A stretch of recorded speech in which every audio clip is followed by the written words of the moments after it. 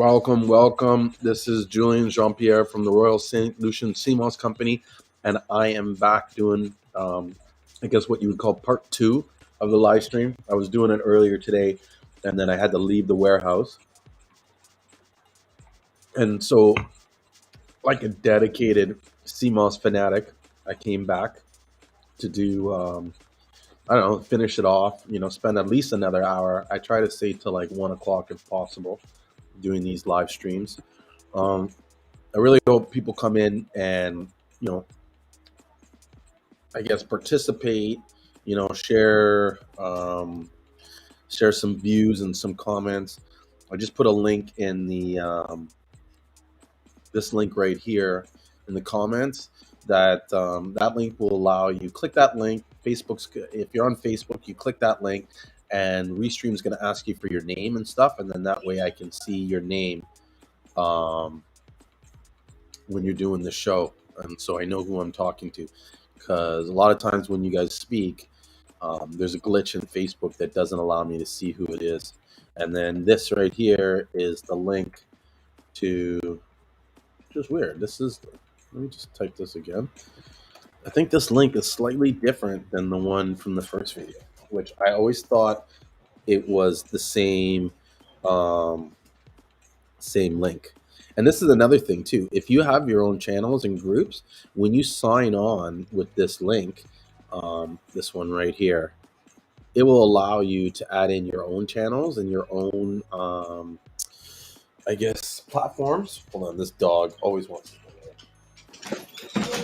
Oh no. And so, whatchamacallit, it will allow you to share with your community as well as mine, or as well as the groups that we stream on. So one Facebook user says, "I'm happy to be part of this, and I'm definitely going to take Seamoss and sell it."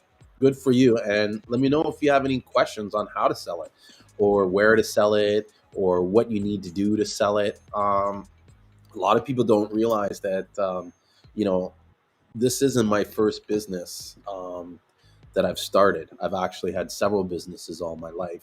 I've never been someone that works for anybody. I try to start my own businesses. And so I used to have a car dealership.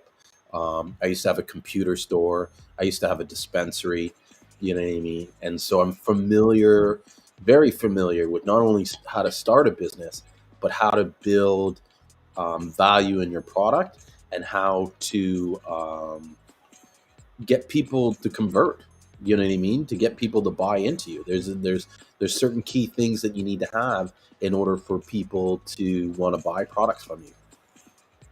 And guys, you gotta excuse me. I haven't ate all day. I'm just getting home now from working all day. And so I'm gonna eat while I'm talking to you guys. It just is what it is. And that's another thing when it comes to business. You got to be comfortable juggling things at the same time, like eating and doing a live stream, right? So let me know if you guys have anything you guys want to talk about or discuss about Seamoss. And here's another thing, and you can ask Moss King as I guess proof or testimony. I'm willing to help you, even if you're not buying this like Seamoss from me. Like, you don't have to buy Seamoss from me in order to get my help. It's not what I'm like. That's not the purpose of me helping people. The purpose of me helping people is to basically build up the industry. You know what I mean? I think this industry is still new and it needs a lot of work. And as much as people think it's saturated, it's not. It's not saturated at all. And there needs to be more people coming into the business constantly in order to feed or fuel, those that are already in it. You know what I mean? And so the more people that are in the business buying, whether you're buying from me or buying from someone else, you're still buying. Do you know what I mean? And that, especially if you're buying Seamoss from St. Lucia, it's helping St. Lucia. And that's really ultimately my goal. My goal is not really to sell Seamoss, it's to help the people of St. Lucia. I've just chosen selling Seamoss as one way to start in that, you know. So I'm always willing to help anybody, give them advice, give them my views, opinions. You know what I mean? And there's no obligation or expectation. Sorry, it's dog again. Always going in. Give me 1 second. I just want to turn on this light.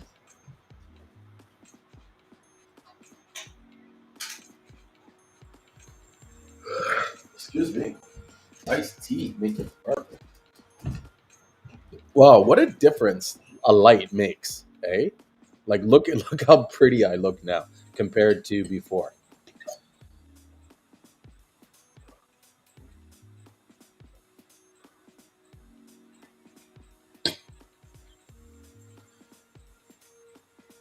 So, yeah, I'm not sure really what to talk about tonight. I was talking earlier.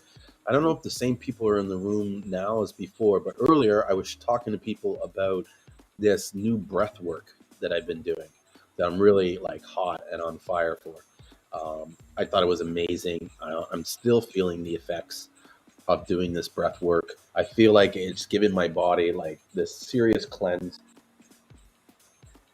I'm constantly I guess, purging stuff out of my body, and a lot of it is like really mucusy, just guck. You know what I mean? And so, yeah, I really really liked breath work and what it was about. Let me see if I can pull up her site so you guys. Savoya, I think it's Savoya, Savoya Cares. I think that's her company. That's it. Savoya Self Care.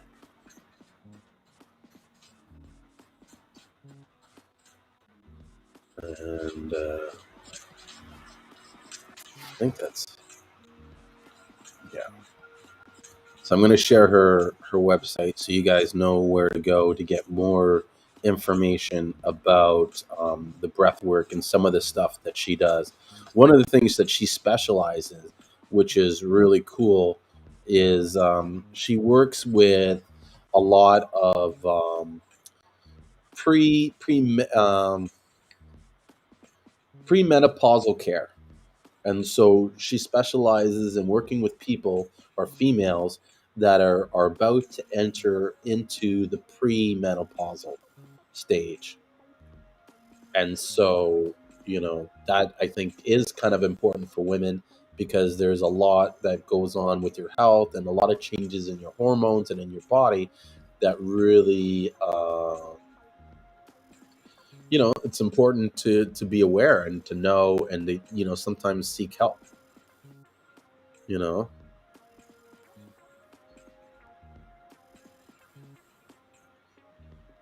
Overall lack of workplace wellness affect your company's finances in several ways.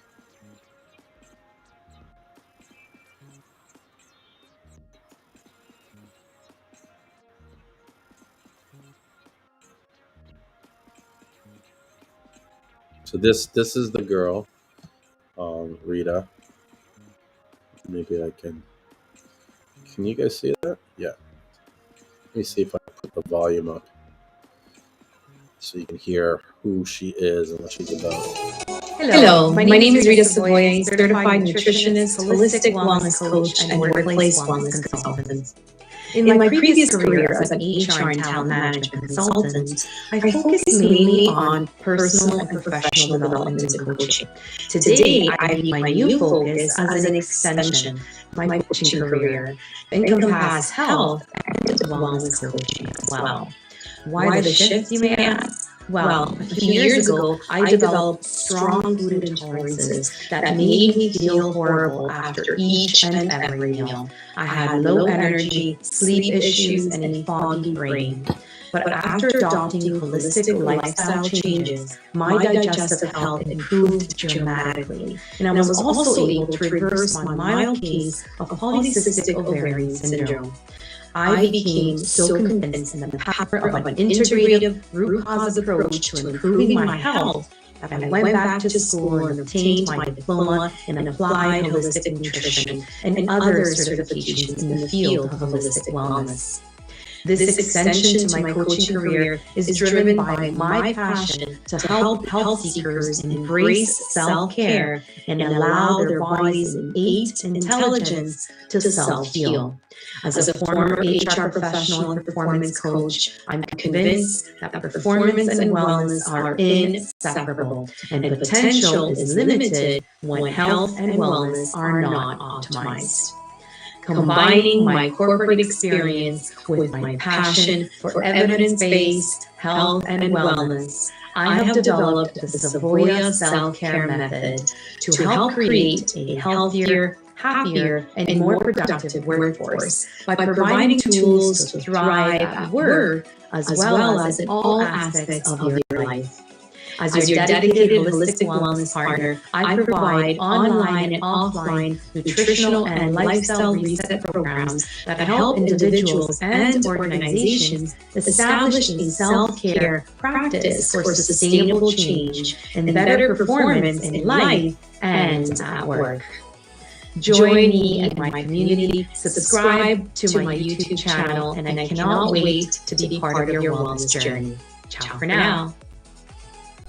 Yeah. So that was Savoya. Hey, Candy, how's it going? Was that you that asked me to join in the clubhouse room?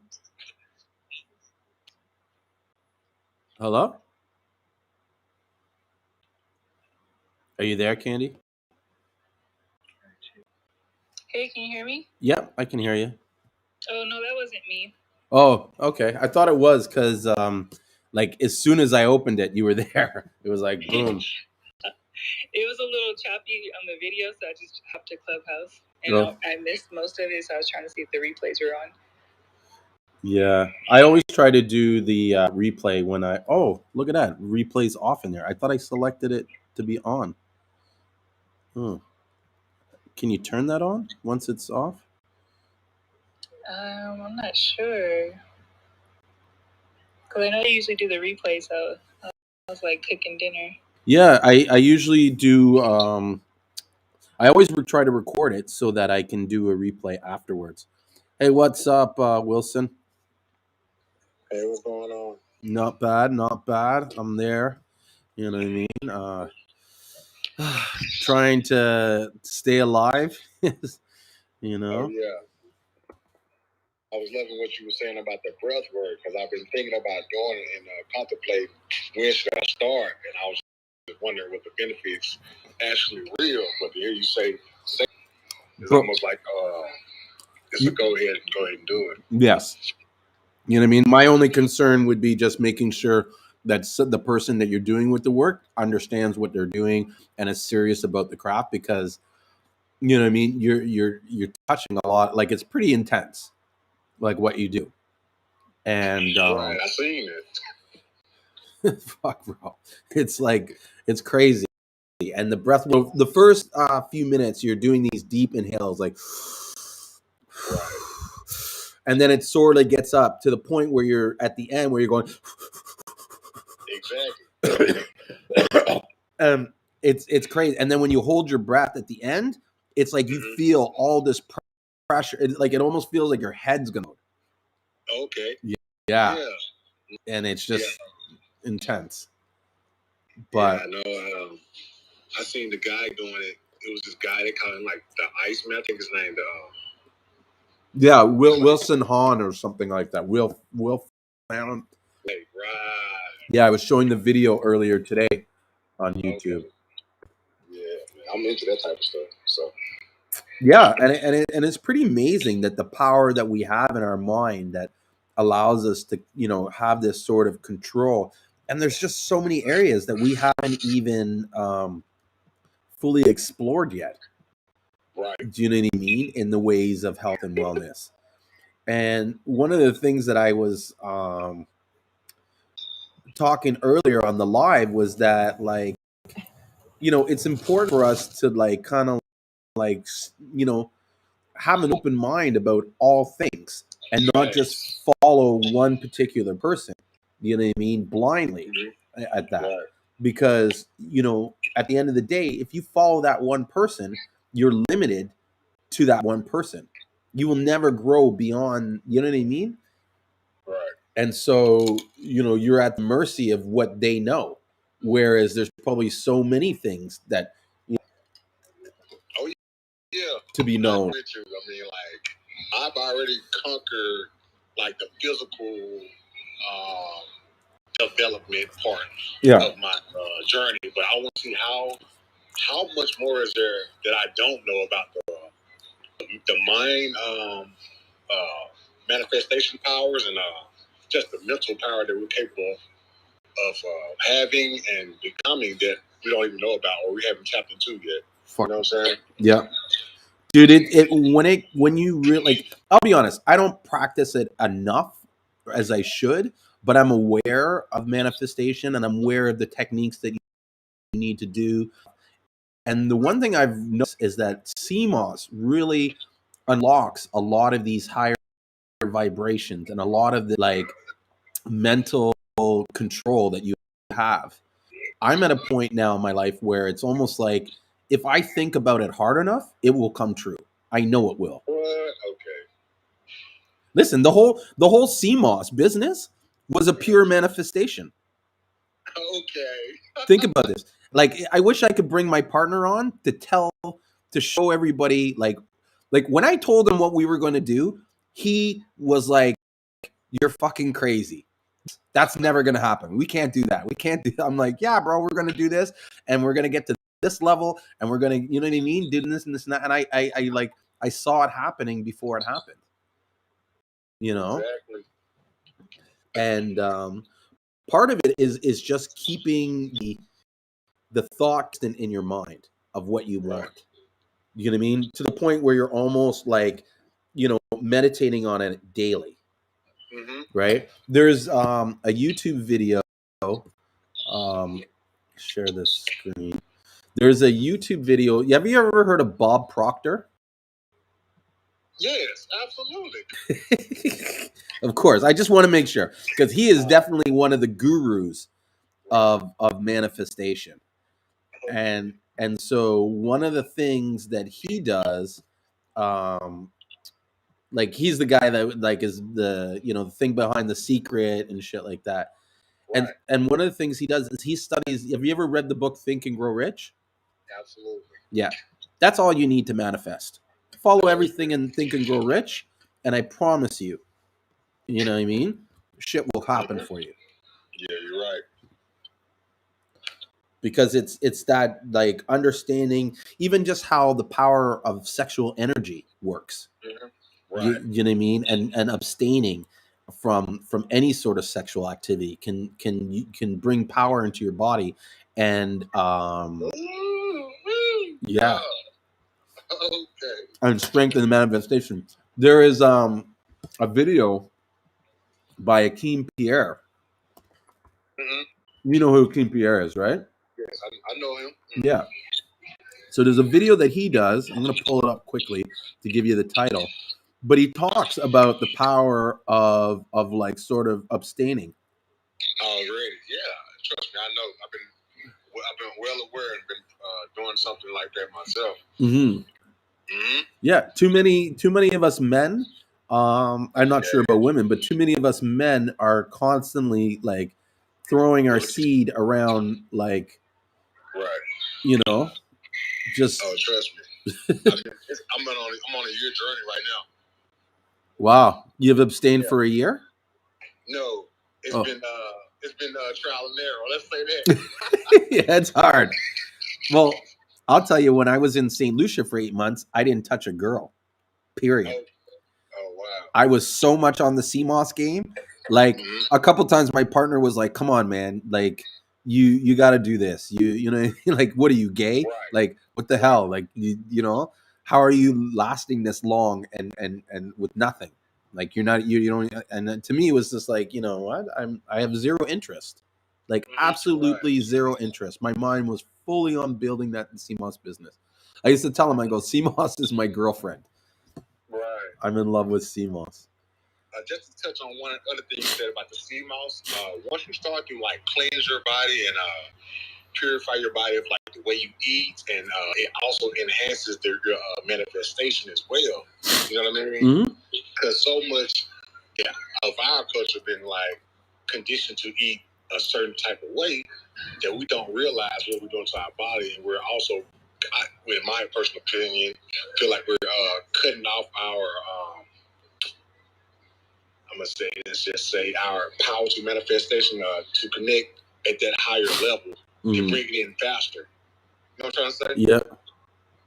So yeah, the Seamoss really helps. I think it does. I think it really, really helps in the sort of how being able to vibrate at a higher frequency. Okay. Yeah. Exactly right. Yeah. Dude, I had this one crazy idea, like I was like just rambling about something one time. I was like, yeah, if you're not vibrating at a higher frequency, you won't be able to ascend to the next level in life. But that's just me thinking. That's just my own way of thinking. I'm always thinking outside the box like that. No, I think that's true, and part of like vibrating or being at a higher level of consciousness, like or frequency or whatever, is like in a lot of the stuff that you do, in like the generosity and all this other stuff. You know what I mean? And that leads me back to what I was saying about Bob Proctor. He has a video. I'm going to pull it up right now, called the 12 Forgotten Laws of the Universe. Yeah, I've been meaning to look that up too. Fuck, dude, eye opener. So what a lot of people don't realize or know is that when and mind you, a lot of this is my own personal belief, so I don't have a lot of, I guess, evidence to back this up. This is just my belief based on my experience being in a Christian, being in the church, working in the church, and stuff like that. And so, when God made the world, He put a lot of these rules or laws. Now, these laws can't be broken; they can't be changed. Do you know what I mean? They're this. And this is where, you know how people are always saying, like, how could God be in so many places and do all this stuff at one time? Well, first of all, we have no idea who God is and what it is. Do you know what I mean? That's for sure. It's you know, it's for as much as we can discern, it's a ball of energy, right? So they put these rules and these laws so that the things happen automatically. And so he doesn't need to be there to do the stuff himself because he's put the laws in place for this to make it happen. And so there's like the law of supply, the law of thinking, the law of attraction, the law of increase, the law of receiving, the law of compensation, the law of non-resistance, the law of forgiveness, sacrifice, obedience. You know what I mean? So all these different laws have things or how do you say it? They just got rules, and if you follow these rules, you will get it. This is like above being a Christian. Like this is why sometimes you look at some people and you're like, how the hell are these people successful and doing all this shit? How are they getting all this stuff? Do you know what I mean? They're getting the stuff because they're following the laws of the universe that God put in place. Because he did it for man. He didn't do it just for Christians. This applies to everybody. And it also could be good and it also could be bad as well. So they both work in both ways, in good ways and the bad ways. I agree. So, yeah, totally agree. Totally agree. And that's where you got to be sort of mindful of your thinking, because when you start studying Bob Proctor and you start understanding about paradigms, and, paradigms and the subconscious and the conscious mind, and how to feed the subconscious mind, because it's the subconscious mind that's really controlling everything, right? Absolutely. And, I'm with that. Yeah, and so how you feed your subconscious mind determines on how your paradigm is shaped, and how your paradigm is shaped determines how you make decisions. See, a lot of people don't realize that everything in your life, and I mean, again, this is a belief that I have, right? But I believe that everything in life comes down to a decision that you've made or you haven't made. Right. Right. That's why the future is. Hold on, not to cut you off, but I say that's why the future. You can predict the future based on your actions of today. Exactly. And the decisions that you make or the decisions that you don't make. And so you have to be fully aware. So many times people make decisions blindly and don't even understand why they're making these decisions or these choices. They just kind of be in reaction. And so you need to be mindful and aware of the decisions. And that really comes down to what you're thinking, because your thinking determines your, like, it's part of your paradigm, and your paradigm is what makes your decision. You know what I'm saying? So I always tell people, like, look, if you're not happy with your life, it's really you, right? It's your fault that you're not. You can't blame it on anybody else, because even if you do blame it on anybody else, it was your choice to be in that environment to allow that to happen. Yeah, I struggled with that when growing up. I always used to point the finger, but then after a lot of years of things not going my way, I realized that I had to take responsibility for my own actions and take life into my own hands. Well, and that's the thing. You can't control your life until you accept responsibility for what happens and everything in your life. Because, and again, this goes to my belief, is that we're all living in our own individual world. And what our world determines is controlled by our thoughts and feelings. Even our appearance, I believe, has a lot to do with your thoughts. You know, you ever notice you look at some people and they just look miserable? It's because all their thoughts are miserable. All they're thinking, you know what I mean? How they see things. And it usually translates in being overweight or unhealthy and stuff like that. And that compounds their feeling. You know? Yeah, I seen this one study that it was a bunch of kids in the classroom, and they had one glass of water. I mean, they had two glasses of water, and they all went around the classroom. In one glass of water, they all spoke good intentions, and then that other glass of water, they all spoke bad intentions. Then the water started to become black. Wow. And it's like, you know, almost like you said your intentions or anything like that. I don't know if you're into crystals and stuff like that, but Into what? So you don't know if I'm into what? I don't know if you're into crystals or stuff like that. Only, not so much, only because I don't know enough about the crystals. Right. But, I'm sure things like that, just anything that you just want to speak good towards, you know, even like you were saying about the way you think about stuff, and if you look, if you speak bad about yourself, and that's why by me having my first child, you know how you get mad at your kid or a child, you be like, I'm so tired of you, and blah blah blah, woo woo, and you just speaking negativity on a child. After a while, they begin to become whatever you're saying.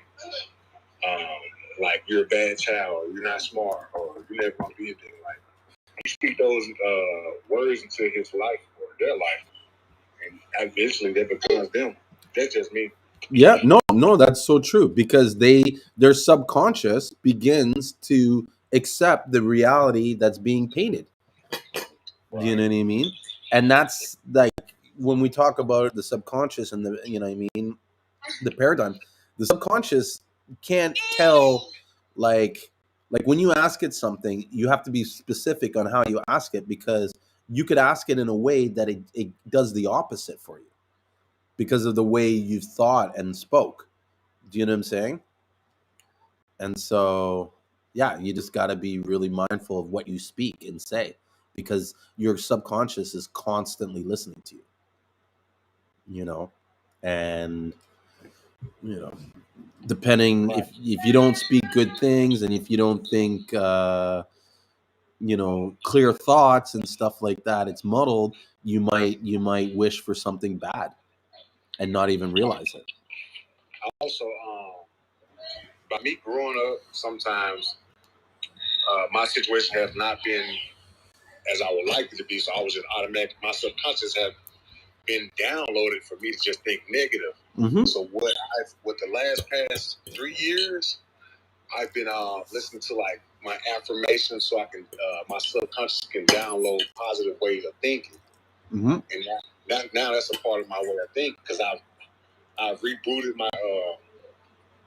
my way of thinking, and my subconscious have downloaded a lot of positivity thoughts about myself and the way I go about my life every day. So I don't know where I was going with that, but I just had to put that out there. No, it's good that you share that because it's true. You know what I mean? And that's just an experience that you have, which I'm sure resonates with a few people that have been in that same kind of situation. You know? Oh yeah, I know why I said that because some people don't. I didn't even know how to think positive about myself because my subconscious was downloaded to think negative about everything. Every situation was just negative. You know, I was just just frustrated at all things and nothing was right. But I realized it was my way of thinking about everything, about myself, about my life, about my situation. And then all of it just seemed like everything started to change when I was just changing my way of thinking about stuff. Yep. So, but it's a skill to learn it though. You can't just start doing it the next day. You have to practice and just make it a skill set that even though something's bad is not happening to you, it's happening for you to be better in the next situation just in case it occurs again. So, this is my type of conversation right here now. That's what I love about doing these live streams is that we don't always talk about Seamoss. Do you know what I mean? It's about everything that's related to Seamoss and Seamoss, like it's the whole industry, the whole experience of those taking Seamoss.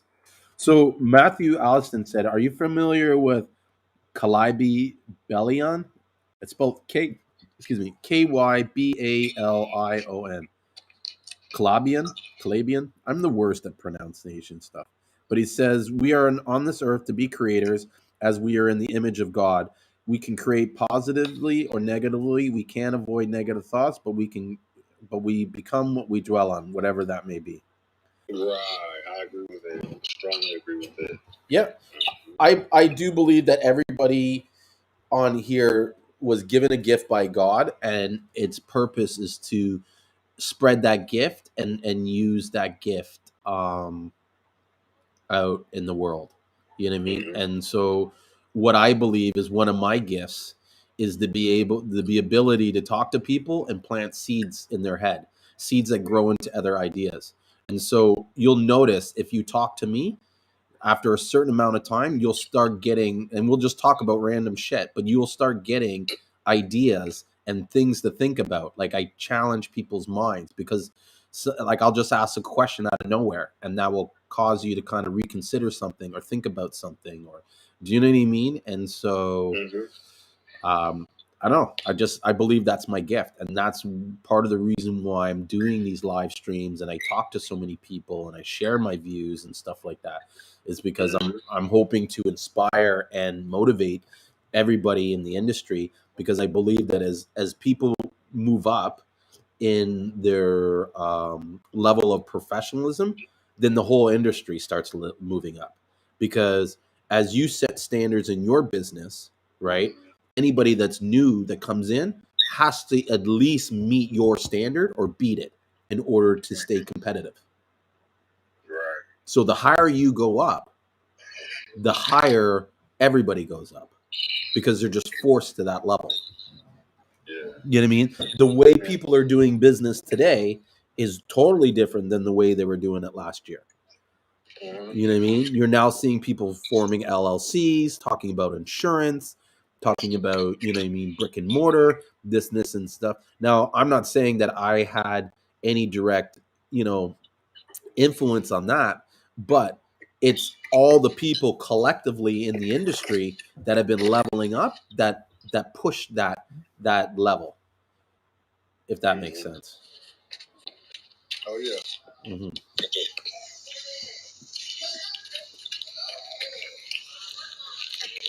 So yeah, I think I'm even gonna rewatch this Bob Proctor thing because, like, you know how it is. After a while, you forget things, you don't remember. It's always good to what's the word I'm looking for? Refamiliarize your stuff or revisit something. Mm-hmm. Yeah, you're right about that. Mm-hmm.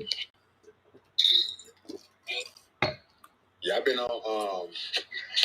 Yeah, I manifested this business that I'm doing now, and I never thought I'd be selling Seamoss. Like this was like it's always been in my repertoire as far as like I come from a long line of like people that's been cooking my whole life. I always said to myself, I was like, I'll never be cooking I'll never be in the kitchen.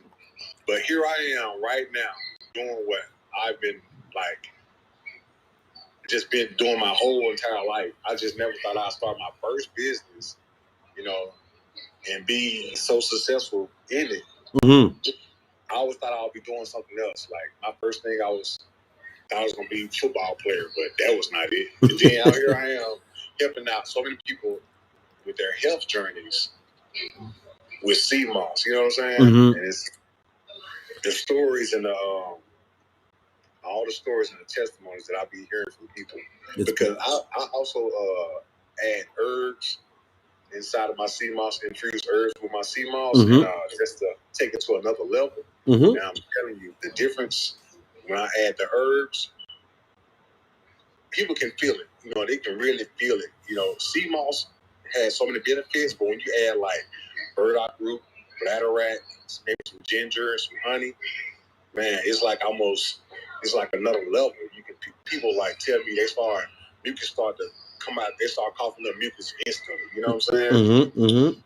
But yeah, so and that's part of my whole characteristic. I mean, my whole character. I'm that person that loves to help. You know, my whole life people always call me to help out. And hey, Sean, you think you can come over here and help me do this? Yeah, you know, I'm always that person that love to help people. Yeah. And no, that's good. Like you brought up something interesting when you said you like about the honey. That's originally, well, here I'll start by saying this. For many years, right, ever since my grandma passed away, I think it was like 2018. I've been having visions and thoughts, constant visions and thoughts of me going down to St. Lucia to start businesses, to basically inspire the local people there, and to show them that how much opportunities the island has, and just to kind of open their eyes. And originally, when I went down there, it was to start the honey business, right? Because I'm a beekeeper and I'm very involved in the bee community here in Toronto. And so it was natural for me to go down there. And I did the research to find the market, to see like how much people were producing honey. And, you know, I found data that suggested that there was, you know, a void that could be filled and stuff like that. And so that was that was the original intention. The Seamoss was a side thing where I was just going to buy some Seamoss and bring it back for me and my friends and this lady that was making gel. I kind of figured if I brought the Seamoss back to her, you know, and gave her a good price on her portion of the Seamoss, that she would take my portion and just make the gel for free. That was kind of like the arrangement I had with her. And when I got down there and I eventually met my partner, it was like he took me around to show to buy the Seamoss, and it was like it was then that the vision came to me about like we need to start a business doing this. And that's where I kind of came to him and said, like, this is what I think we should do, and we're going to grow it like this, and you know this and that and the other. And yeah, we started, I think the first order we bought, we shipped out 200 pounds. And then from there, it just slowly grew. And now, like, not to say we're big, but we're doing pretty well. And we're helping out a lot of people on the island. I mean, there's a lot of people that are getting paid very well for their Seamoss. There's a lot of people that are just getting their Seamoss sold. And, you know, I've created a lot of opportunities for almost everybody that we work with is doing well. Like I have guys that have before they started working with us, they could barely put money, like things together to buy things. And now I have guys where they've bought trucks, and they're building a new home, you know what I mean? And that kind of stuff. And it's all coming from the Seamoss, because I've not only do I just buy the Seamoss off them, but I show them, okay, like this is what you need to do to manage things and to get the things that you want. You know what I mean? And to open doors for you. You know, like we've done microloans, we've done donations. Like what else have we done? Too many things. Some of the things I can't even discuss. You know what I mean? Because we prefer not to. They're just things that we do out of our heart, and we're not doing it for like recognition. You know what I mean? Like I could sit here all day and say, "Oh, we did this, we did that, blah blah blah," but it's like, what is the point? You know what I mean? We did it for the sake of doing it, not so that we can go tell people that we did it. You know, if that makes sense. So yeah, um, that was the vision in the CMOS, and I am so happy that we dove all in and went for it. Because look, we've got the CMOS community, the CMOS Buyers Club. I'm doing these live streams every day. I'm meeting so many people, and helping them build their businesses. And you know what I mean? There's a lot of people that are creating sustainable lifestyles, you know, with the CMOS. Like Wilson was saying, like he never thought that he would be running this business and selling CMOS and making CMOS products. And what's crazy, or not crazy, but what I want to point out is, like, he was talking just now saying like it's 1 o'clock, and he was talking about making stuff in the kitchen right now. That's the difference between someone that's going to do well in this business and someone that's not. If you're not willing to stay up to 1 o'clock in the morning to make gels for the next day, you're not going to make it. Right? You're going to make it to a certain point, and then you're going to hate the job because it's going to be too much work for you, and you don't love it enough. Like one of the first things I say to people is make sure you like this before you jump all in.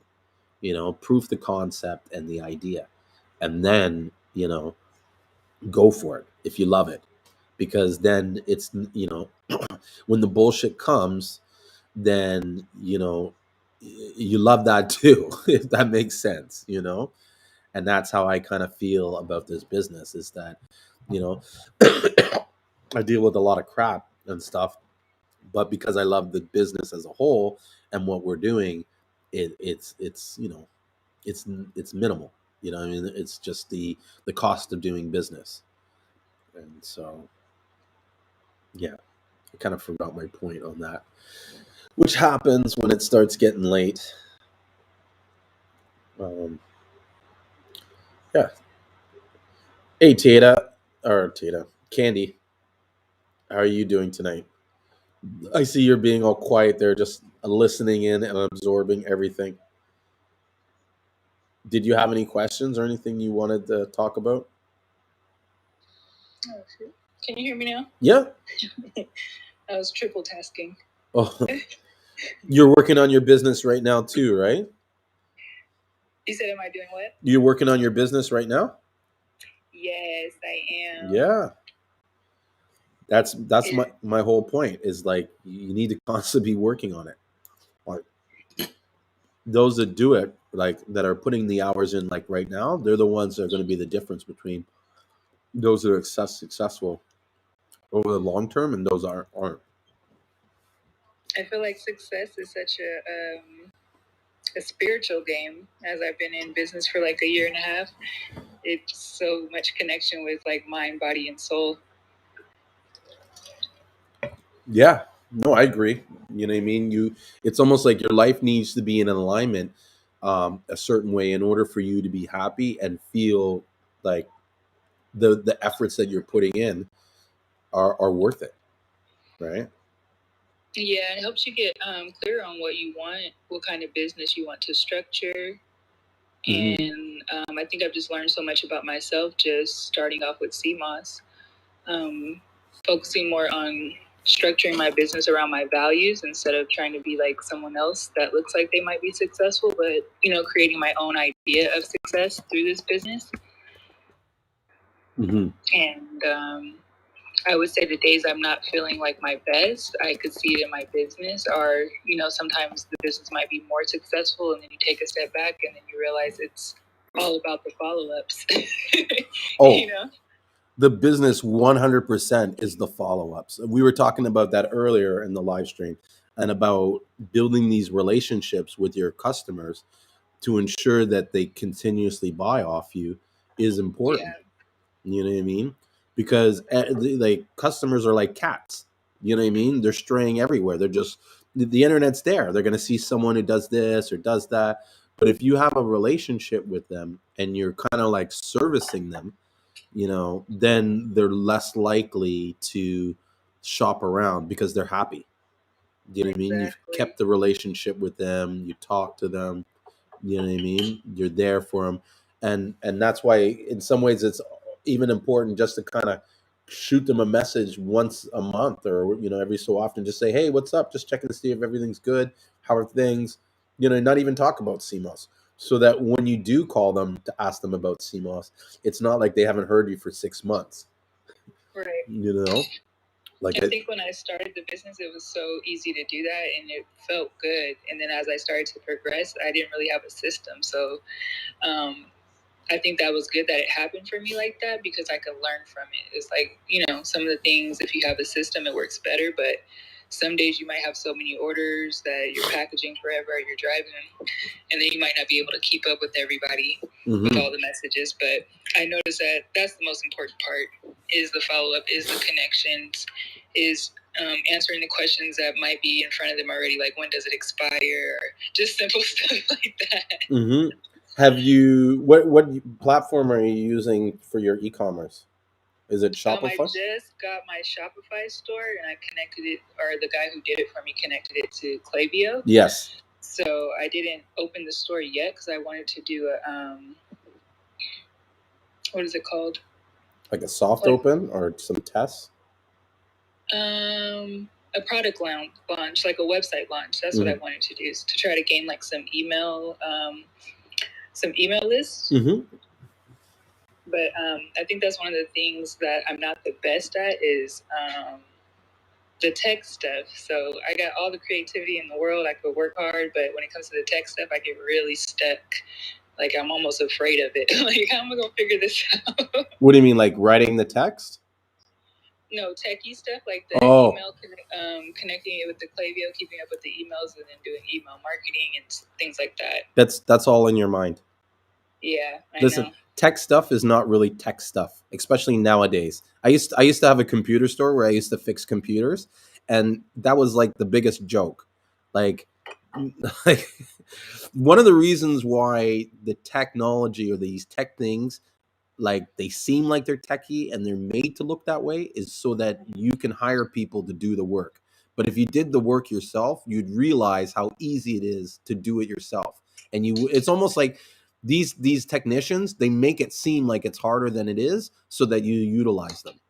Because if you 90%, like not 90%, majority of the time when I had a computer like when someone would call me in for a computer problem, I literally, and I, it was so funny because I would do it in their face, like right away. I turn it off, turn it back on.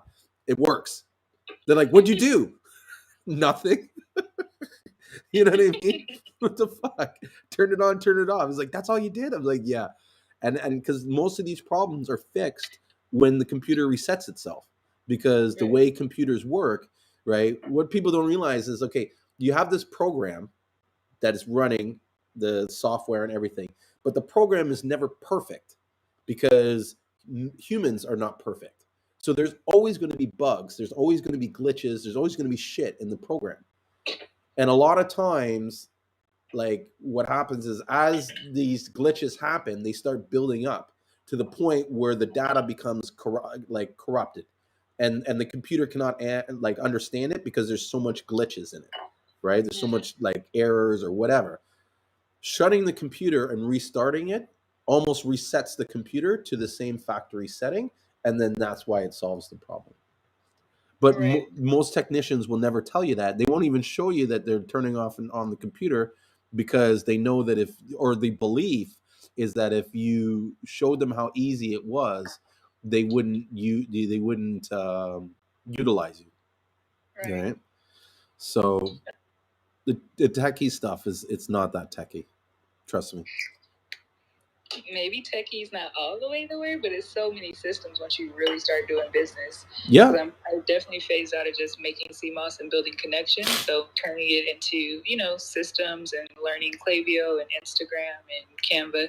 It's like you do want to get paid for the things that are going to be worth it, So doing all that research and everything, but that's part of the business. As you learn, like, you have to put in that sweat, blood, and tears before you can be at a point to pay someone to help you and manage that, but you don't want to burn out, Yeah, I even think it's important that even if you do hire someone to do the work, that you somewhat understand the work enough that if you had to do it yourself, you can do it.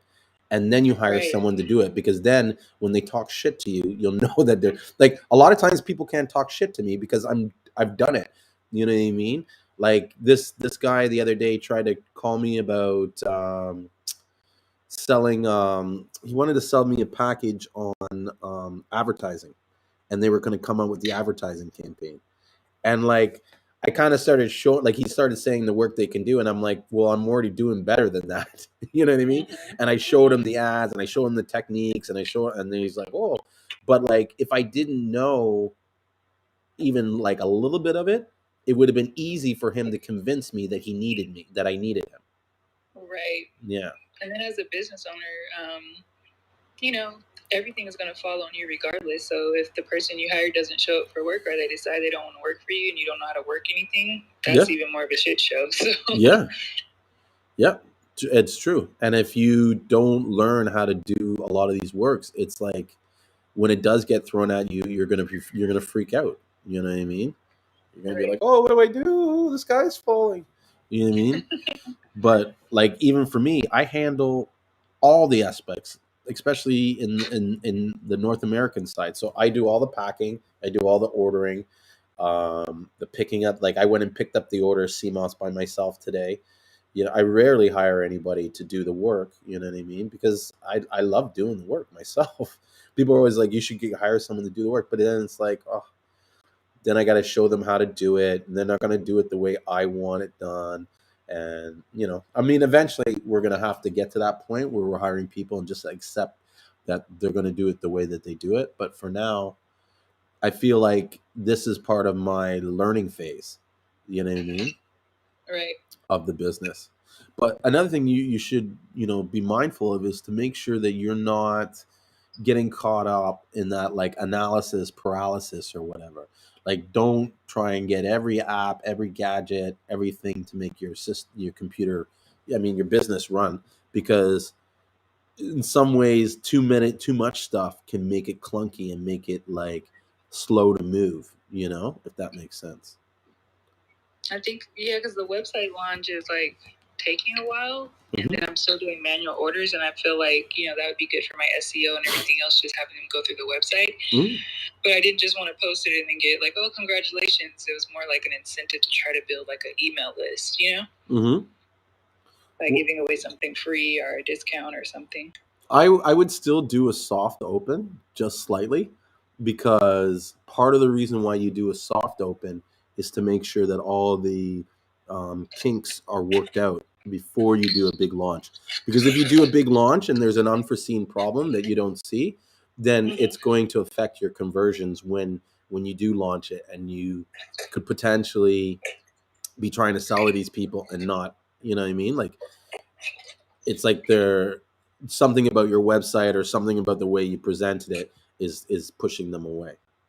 You know what I mean? Or like, if there's a problem placing the order that you didn't see, then you just want to run through all the problems, the potential problems, and eliminate them before you launch the site. So I was thinking maybe just to order it myself and see like the whole process, or have someone else do it and then get their point of view or their opinion, like how smooth was it for you? Yeah, like you the can. Customer experience. That's another thing. But and also, with all the customers that you're doing manually, don't you have all their emails and stuff?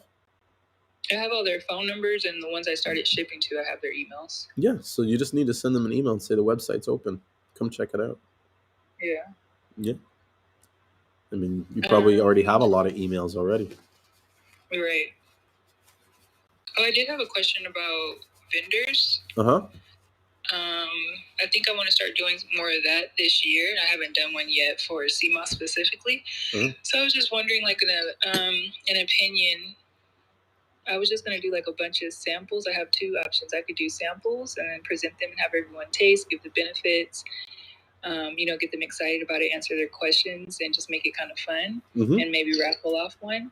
But as far as making jars to have available there, I'm not really sure how that would work, or if I should just have them order it there and then ship it for free for them. I think you should have some jars that you put on ice and stuff that's there for grab and go, because a lot of people don't want to wait. You know what I mean? Right. If you told them, oh, give me your number now and this and that, and I'll ship it to you, they'll be like, you know what? Fuck this. It's too much work. People hate friction. You know what I mean? So the less friction you give someone, the more opportunity you have of converting them, you know? Mm-hmm. Yeah. BJ says, what do you guys use to send out emails? I use Klaviyo, and that's what I recommend. Everybody should be having Klaviyo. Even if you don't have a Shopify website, you should be running Klaviyo to do all your back-end communication. Yeah. So I have like 7 flavors. So I was thinking about just doing like my top 2 sellers. 3. But 3? Yeah. And the reason why I say 3 is because I believe that our minds are rigged that when you give 3 options, you're going to pick one. And it comes down to the game show thing. If you notice in all these game shows and stuff, they have, like, especially Let's Make a Deal, they'll have door number 1, door number 2, door number 3. If you looked at 2 options and you weren't sure about either one, there's a tendency for you not to pick any of them because you can't make up your mind. And if there's more than 3 options, I believe it becomes too overwhelming, and there's a chance I just believe you convert less when you either give them less than 3 options or more than 3 options, because it comes to the psychology of making decisions. I was going to say the psychology of selling, but making decisions. Yeah. Yeah. And Tata Ward says definitely samples, and like Julien said, have Seamoss on hand as well. Yeah, I would for sure have samples, and not only would I have samples, but I would have a camera ready, like on a stand, to record them trying it and getting their reaction, and ask them, say, hey, like, because here's the thing, you're giving them a free sample. There's nothing wrong with asking something. It goes back to the Bob Proctor's laws. There's like a law of reciprocation. And then that law that says, like, when you give someone of service something, they feel almost compelled to give something back, to reciprocate what you gave them. So and that's the right time to kind of ask them for a testimonial or your opinion. And you'll notice they'll give it to you like nothing, because it costs them nothing to do it. So they're just quick to do it. Now you take all those testimonials and you use that in your content. Right. And just ask them permission, I'm sure, if they don't mind being on camera for the content. Yeah, and let them know I want to use this so that I can let people know how good our Seamoss is, and just to get your reaction, and even get some of the bad reactions. Mm-hmm. Do you know what I mean? Like, there's nothing wrong with having, like, if it was me, I would throw one guy that had a shitty like, or something where they're like, "Ooh, what the fuck?" You know what I mean? Mm-hmm. Because that then tells whoever's watching that you're authentic in what you present, and you're not afraid to show something that could possibly hurt your business. You know what I mean? Because then that tells people, like, this person is not trying to control the message. I think that's a good point, because I follow people that sell Seamoss, and there's a guy, and he gives samples from his store, but it's out of the same jar, and it creeps me out, because I'm like, no one cares that this is the same big 16-ounce jar. I know he switches out spoons, but it's still gross to me. Mm-hmm. And then he only shows the good reactions. I'm like, nobody ever, out of every 5, somebody's going to say they don't like the texture, or it feels slimy, or, Mm-hmm. it's too soft or whatever it is. So I think the authenticity and just being a little bit more mindful of the safety. Like I'm gonna have mine in little plastic, with the lid on it, like a 2 ounce. Yeah. And then just take that. Yeah. Or even like little mini Dixie cups where they taste it like a Jello shot or something. Right. Because that has helped my business a lot, just giving people samples. Mm-hmm. But I like getting something in return from it. So I think that'll be good for the vendor. And then just maybe having one big poster and then the information about it. Yeah. Mm-hmm. Tata says, do 3. And she said, strawberry, mango, and pineapple are their top sellers. I know. I have a love-hate relationship with the fruit Seamoss. I haven't made any fruit Seamoss yet. Mm-hmm. So what flavors do you have? You said you had 7 flavors. Yeah, I only have one that has, it's not fruit. I use apple juice. So I have original, burdock, and bladderwrack. I have moringa, black maca, and honey. I have elderberry. I have purple Seamoss. I have ginger lemonade. And I have apple Seamoss. Nice. Those are all good flavors, especially the moringa. People they're sleeping on moringa. Yeah. It's not the best tasting in Seamoss, so I definitely add honey, but I feel like it gives you a lot of energy. Oh, for sure. It's crazy. I used to drink moringa tea all the time. Yeah, and the amino acids that are in there. Those 2, I feel like more of a, I don't want to say older generation, I'll say 30 and up, ask me more about those than the younger generation just wants it to taste good. Yeah. And the 30 and up want to know, like, what's the difference between these benefits? Because they want the ones with the herbs. And the younger ones, they're like, I need the pineapple, peach cobbler, banana pudding flavor that I can get at the swap meet. Well, one of the things Tata said is she uses popsicle sticks in a 1 ounce container. She said what? She uses popsicle sticks in a 1 ounce container. So that's what she uses for her samples. She gets like a little 1 ounce container and then adds the popsicle sticks so they can spoon it out. It's like using a spoon. Okay. Yeah, the guy that I've seen, he just had like a 32 ounce jar, which, like I said, I'm not judging, but it made me feel like it wasn't as sanitary. So I have like the little Jello shots with the lids on it. But that could save me from having to make so many because I was going to put them on dry ice to kind of bring attention to the table. That would be cool. Yeah. Having the smoke and stuff like that, Yeah. Yeah. Yeah, I got to get over this perfectionist thing because it's holding me back. I'm like, the table has to be perfect. I'm not ready for vendorship yet. But then I see others. I'm like, that's nothing on the table. I'll be fine. I just got to talk to people like how I know how to do. Listen, coming from experience, right? Being perfect is great.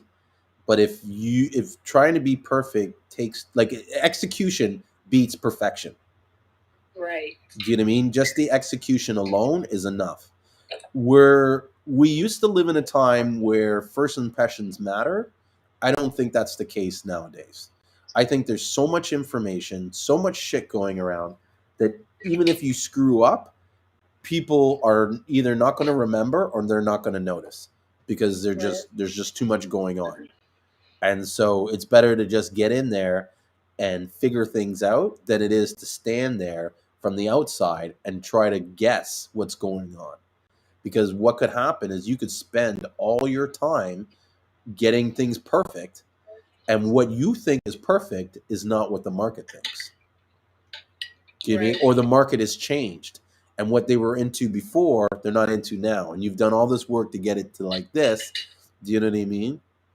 And ultimately, like, as long as your product's good and you provide good service, they're not going to care about the packaging. No one cares about my packaging. No one's ever said shit about my packaging. And I probably have the cheapest packaging on the market. Dead serious. Like, I use sorry?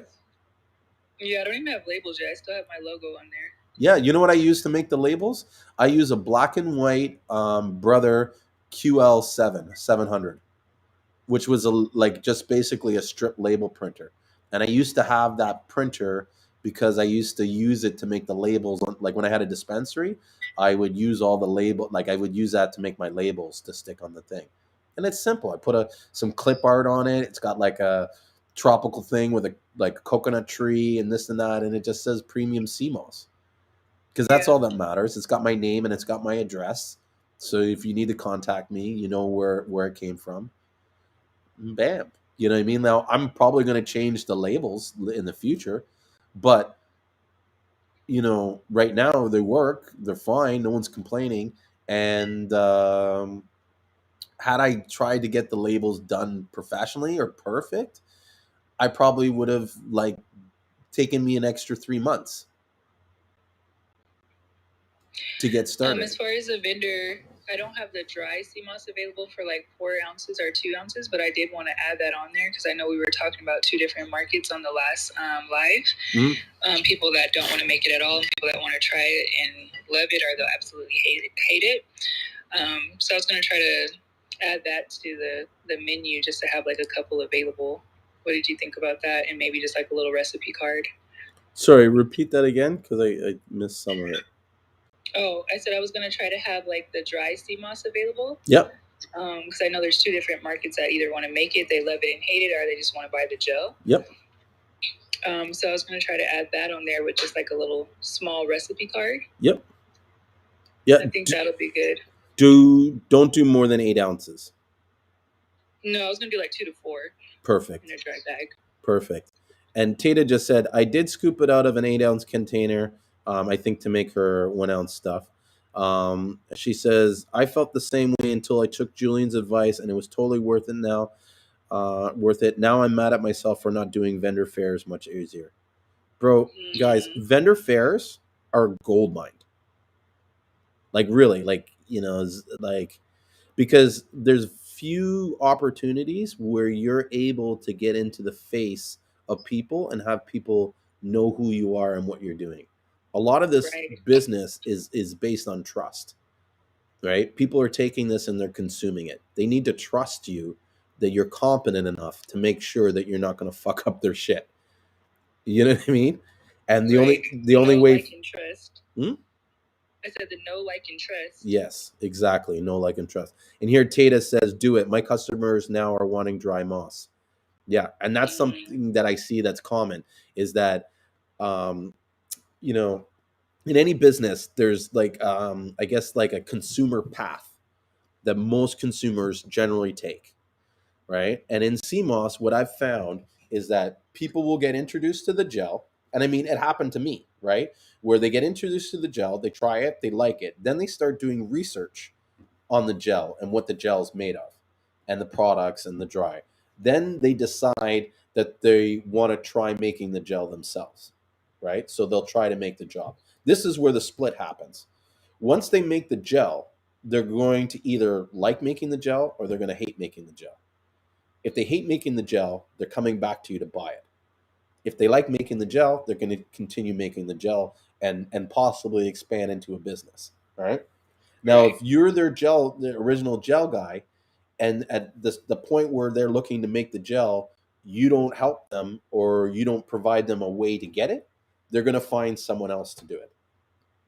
Right. And once they find that other person to do it, right, if that person sells the dried, then or say they make it and they bought the dried off them and they make the gel. If they don't like making the gel, right, they're going to go back to that person that they bought the dried from. They're not going to go back to you who they originally got the Seamoss gel from.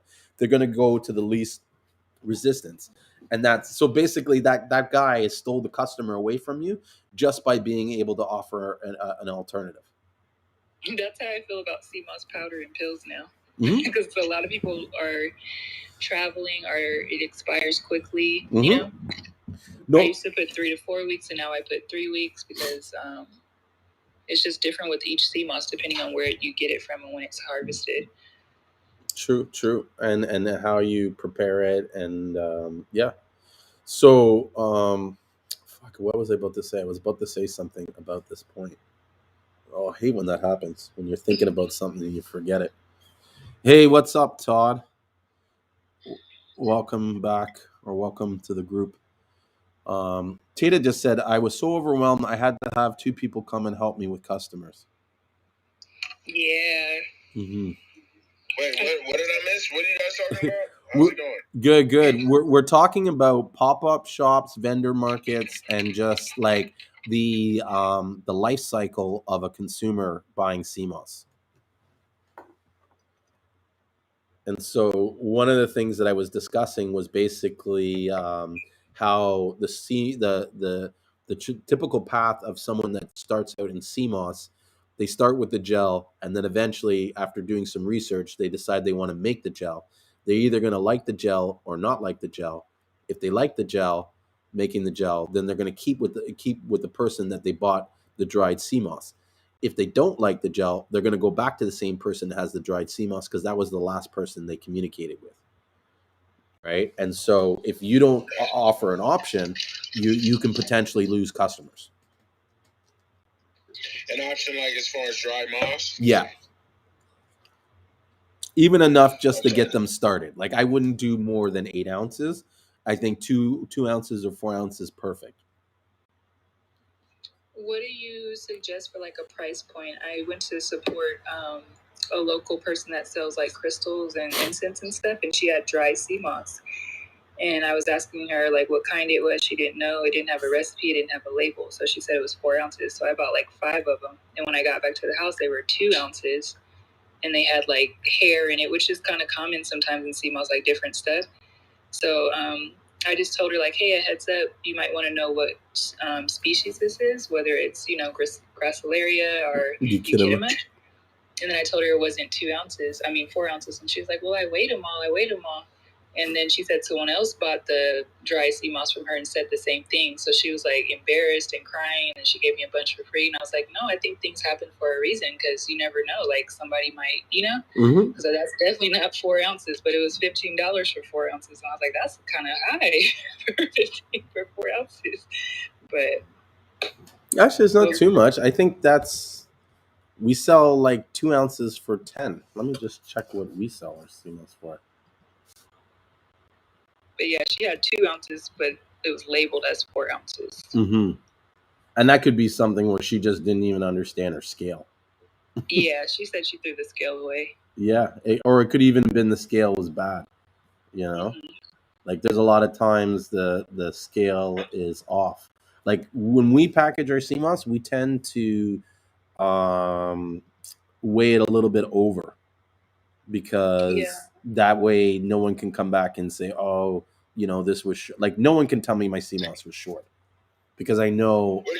What do you weigh a pound out to, Julien? They're like the 454, or like the Agro. What do you go, 460? I do it. I have the scale that does 16 ounces. 16 ounces, so 28 times 16. Yeah, but here's the thing: an ounce is not a full 28. It's 28 point. An ounce was 28.3 or 28.4 or something. 28.5. Okay, all right. I knew there was a point in there. So, I just, when you look it up, a pound comes in at like 454 or something like that, and then it's divided by 16, blah blah blah. So I always just went right around that number, Yeah, 454. But I was just trying to wonder, because I know, it's you want to make sure everybody's happy, but then at a certain point, it's like diminishing returns, Yeah, true. But then you sell more CMOS. Like a lot of times, these profit issues that people speak about, it's like it can be solved by just selling more CMOS. Do you know what I'm saying? Like if I'm making $10 profit off whatever I'm selling, right? And say I sell 10 of them at $10, that's $100. If my price drops down to 8, you know what I mean? Then, or my profit drops down to 8, then I just need to sell 12 and a half. So 2.5 more. Right? So sometimes it's like I can almost sell it at any price as long as I make enough money to justify the volume. You know what I mean? So that it makes a profit. Yeah. Like one of the things I see a lot of these vendors do, especially the gel vendors, is that they kind of squander over $1 or $2. Even today I had a customer that, so we have this sale going on. Spend $1,000. Before it was 500. Now it's spend 1,000. So spend 1,000, you get 50% off. So the price of the Seamoss goes from $10 or $30 down to 15, right? So she was going to buy, the certain amount. She was in Canada, and then she didn't realize that the price was in US dollars. She was like, oh shit, that's too much. And then she was like, and I'm like, really? I'm like, well, what do you pay for Seamoss? She's like, I get it for $7.99 US. And I'm like, where are you buying it for that price? Right? Because I was like, $7.99. Like, fuck it. Let me find this person. I'll buy, you know what I mean? Oh my, that's a good, like, shit, that's cheap. And so when we investigated it more, it was coming from like some Caribbean market store in Miami. And I was like, a lot of times these stores, and we have them up here in Canada too, they're getting the Seamoss they're selling is from like Caribbean Corners, or it's the Angel brand and stuff like that.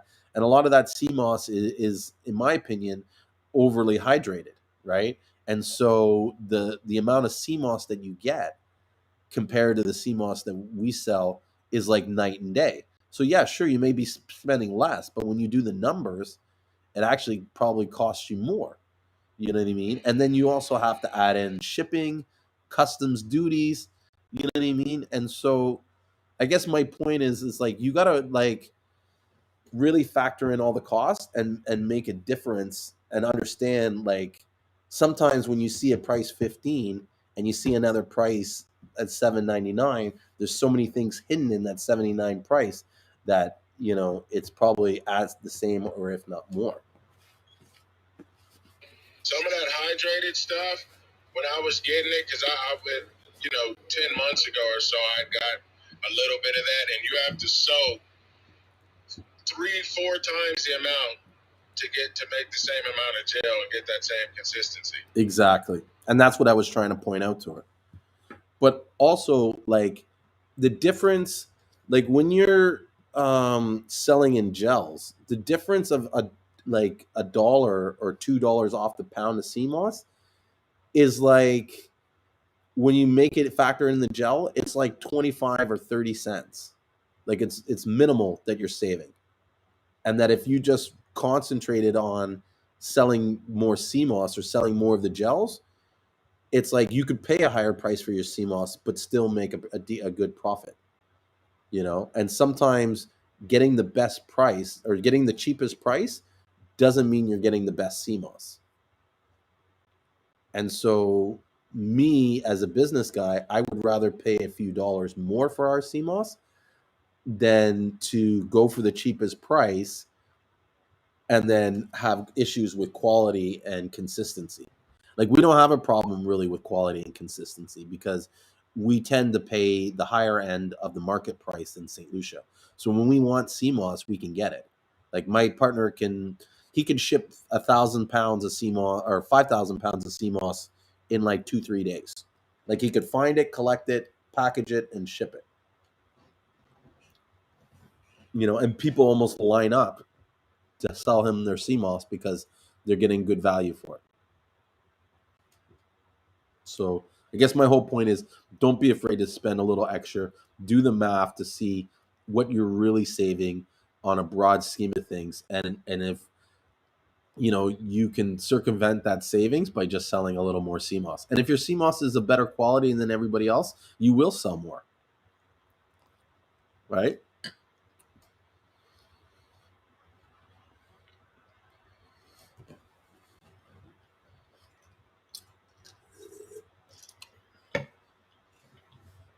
Sorry for chewing. I just haven't had my dinner tonight.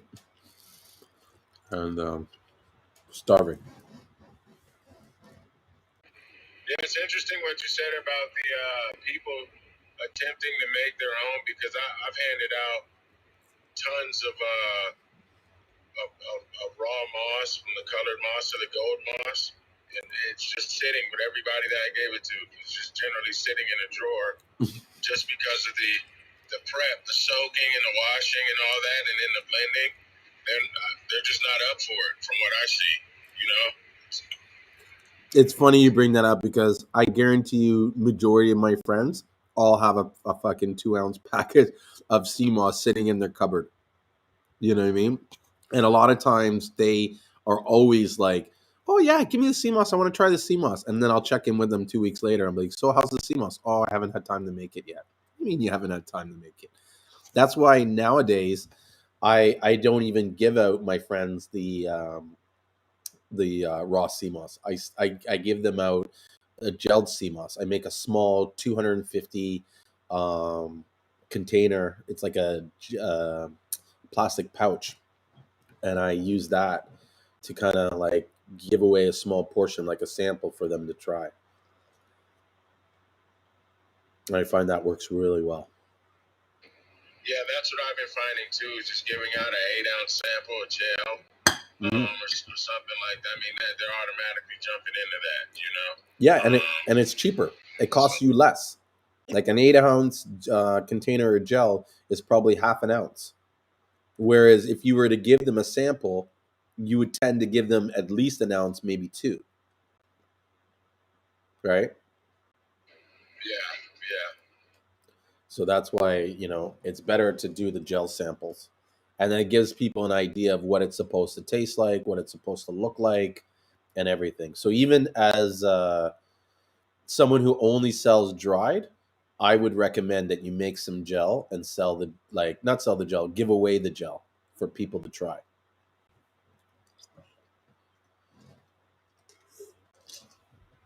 Yeah.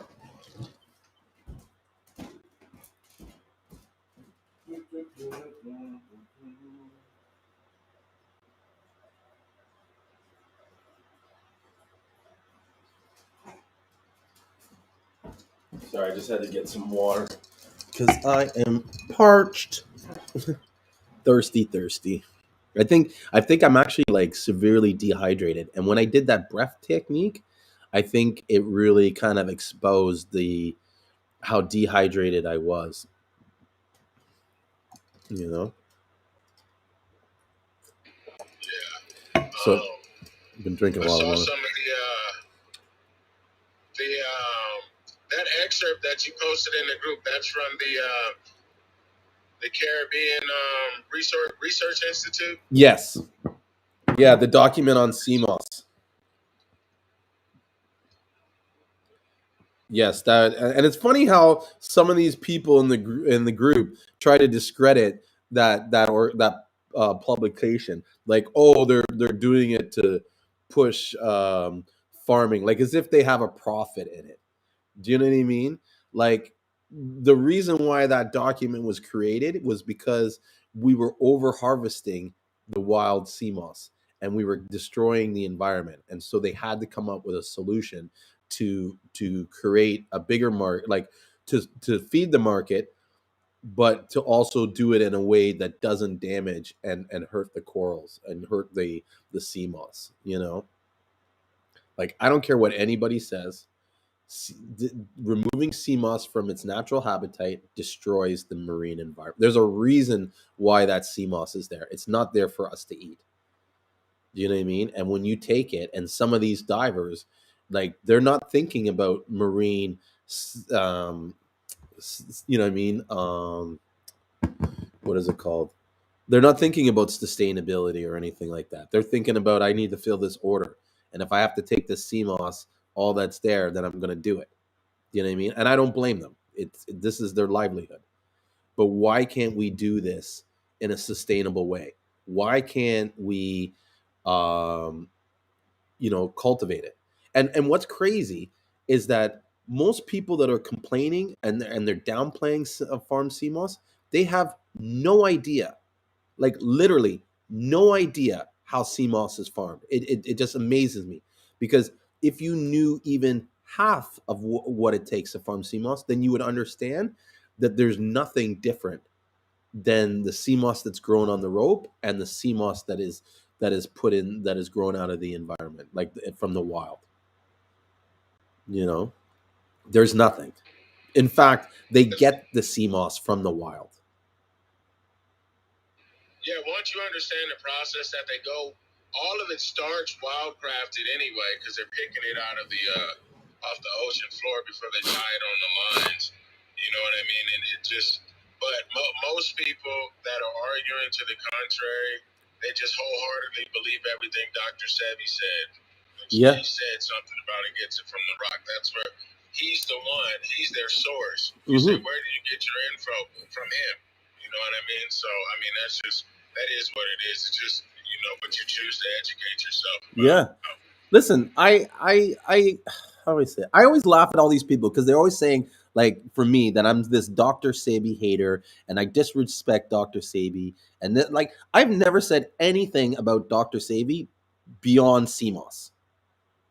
If you notice, that's the only thing I talk about when it regards to Dr. Sebi. I've never talked about or discredited any of the other healing techniques that he has, any of the other herbs and lifestyle. I've never discredited the alkaline diet, even though there's evidence to suggest that being too alkaline is actually dangerous for you.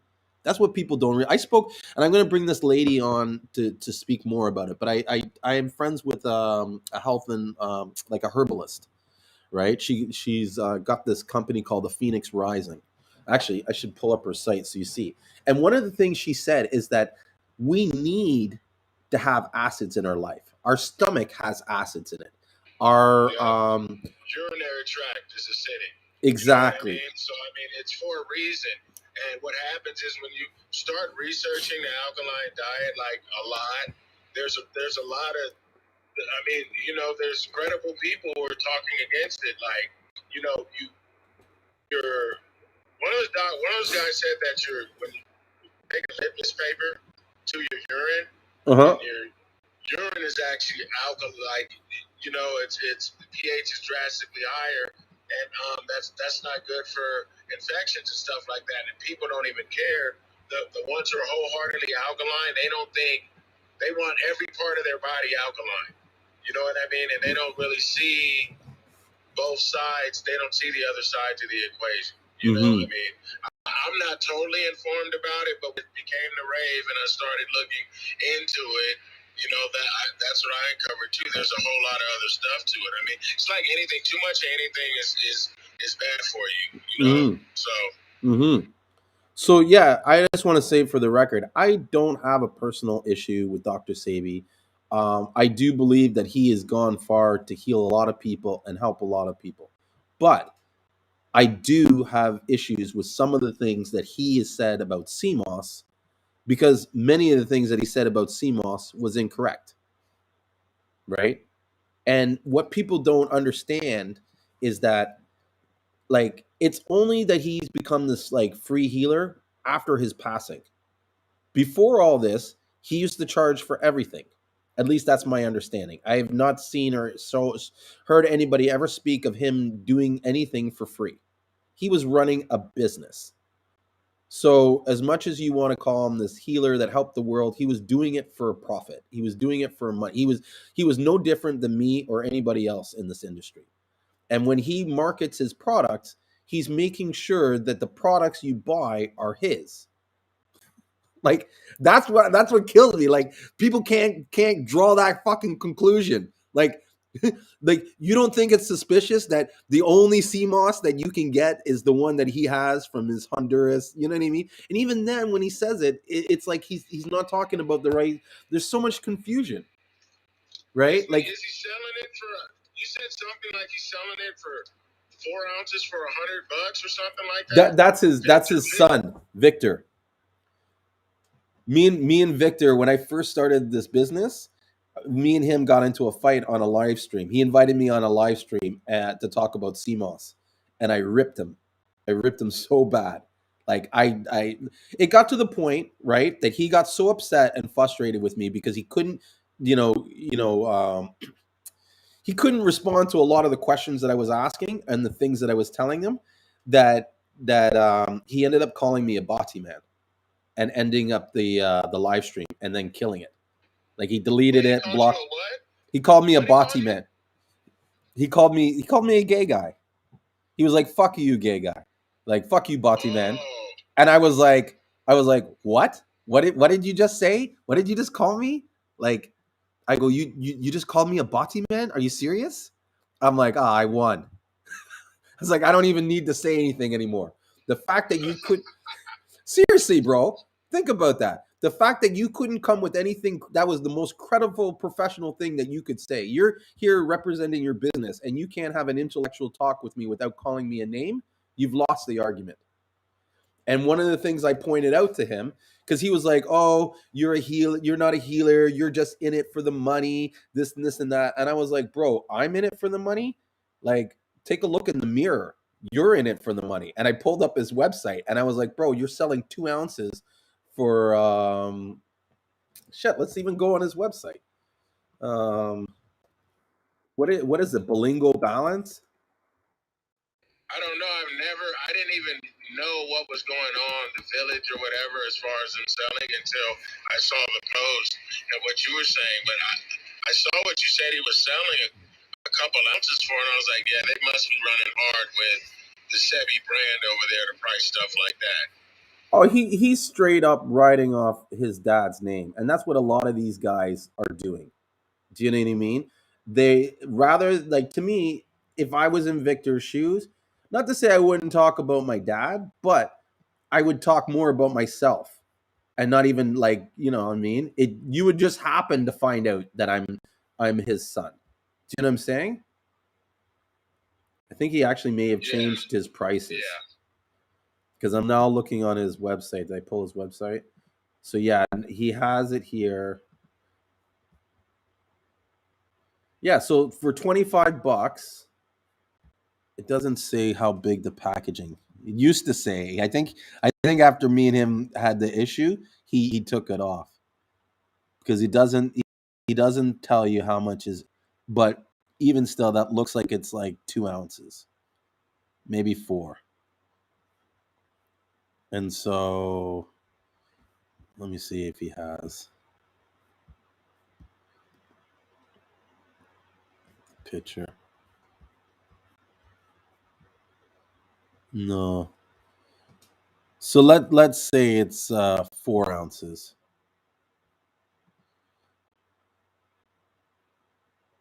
And so if it was a 4 ounce pack at 25 bucks, then that's $100 a pound.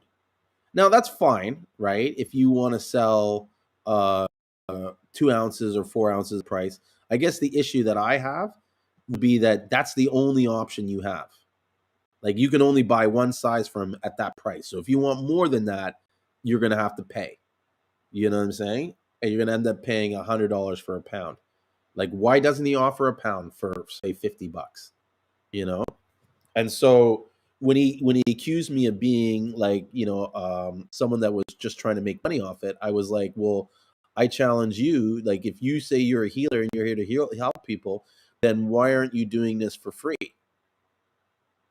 Like, let's even talk this. What is he doing for free? Do you know what I'm saying? Like, you say you're here for the people and all this stuff, but like, what are you doing to advance the knowledge of people, except for those that are willing to pay you? I can look at what I'm doing for free. Do you know what I'm saying? I'm doing these live, like, I don't make any sales off these live streams, period. You know what I mean? I may indirectly because people will see what I'm doing for free and then decide, okay, you know what I mean? And that's part of the law of reciprocation. Because I've given this out as service to the community, that's where my love comes back. Do you know what I'm saying? I created the Seamoss group, that buyers club.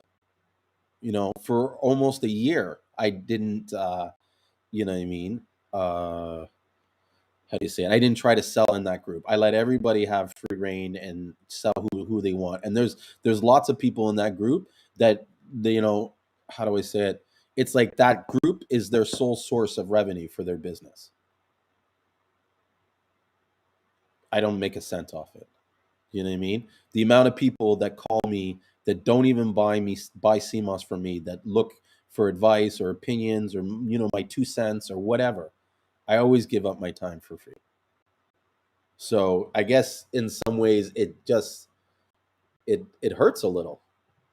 Do you know what I mean? To see how this person questions my integrity, my uh, like who I am as a person. Like I'm just here to make money. You know what I mean? When I've done so much stuff, like, do you know how many people I give business to? Like there's several. Huh? Sorry, you're breaking up.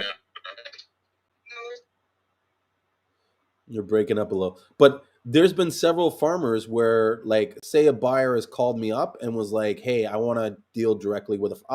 I've I've given people markets in St. Lucia instead of keeping it for myself. You know what I mean? Like, there's so much I do that people don't even understand that I do. You know, You giving people plugs down there in the island? for sure, for sure. Listen, Marvin used to buy from us. Do you remember Marvin from the Seamoss? Like, or used to buy from us, used to sell to us. Do you know what I mean? Marvin a few months ago didn't have his own market, and I was the one who told him this is how you sell on this group. This is why he does the videos and he shows the people what he's doing with the CMOS.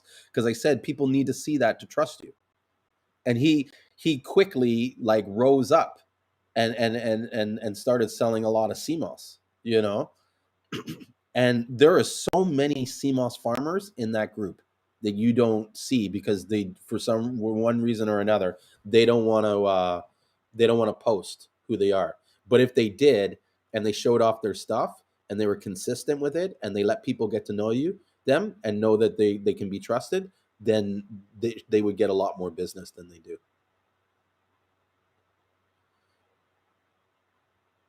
So BG here says business people should not be narrow-minded. Looks so bad. Said 8 out of 10 people that switch to a healthier lifestyle do not prostate, colonics, eminas, or even fast. Yeah, fasting is huge. Do you know what I mean? I don't think people understand the power of fasting. I fast all the time. Sometimes I fast like daily, where it's like I'm not eating in the morning till like 6 o'clock.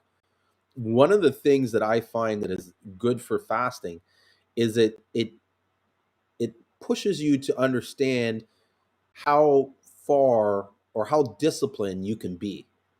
Like the amount of strength that it takes to make sure that you don't eat all day when the food is all around you and the opportunity, it's discipline. Do you know what I mean? That's why I have a lot of respect for these guys that do Ramadan. Like they do it for fucking 30 days, you know?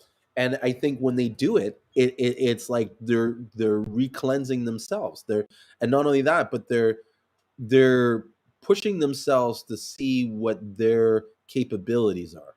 You know what I mean? Like you'll never know what you're capable of until you push yourself out of your comfort zone. And I think it's important to always push yourself out of your comfort zone. You know what I mean? Too many people are afraid to fail and make mistakes, but that's where a lot of the learning lessons and the discoveries are found. It's okay to make a mistake. What you got to make sure that you don't do is that you don't make a mistake that's so catastrophic, excuse me, that's so catastrophic that it wipes you out. But a mistake here, a mistake there, they're all learning experiences. Or a little mistake here, a little mistake there, they're all learning experiences. And you shouldn't be afraid to try to explore these because you'll never know what you're capable of until you do it. I believe that being, how do you say it, growing as a human, it's important to, it's like life is like imagine like a lobster. Okay, a lobster, how it grows is it grows and grows until it can't fit into its shell anymore. And then it has to molt and remove its shell so that it can get bigger. So as we as humans, if we don't push ourselves into that uncomfortable state, we're never going to like, you know what I mean? Our bodies are not going to molt and we're not going to advance. We're always going to stay in that spot. And that's another thing that I have concerns about when people are following one particular person and not exploring their boundaries, because there's so many things in this world beyond what Dr. Sebi knows. And if you only care about what Dr. Sebi says, then you're only going to know what Dr. Sebi knows, and you're missing out on possible discoveries of things. Things you could discover something that no one has thought of. Do you know what I mean? And you'll never know that until you try and experiment and learn something. How do you think Dr. Sebi got to where he was? Do you know what I'm saying? He basically started as healing himself and doing the discovery and learning all this stuff, and then he was like, okay, I know enough that I can market this and sell this to other people to have the same results as me. But he did that journey to get to that point. Do you know what I mean? Which I think more people need to not be afraid of, is to step outside their comfort zone and push themselves to limits that they didn't see possible. I think there's a saying, you shoot for the stars and hope you land on the clouds. That's like my fucking model for everything. I always shoot for the stars, but I'm okay if I don't hit the stars and I just land on the clouds. It's, I'd rather land on the clouds than not go anywhere in my life, you know. And I don't want to keep talking. DJ Lego Star says, it reminds me of one summer day in the park. I was just having a delightful picnic with my good friend Orville, and I said to him, hey, Orville, I have a story. And what's that story? I'm curious. You can share us what that story is. Hey, Sean, you're back. Yes, sir. Yes, sir. Wicked. Seamoss boss, what up? What's up, man? What's up, my brother? All right. Were you in here early? I missed you. I came in after you. Yeah, I was on the phone to discuss some Seamoss. That's the Seamoss life, you know what I mean? Exactly. Get off one call, get on another. Oh man. And aren't you making like gels right now and stuff? Are you in the kitchen making stuff? You know, I'm in the kitchen whipping and whipping. That's it. And that's gonna, and that drive is gonna be the difference between those that make it and those that don't. You know, that was one of the things we were just talking about before you came on, was talking about like doing all that we can to step outside our comfort zone so that we grow and that we expand expand into areas that we never even thought we could possibly do. Like you were saying earlier, you never thought you could be selling Seamoss and making all these gels and doing this, and you know what I mean? Facts. You know, but you weren't afraid to, like, I think too many people are afraid to fail. Okay. Yeah, that was my problem before. But you gotta just say, I'm going for mine, whatever. And let me tell you what someone told me. They said, if you wait to start your business to everything's perfect, then you wait too late.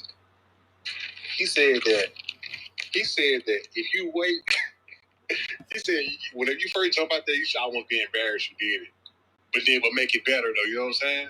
Mm-hmm. Mm-hmm. But yeah. So I just go out there and shoot. I used to be scared to pull the trigger, but now I just go. And I know one thing about it. Once I got my heart to something, I'm just gonna make it do what it do. Mm-hmm. And I'm not gonna stop until I succeed. This is one thing about me. I would go until I have nothing left in the tank, until I have that thing perfected. You know what I'm saying? Mm-hmm. Mm-hmm. For real. I've just been like that my whole life. No, and that's what you got to be. Like I was saying earlier, it's not. You can't, like, as long as you don't do something that catastrophically destroys your business.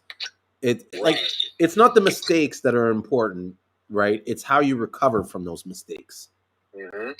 Right. And if there's one thing I'm good at, is recovering from mistakes. So I make mistakes all the time, but my recovery is so good on whatever mistake I made that it's almost like you don't, like, if you see the mistake, it's not there for long. I fixed it because you know what I mean? I don't give up. And that's the thing.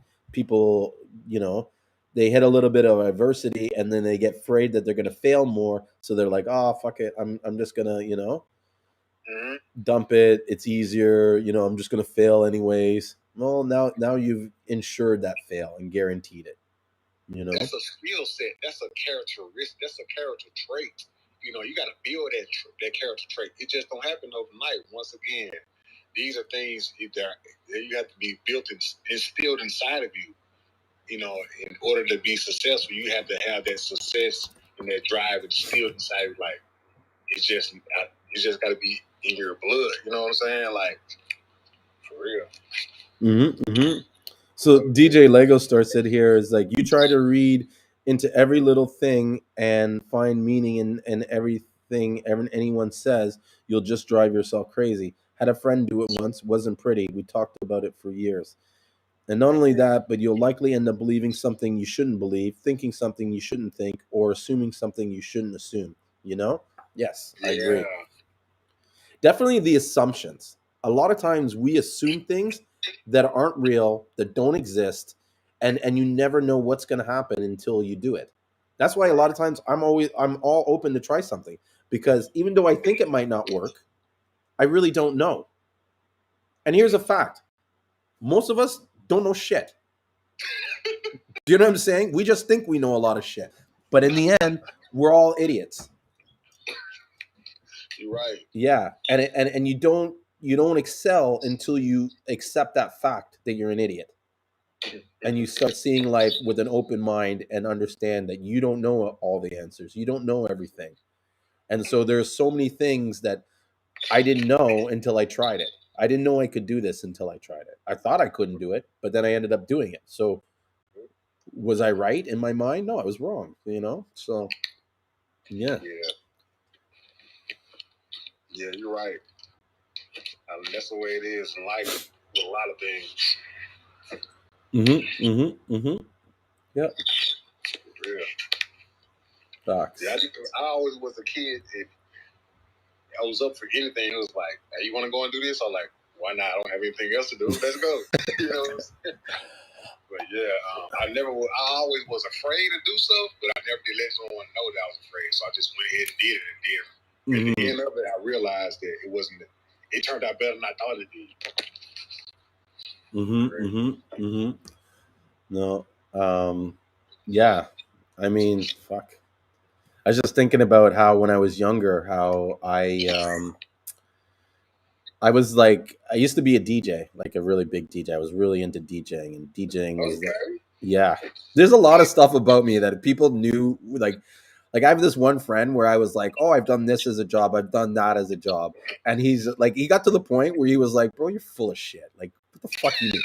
So I worked in a Chinese food restaurant. I can cook like full Chinese food, do the wok, make chicken chow mein, egg rolls, hot and sour soup. Oh yeah, I love egg rolls. Yeah, I love that. And so, yeah, like you just got to try as much stuff as you can and just explore life and just learn from it. Oh, that was it. So I was a DJ, and this is back in like junior high. Like we're talking grades from grade 7 and 8 to like 9, 10, right? And back then I used to run into a lot of problems where I wanted to DJ parties, and I would always get bumped off, or no one wanted me to, they didn't want to DJ, because back then DJs weren't a big thing. So it was like, people didn't want DJs at their party or this or whatever, or they got their friend to do the DJing. And so I wasn't getting a lot of gigs. So I was just like, you know what, fuck this. I'm going to make my own gig. And so I started throwing my own parties. You know what I mean? And first I started house parties in my house. And then I moved on, because the house parties, I used to have the biggest, massive house parties. Like you ever watch that movie Project X?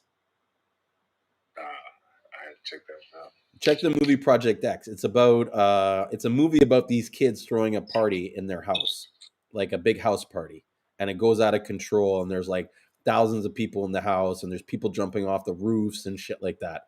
That was the equivalent of the house parties that I used to have. Like, I remember one time I had a house party, and it was huge. It must have been at least 300 kids in a semi-detached house. And the cops showed up at around 10:30, 11, because I used to get speakers, bass bins. I had a smoke machine, light show. The fucking, like, you walked into my house, you thought it was a fucking club. And so the cops come in and they're like, "Yeah, we're shutting this party down." And I was like, "Oh, really? Are you?" Right? And they're like, "Yeah, this you're done. Like, shut it down now." And I was like, "Okay." But oh, by the way, I just want to remind you one thing. You see that street there in front of my house? That's where everybody's going once I kick them out. And once I kick them out, that's going to be your problem. You know what I mean? And I said, look, why don't you let me, like, run the party for a bit. And when it gets close to like 1, 2 o'clock, I'll start playing some shit music and I'll kick, like, people will start leaving. And I go, and then you can come back and we'll end the party. At least then there's going to be less people in the house. Right. Yeah. And so they bought it and they were like, okay, we'll be back. So they came back at like 2 o'clock and they're like, yeah, we're back. And I'm like, okay, and by then half the people had left the house because I was playing shit music from 1 o'clock. People were like, oh, fuck this, I'm out of here. And Oh yeah. So DJ Lego Star says, I simply meant that life can seem like a relentless endeavor.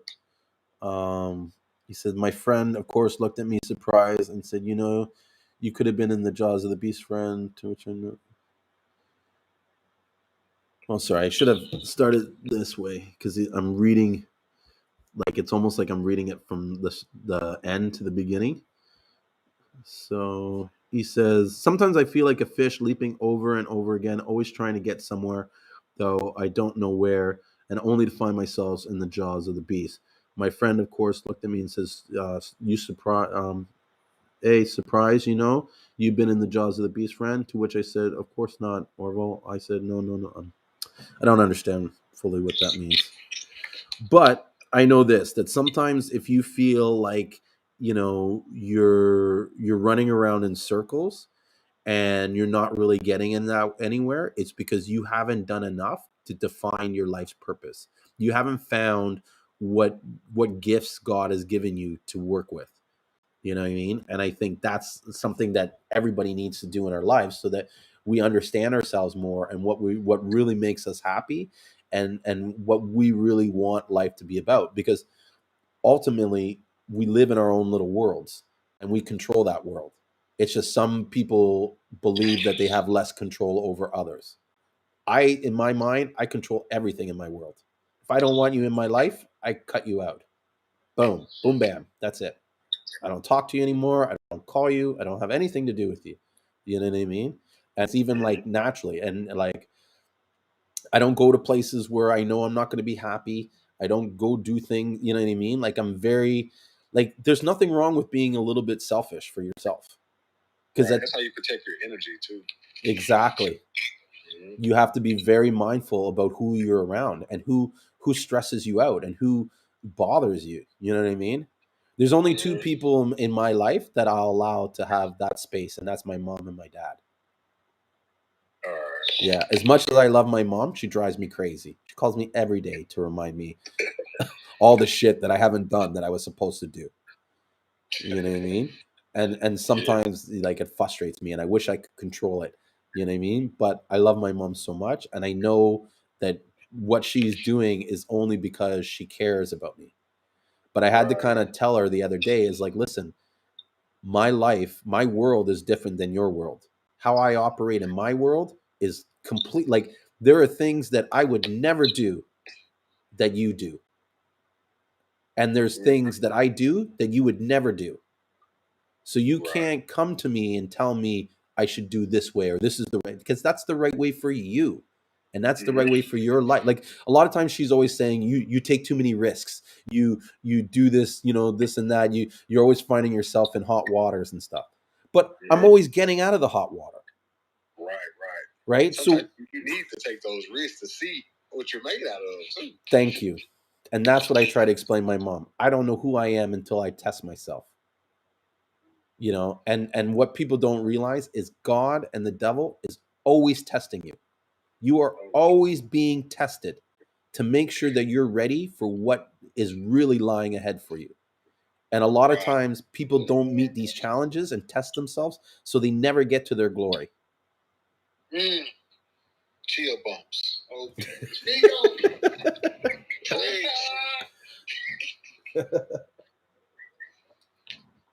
But it's true, So overcoming. So DJ Lego says, overcoming meaningless obstacles only to meet an equally meaningless fate, regardless of your efforts, regardless of the obstacles of you pass. But I don't know. To me, it only seems like a relentless endeavor because that's what you're focusing on. If you focus on something else and you don't see things as like, our minds create our reality. Facts. So if you think life is a relentless endeavor, your life will be a relentless endeavor. Yeah. So just change it. You know what I mean? That's what people don't realize. God gave us the power to change our lives. You know what I mean? Mm-hmm. That's what we were talking about earlier about almost like manifesting your reality. Mm-hmm. And like the power of the mind, so the way you think is going to be your reality. Yep. Exactly. And words have power. Because my belief is this: is that we are constantly vibrating, and we are energy. We are spirit in a dirt body. Okay, and so our body has the ability to transmit and receive information. And so as you master that, then you control the information. That's where people see your aura and your energy and who you are. It's because of what your thoughts are and what you're transmitting. When someone's depressed or sad, you know it right away. You see them, what they're saying, you know what I mean? And it's like their thoughts are translating into everything that they're doing. Or their dominant thoughts. Right. Yeah. Right. Yeah, I'm really bad at wearing my emotions on my face, so I can't really just hide anything. But just like you were saying, though, the way you feel, you're gonna wear it on your outer appearance. Yeah. Yeah. That's why I can't wait to get summertime so I can get some more sun, man. It's just like whenever I get deprived of my sunshine, I don't want to come out the house almost. You know what I'm saying? It's almost like I'm just waiting on some sunlight to come outside so I can go ahead and absorb it. Tell me about it. It is it's so cold here in Toronto right now. It's killer. But one of the things that I experienced in St. Lucia that I encourage everybody to do is get up and watch the sunrise. Wow. Do you know what I mean? Because when you watch, at least for me, when I watched the sun, when I was in St. Lucia, every morning I watched the sunrise. Because every morning everybody gets that, and that's what's crazy about how things operate in different countries. In St. Lucia, everybody gets up at 5:00, 5:30 in the morning. Oh wow! Yes, yeah. There's few people. As soon as possible. Yeah, there's few people that are up past 8:00, 9:00. You know what I mean? And that was the thing. In the morning, I would be up at 5:30. I'd go outside and watch the sunrise, and then there'd be people walking because where I live, it's like on top of a hill, so people use it as like a nature walk. And so there was people walking by, and you get to say hi and stuff. But when you watch the sunrise, at least for me, it not only well, the first thing is it reminded me of how little I am in this world. Do you know what I mean?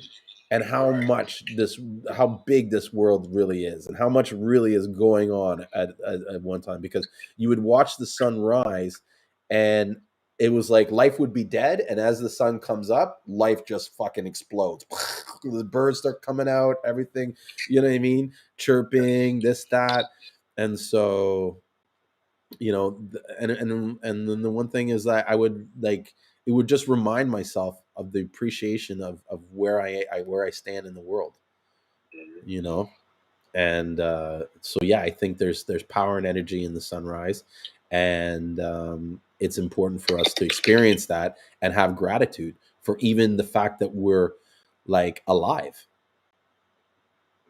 Do you know what I mean? That you're breathing. Like that is enough to be grateful for. You know what I mean? You have an ability to make a mark on this world still. You have your 2 feet, your 2 hands, your eyes. You know what I mean? Oh yeah. Yeah. But for me, even still, like every morning, I thank God for me being able to be in the space that I am and to do what I'm doing and to be so happy about doing it. You know? Yeah, you was tapped in. Hmm. And I feel like everybody needs to have that gratitude every morning. You know, kiss the ground that you're on because, Did you wear shoes a lot over there or not? flip flops.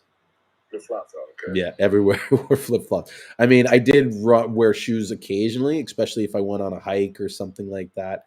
But for the most part, everybody wears flip flops down there. Yeah, it's too hot to not wear foot. But there's a lot of people don't even wear shoes down there. Right. Yeah, walking around the street bare feet. It's crazy. Right. Yeah. Yeah. Yeah. So are you saying something about the sun giving you energy and also the ground gives you energy when you ground yourself to the earth as well? There's been studies shown that over a certain I think within seconds of you grounding, your cells in your body, your blood responds immediately. I believe that. Yeah. Especially if you go bare feet and you touch the grass and the soil and everything like that.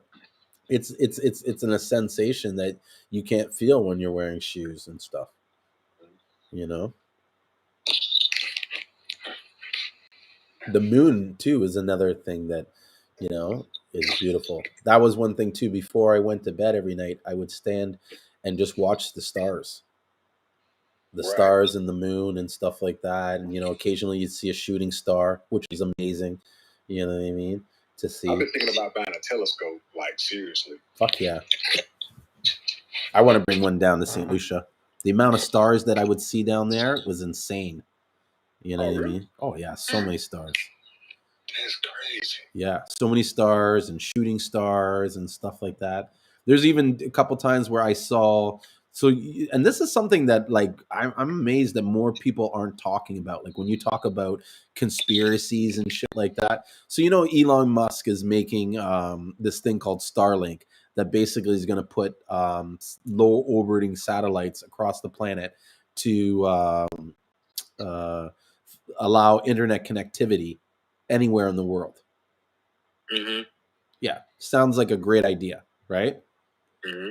Until you realize that many of these government, like, I guess, like, say, drones or these robot dogs or anything that they're going to use to usher in law and order is going to probably operate on the internet and be controlled some way remotely. And so they're going to need internet connectivity everywhere. Yeah, I seen those remote dogs, and I thought I was in that movie where they had those robot dogs. Yeah, I think I saw one in Black. Is it Black Mirror? That show that was on Netflix. Yeah, it was an episode. It was an episode of that. Yes. They had those like they were like predators, right? Mm-hmm. Yeah. Yes, fucking scary shit, man. With the dog, and these dogs exist. These robot dogs exist. They're used in, let me Google it here. Robot dogs. Here, robot dogs with guns. Mm-hmm. Yeah, their faces were made out of guns, and but I think the ones I seen on I think it was like TikTok, they was like walking around, but they had regular faces. But you can definitely interchange those with those faces with machine guns. Yeah. But, And so for me, that is more concerning is the fact that, this guy is building this like, internet that's going to control the world or give internet access to the world. So it's like, the government or any government could literally fly drones anywhere, and these drones could spy on us and whatnot. So it's like, I'm more worried about this than I am worried about COVID or any of this other shit. Yeah, because Yeah. what do you want me to say? Like when this shit starts happening, bro, I'm packing it in. I know. I don't know where to go to other than Come with me to St. Lucia. I've been plotting on. I've been asking all my family, if I move to St. Lucia, would you come with me? Yeah, I'll sell you some property down there. Yeah, I've been thinking about it. I've been trying to get people bought in of the idea, like I might be moving to St. Lucia one day. Would you get interested, bro? What's the prices like on property down there, Julien?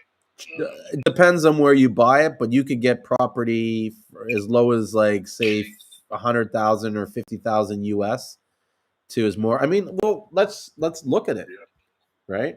Let me check out here.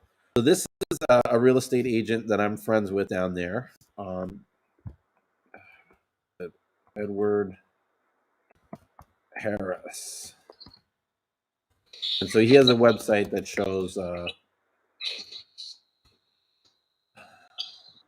shows prices of the land and stuff like that. Oh, those drone dogs are crazy. I see that. Yeah, it's insane. And soon they're gonna have these like all over the world. You know what I mean? Right. Well, at least I think like in North America. I honestly find it hard to believe that all this stuff is going to follow into a lot of the smaller islands and stuff. Like, bro, if if dogs and shit were to start roaming the streets in St. Lucia, people would have a fucking mental. You know what I mean? Like they figure a way to get rid of those dogs. You know what I mean? Right. Like if there's one thing, I have a lot of respect. St. Lucians are serious. These guys don't fuck around. You know? And when they put their minds to something, they'll accomplish it. For sure. For sure. So look, there's a property here in Sofri. So I know I'm pronouncing it wrong. They got land for sale like right by the beach, or is it inland more? No, like they have land for sale everywhere. Like everywhere. Although he doesn't have a lot of prices on this stuff. Yeah, one thing I liked about that I've heard that you don't have to pay like state taxes on your property. Yeah, I don't think they have any property tax, or they probably do, but there's like no enforcement on it.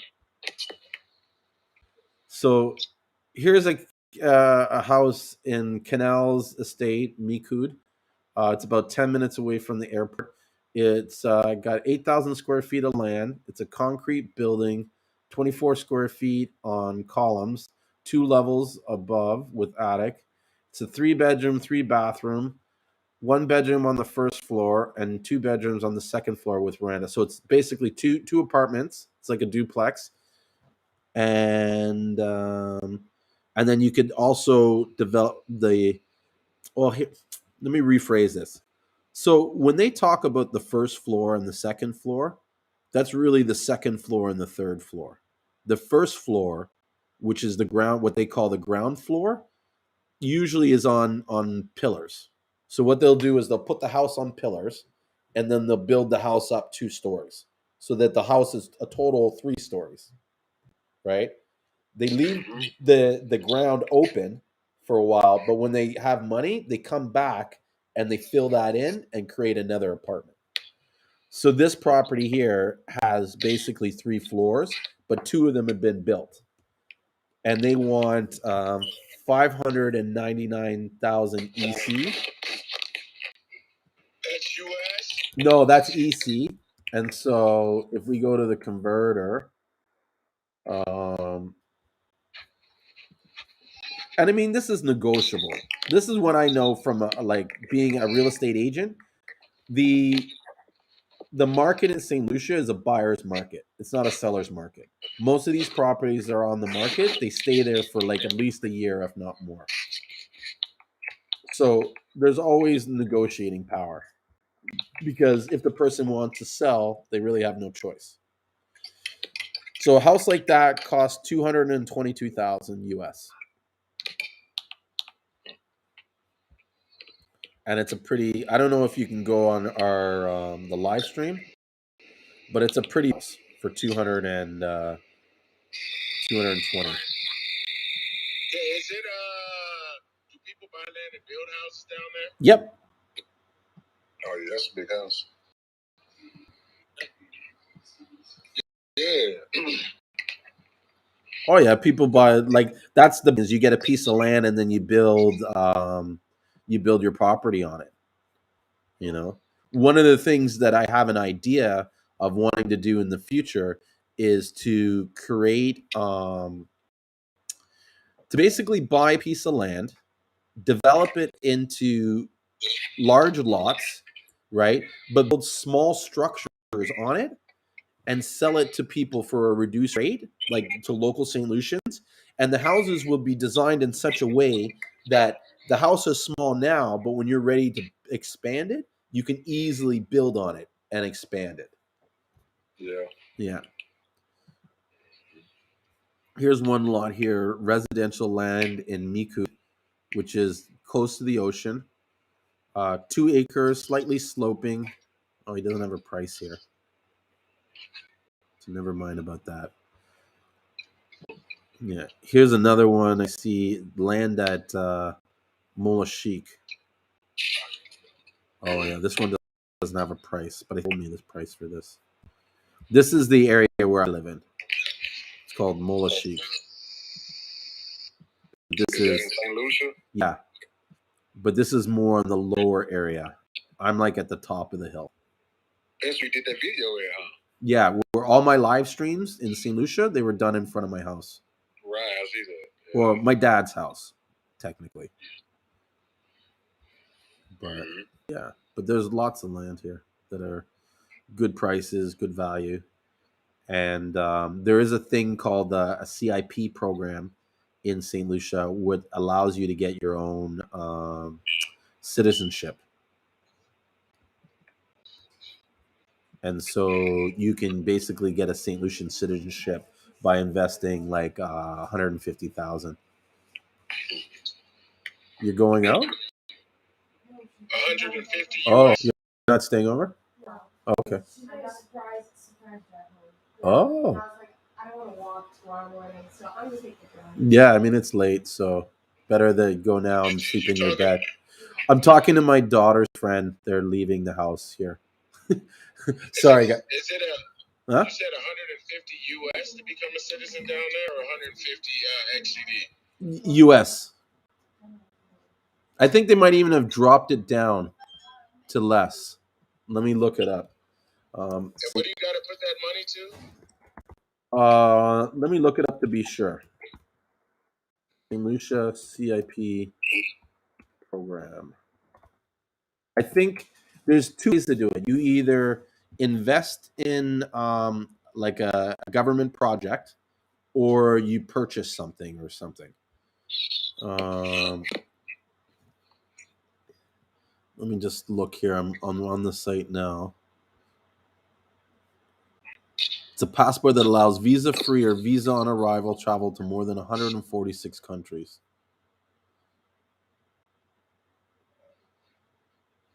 So you do a government-approved citizen by investment program in real estate. So you invest in one of those, or yeah, let me see this. Or let me go to the. Sorry, I'm just kind of browsing through this.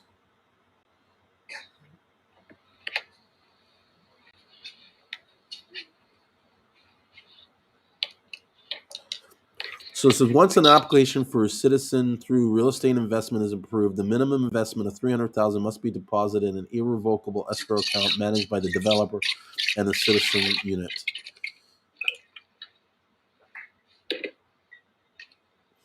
They look like they changed this.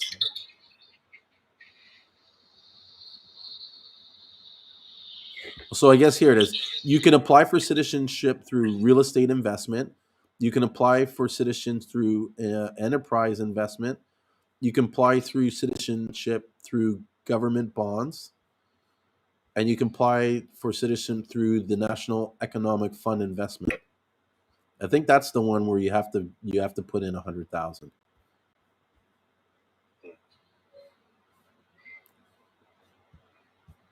Yeah.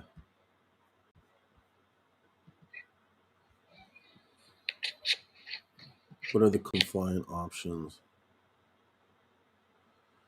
Are there people that live on the water down there? What do you mean live on the water? Like have houses on the water, like in the houseboat? A houseboat?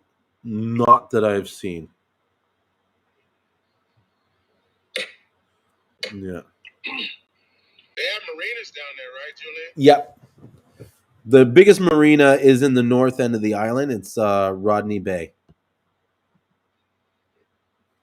Oh, look at that. I'm like looking on one page and I just realized I'm not I thought everybody was watching the screen. I got to reshare my screen because on the live stream people are watching the video and I just realized I thought I was showing one page and I was stuck on another.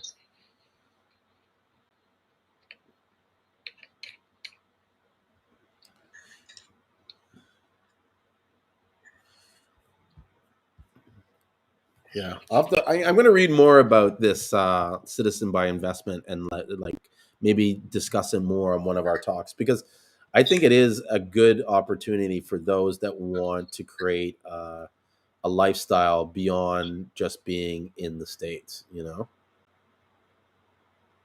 Yeah. Yeah, and it's a good way if you have a lot of money to kind of like pull your money out of the US and put it into somewhere where it's almost like tax free because I don't think there's any capital gains tax or anything like that in St. Lucia.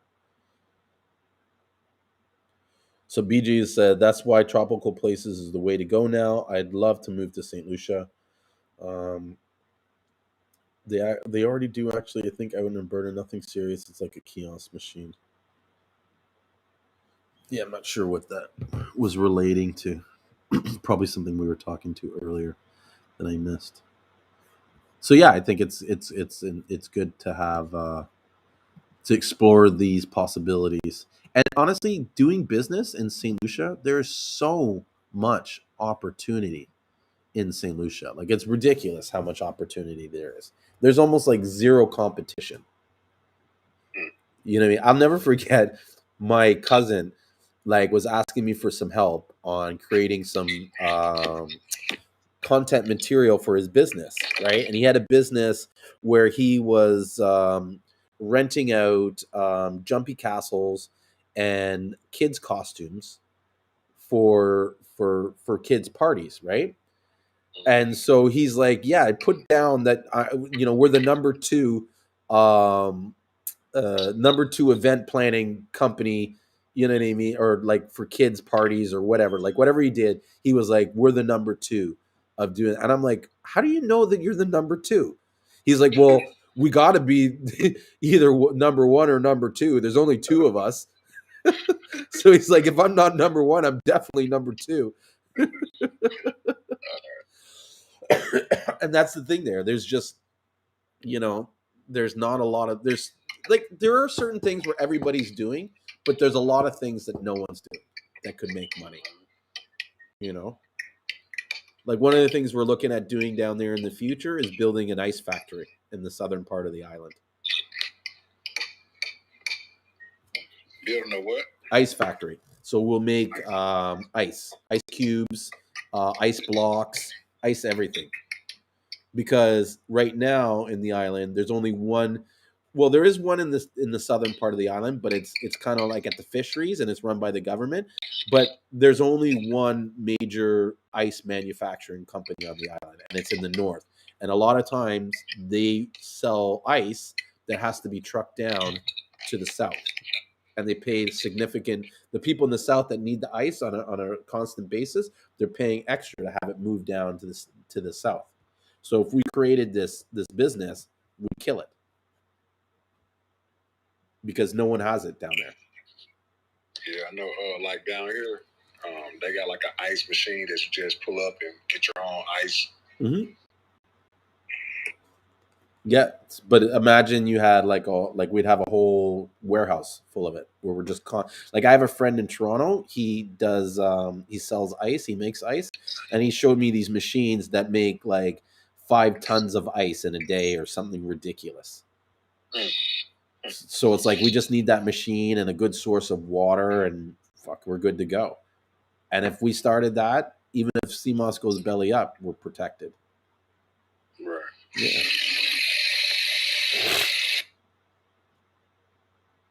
So,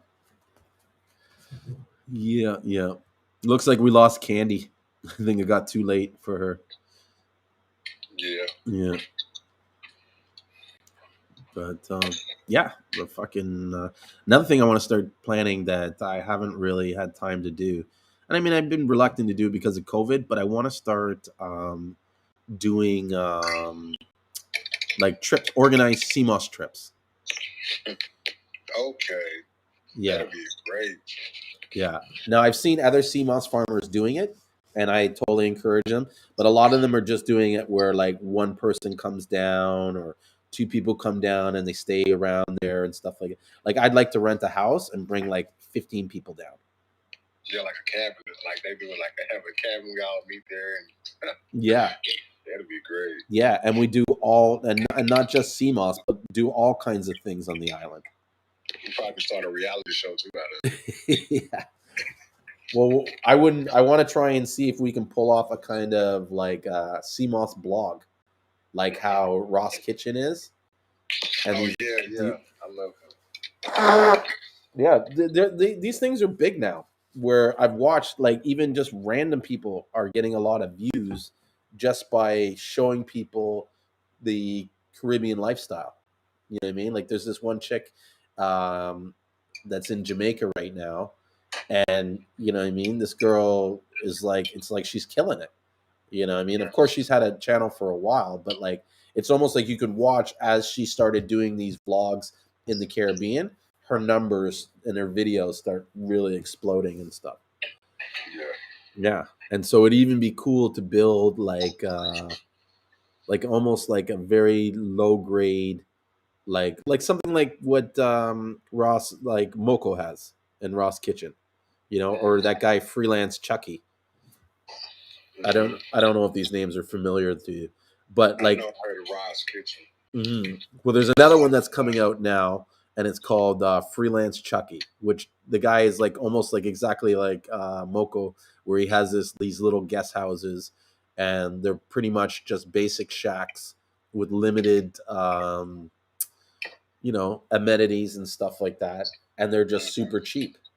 And that's the thing. There's some people that just want to come to St. Lucia and live with the locals and pay like $15 or $20 a day to stay in a place. And, you know, they're happy with a 10 by 10 shack with a bed on it and a fan. Yeah.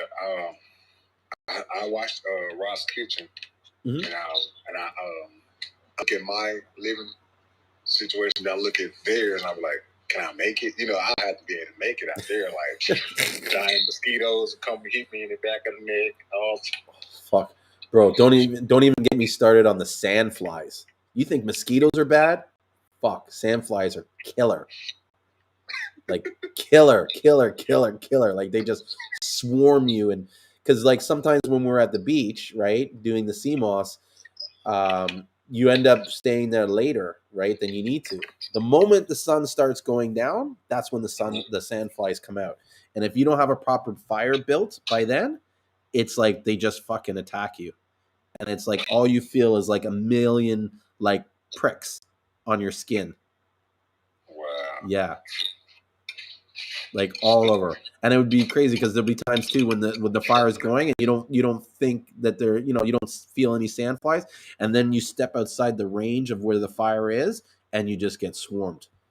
Like it happened to me a couple times where it's like, you know, I left the campfire to go take a piss, and then I turned around this area and that was it. Like like you got to piss as fast as you can and run back to the fire. Yeah. But it was beautiful being there. It was beautiful being by the water. It was beautiful finding like raw sea moss in the ocean. You know what I mean? It was awesome. Yeah, I can't wait to go back. You know, that's the one thing I miss right now in my life. Like, that's the one thing I wish I could change that I don't have the power to change right now, and it's killing me. Yeah. Because if COVID wasn't going on right now, I'd probably be booking a flight to St. Lucia right now, even just to spend a couple weeks there and fly back. You're not going because of COVID? It's more difficult to leave because of COVID. So if I go down, I have to stay at least a month. Yeah, because I'm not officially vaccinated, so I have to. I didn't know that. Huh? I said, I didn't know that. Yeah. I'm avoiding the shit like a plague, and it's not because I believe that there's any sort of conspiracy with this virus or anything like that. I just don't trust things. That's it. And I hate needles. And I like even just the thought of me getting a needle is enough to give me anxiety. Cause I just like I'm just not like I don't even see doctors. You know, I don't even have a doctor. Like literally, I do not I haven't been the only time I really see a doctor is once in a while I go to the walk-in clinic, and it's usually because I have allergies, and sometimes they'll flare up, so I just need him to see him to get an inhaler. Yeah, because I'm allergic to the dog that we have now, and so but my dog is so cute and so cuddly and lovable that there's times that even though I'm allergic to dog, I'll like snuggle with the dog, or you know what I mean, like hug it and shit like that. And then so my asthma flares up, and then I can't breathe, and so that's the only time I've been to a doctor. But beyond that, like I don't get sick, ammonia. If I get sick, it's for like 24 hours. Like What kind of dog you got? Huh? What kind of dog you have? Yeah. Like I think I have a natural immunity or built up a resistance to COVID. Like I even think I've gotten like last week I think I had it, but I had it for like 2 days. That's what I said before even COVID. They even came out with COVID. I think a lot of people had it and didn't even know it. They gave it a name because I had got sick like 2 years before they even came out with COVID. And then it was like the longest cold I have ever had. Like normally I would take I drink like a bottle of NyQuil and it'd be cured, right? And this time it was like, no, I'm not going anywhere. It stayed with me like a month. Yeah. So I think I don't know. I think a lot of people had it before they even came out with a name with it. Of course. I mean, I think this has been around for a long time. They've always been talking about, these viruses that are becoming resistance to medicine and stuff like that. And so I felt like of November 19th, I got really sick for like a week, and it just came like out of nowhere, and it hit me like that's probably the sickest that I can remember being. And it like hit me like a ton of bricks, and I was basically bedridden for like 4 days, you know. But then I pulled out of it, and I felt fine, you know. Yeah, I wasn't down bad like that, Mm-hmm. but I was definitely like, why can I shake this cold for some reason? Yeah, have a cold for a month? That's crazy. Yeah, it was like maybe like my symptoms were maybe like stuffy nose or something like that. It was something mild. Yeah, I wasn't at 100%, like I normally would be. I always have a stuffy nose. I'm like allergic to like everything. I'm allergic to weed.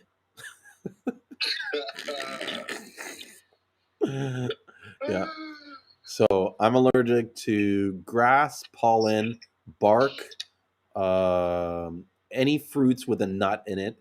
I have like a sensitivity to. Like it will like sometimes like if I eat cherries, my lips will swell up. Certain soaps on my skin will cause reactions. Yeah. Certain foods that I can't eat hemp seeds. I get really sick if I eat a hemp seed. Anything with hemp seed in it. Yeah. I think I heard you say something like that whenever you guys was doing a video and you was sitting down, y'all was all taking shots or some type of liquor or something like that. Huh? Y'all think you did a video and you was all sitting around, y'all was drinking like some type of liquor they had. Oh yes, with my partner. Yeah. Yeah. He was like, I might get allergic. Yeah, I might have a reaction. But that shit was crazy. That was the spice rum that they have, and they have the Bois Day in there. Yeah. Yeah. Was it like a worm or something like that? No. They had I think a centipede in there. What was it? It was a centipede. I think it was a centipede, right? Yeah.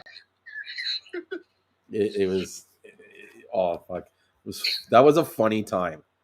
I know it, right? Yeah, I'm trying to remember how we ended up at that place, but I think what had happened was we were hanging out at a bar in Prahlen buying Seamoss, and one of the bartenders was like, "Yeah, I have Seamoss. Come check me in, and you know what I mean? We have Seamoss. I'll buy some Seamoss from you, right? Mm-hmm. Or you can buy some Seamoss from me." So we went there, and we met his brother, who I'm still friends with today. We talk all the time, and he's one of the guys that I've given like his own market to. Like I had a client that was buying a lot of Seamoss from me, and she was kind of like, it was weird. Well, not weird, but it was nice. But what she was doing was buying Seamoss for me, but then diverting some of the Seamoss like money that she would spend to me to buy directly from a farmer. And so after a couple times doing it, I was like, listen, why don't I just put you in directly contact with one of these people, and you can just deal with them direct, and we'll see how it goes. And what I did, and the reason why I did it was because that same guy was kind of saying to me, like, all I just need is one good customer. You know what I mean? One market. And I was like, well, have you shipped abroad? Have you done? Because a lot of these farmers, they don't know how to do all that work, right? Yeah, that's the thing. Mm-hmm. And so I said to him, like, here, I'm going to set you up with this girl. I'll pretty much not hold your hand, but I was there through the whole process in the beginning till like after he's done a couple shipments, just to make sure everything went right. And you know what I mean? There was no issues. And I checked in with her. Are you happy with what he's doing? Yeah, yeah. You know what I mean? And I haven't checked back with him since. Mm-hmm. And I think that was probably at least 8 months ago or more. And Mm-hmm. he's happy. You know what I mean? Like he learned a lot, and he's now in a position to get more clients if he wants to, because now he knows the game. Right. A lot of these people down there, they don't know the game. Yeah, that helps out a lot when you got someone that knows the game and able to be there with you hands on, and then show you what to do. It's a game changer. Yep, definitely, and it bigs up your confidence, and yeah, it's huge. It's a huge thing. That's why I'm always like willing to offer people the help. Like both you guys, I don't think, Todd, you buy Seamoss off me. I know you don't, Sean, but I'm always like, dude, you guys can call me anytime, and I would like spend an hour or so on the phone with you, helping you out. You know what I mean? Where I can. I think even that's how we met, Sean. Weren't you? Wasn't it you that made the Seamoss soap? And then I shared it in the group and was like, people need to take a look at this guy. I think it was you, wasn't it? Yeah, it was the gummies. It was the gummies. Yeah. Oh, Seamoss boss, your gummies? Mm-hmm. Oh, okay. Yeah, because I do make soap, but there hasn't been nothing in the group about it. Unless Jason might have posted something, I don't know. What type of soap do you make? Huh? What type of soap do you make? We make soap with the gel in it. A melted pour base with cocoa butter and shea butter. We got jojoba oil in it, right? Yeah, jojoba oil, coconut oil, and then the gel. Why aren't you posting this in the group that you even have it? Jason, I do the product like developing and filling all the orders and all that. My partner, who's come in, he's been in here before. He's the social media guy. He has a company dealing with marketing, e-commerce and stuff like that. You know what I mean? So I don't even get into that. There is posts in the groups regarding our products, like sales we've had and tried and stuff like that. But you'll never see me posting there. You'll see me in the groups, but I might say something, but a lot of the Afia posts, that's all him. Yeah. And that's good. He designs the videos, whatever. You know what I mean? Because that's his specialty, and we don't really cross paths. You know what I mean? And that's good, because in some ways you need to make sure, like in any partnership, you need to have like one person needs to do their job and just let them do their job. Don't interfere, or you know what I mean? Like when it comes to everything that happens in St. Lucia, for the most part, I'm hands on. I don't even know how much we buy the Seamoss for, how much Seamoss we buy, any of that. You know what I mean? My partner deals with all that stuff. You know what I mean? If anything, he just talks to me and tells me what he's up to. You know? It's a lot of work. Yeah. I mean, the just the social media side to it. I mean, if you watch other e-commerce businesses, they have, marketing specialists that they partner with that's just continuously, running the back end of their ads and their posts and everything. Mm-hmm. Because it's a 24-hour job. Yep. It's hard. It is hard. Yeah. It is hard. For real. Yeah. It's not hard, but it's just time consuming. Really. That's what I was about to say, because it isn't really hard, but it takes a certain level of dedication and commitment. Right. Yeah. And I think it's, you always have to be learning and studying.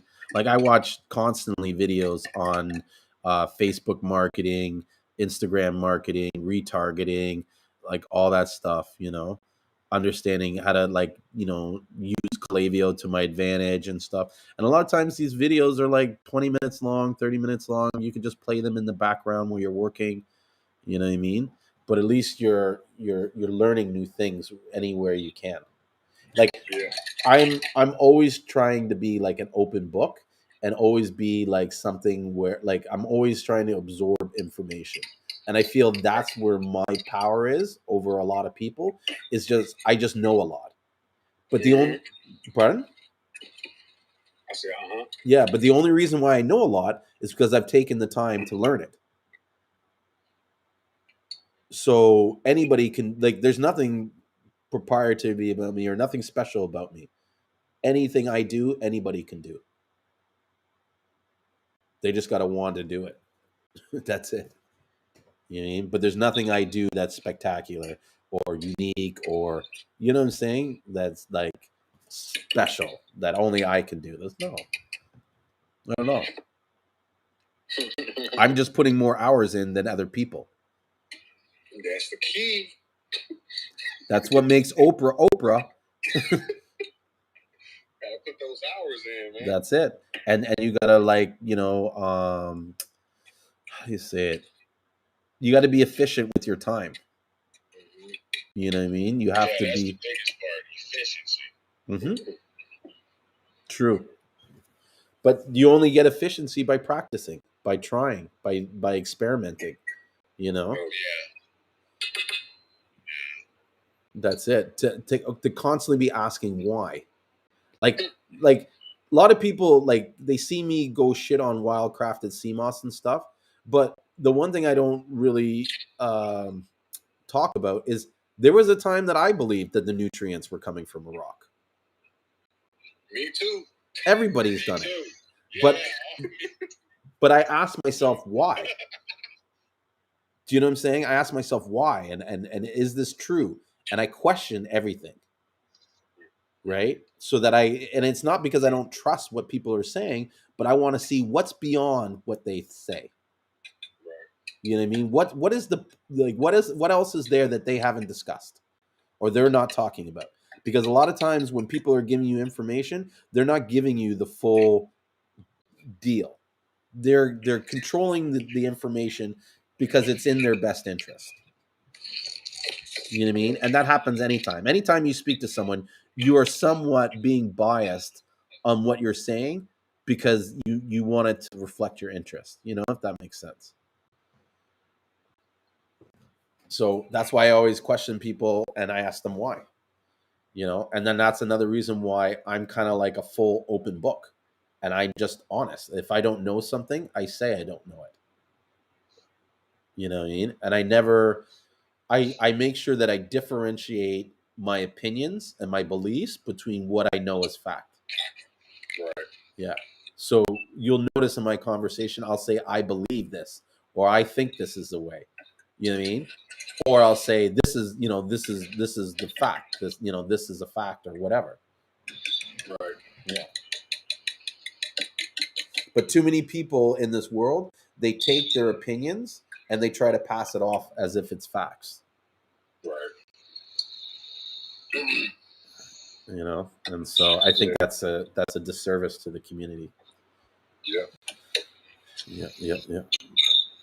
That's why I couldn't sell nothing that I knew that didn't work for me. I can't sell something that doesn't have the actual, results behind it. You know what I'm saying? Yep. Facts. I mean, when I took Seamoss for the first time, it literally blew my mind. Me too. And this is another reason why I am always about, like, there's no fake Seamoss.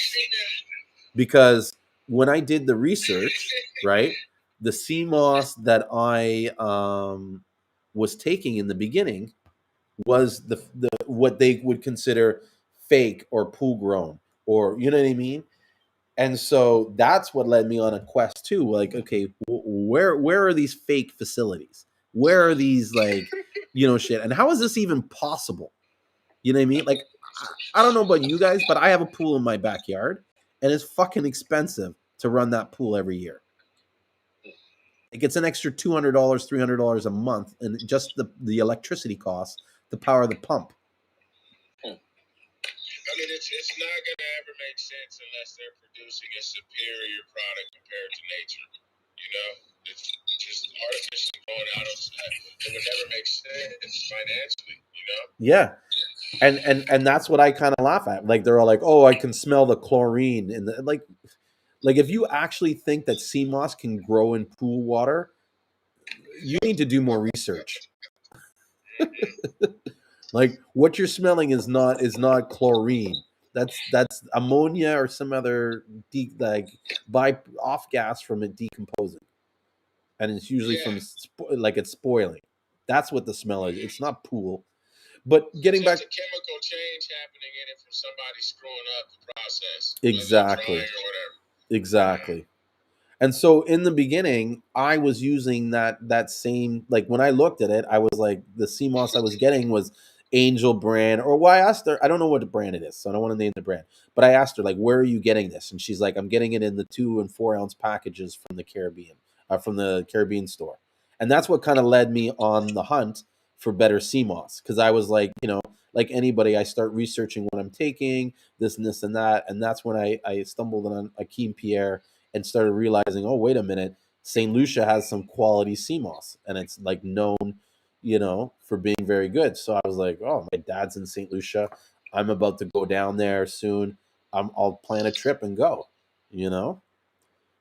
And so that's kind of. Is that your dad holding a fish in that ad? Yeah. Okay. I fucking love that ad. Hilarious. Yeah, that was hilarious. I was like, that's that. Okay, because when I saw videos on your Instagram, Yeah, I was like, that's the same guy. Yeah, sometimes he'll be in the videos talking about St. Lucia and stuff. So that photo is actually a photo of one day his brother came by and basically brought some tuna. And so I was like, let me take a picture of you holding the tuna. And so he was holding the tuna, but he was given this look on his face. Yeah. So when we were promoting the Seamoss, like when we were starting the Seamoss business, I found the photo and I'm like, oh my God, this is perfect. And I got to redo it again because I think the text wasn't that readable when I did it. But I love it. Like, I bought this. I ordered Seamoss from this guy on Instagram and he sent me this random fish. Sorry, I love when I come up with these amazing concepts, because that's what happens a lot. You buy off some guy and he sends you some garbage, you don't know what you're getting. So the whole point of the ad is like, know who you're buying from. Don't buy, make sure you don't get a fish. Buy St. Lucian Seamoss. And that's why I called it St. Lucian Seamoss Company, because it's like when I use the word St. Lucian Seamoss, it almost gives you the idea that I'm talking about us. But I'm just saying buy St. Lucian Seamoss. But you're going to connect it with the company. You're promoting the Seamoss either as a whole coming down there, regardless if it's yours. Yes and no. So I am doing that. Like, I'm always promoting St. Lucian Seamoss, and I'm okay if other people get it. Like, I'm not one of those people that kind of thing. But it's more of like a play on words where I'm not directly saying our company, but the implication when you read it is that you automatically think that it's St. Lucian's. Like, it's almost like you will, when you read it subconsciously, I believe that you will add in the company at the end without me actually saying the company. So it's like, don't be a fool, buy St. Lucian Seamoss. But obviously we're St. Lucian Seamoss Company, I don't know. Yeah. Mm-hmm. Yes. So that's some of my marketing techniques or marketing strategies and stuff. I actually should start. I'm not producing enough content like I should. It's hard, man. That content is key, though. I promise you, because you got to keep people engaged, man. And when you're so busy and you're doing this, when you're doing the boxing, the shipping, and the handling, and the producing, and all that, something's got to slack. You know what I'm saying? But that advertisement and keeping the people engaged, they need to be fed. They have to be fed this a hunger for, for knowledge and what are you doing next? And if you're not giving that, they lose interest fast. Real. But the same thing, though, in that sense, if you got enough people that are buying, there goes your advertisement right there in a sense, too, because once people get back and they like, oh, I just bought some great Seamoss from the St. Lucian Company, that's ads in itself. But there are people that are paying like high dollar for people to do it professionally for them. Mm-hmm. And that's what I'm trying to do. I'm trying to get me a couple grants right now, you know what I'm saying, so I can just, get everything I need for the business, because I'm only one person, and this is all new to me, and I need some extra help, some free money to come in where I can just pay for the advertising. Mm-hmm. Yeah, I mean, pardon? I thought I heard someone say something. Yeah, just talking in the background. Okay. I wanted to see you running ads at all? No, I'm not doing any ads. I'm just doing strictly Facebook, and that's it. Okay. Like, I haven't even tapped into like the full potential of like what could possibly boost my company, because I'm not running ads. The only thing I'm doing is just word of mouth and just Facebook and Instagram and TikTok. Mm-hmm. Yeah, I see you on TikTok a lot, and a lot of times, if you're able to get the reach out there, that's all you really need.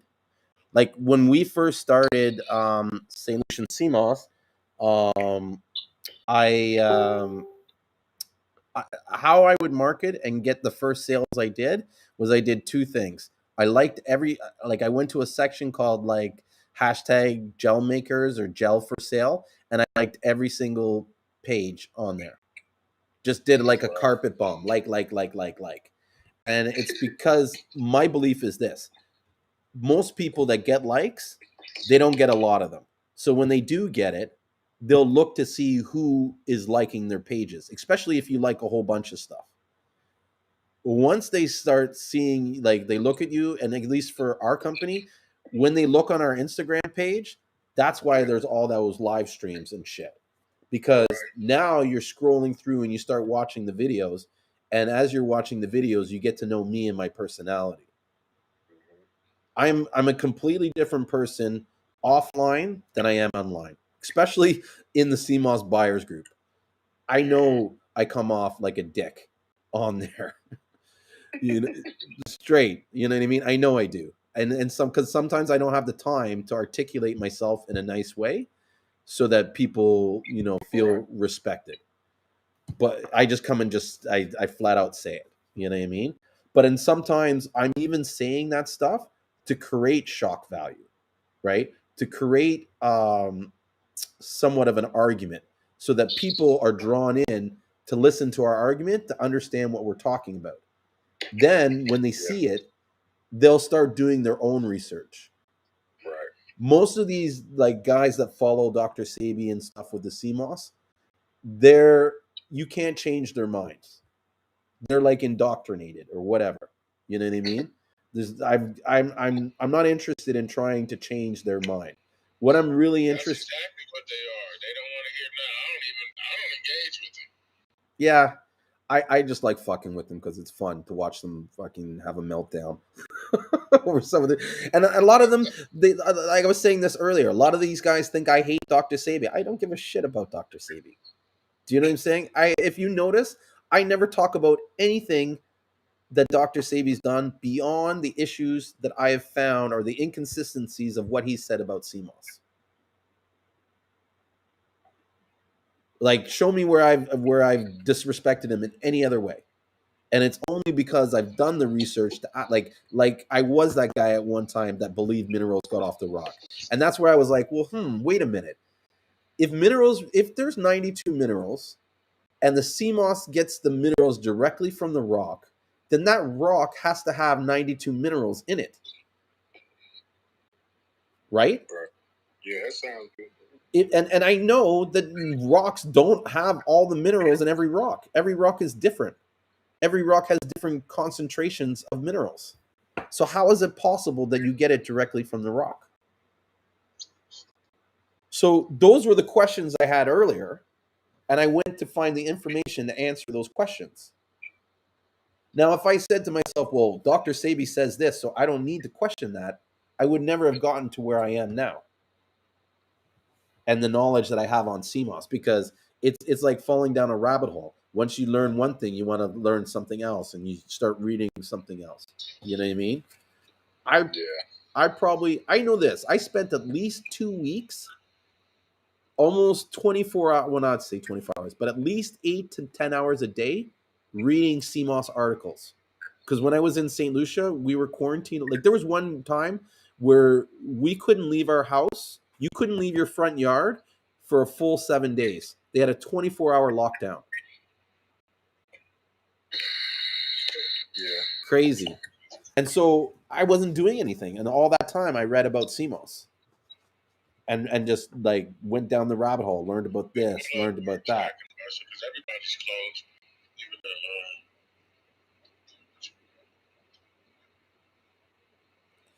So Khaled Rogers, he said, but please don't forget when you get a chance to describe the benefits or difference between your pure green CMOS and the other purple gold and Condorus Crispus. I ordered some from you, and all my customers want to know. So I don't sell Condorus Crispus. I only sell CMOS from St. Lucia, right? And I can't speak on Condorus Crispus because I've never tried it. Although someone, Maria from Prototype Skincare, gave me some, and I think I'm going to try some and use it. And I'm actually going to like wean myself off the regular CMOS that I take, and then take that CMOS so that I can see if there's a difference. Do you know what I mean? Because it's quite possible that CMOS is the best CMOS, or that CMOS has better effects than the CMOS that I'm selling. Like, I don't try to maintain that our CMOS is the best CMOS in the world. That's impossible. No one knows what's the best CMOS in the world. Do you know what I mean? That's why, because if they did, there would be a clear test between, say, Garcilaria and Condorus Crispus. You know what I mean? They would have tested it to see what the difference is. But from what I know about CMOS, the level of nutrients or the potency of the sea moss can vary between season to season or month to month, because there could be more storm weather, there could be more runoff from rains that add more nitrates to the water, which help feed the sea moss more. Like sea moss, its main source of food is nitrogen, and it uses the sun to convert it through photosynthesis into the other building blocks that they use to grow the algae. So, just to answer Khaled's question really quick, what's the difference between the pure green, the purple, the gold, and the condors? So, in regards to the difference between the purple and the gold, the green, I find from my experience, it's more of a cleansing sea moss. You're going to have a lot of bowel movements. Like, I was like a washout for me. It's high in chlorophyll, so it has the same sort of effects off anything they eat as chlorophyll. So, like any kind of leafy greens and stuff like that, that would this one of the benefits. And then the gold is more of like the most mild, but I think it's also the most like consumable, and it's what you should be taking if you're taking sea moss every day. My experience from trying the purple was that it was very intense in the smell and the taste, and that's somewhat, you know, it was almost like when I took it, I felt like my stomach was working harder you know what I mean, like it was really tough on my stomach, and so I tended not to take it for a long period of time, and so that's why I feel like and it's so strong that I feel like, even with the gold sea moss, after a certain point of time in taking it, you're going to stop feeling the results. Right. And it's not to say you're not getting the results. Your body has just become so accustomed to it that you don't notice it. Your body is designed to filter out things. You know what I'm saying? So, like, because there's so much sensory shit that's coming on. So once something is consistent in their mind, then in the mind, it tunes it out almost. So you don't feel the benefits because you're just normal, right? But with the purple, it's like if you get used to the purple and you develop a tolerance on the purple, there's nowhere to go up from there. Yeah. Do you know what I'm saying? And so it's almost better to use the gold every day because it works and it's good. And then when you feel like you need an extra dose or a push, then you go into the purple. You know, that's my just belief. I just sent you a text message on Messenger. If you get it, you can read it. That's what I got. As far as like what they said, what I've been seeing out there between the gold and the purple.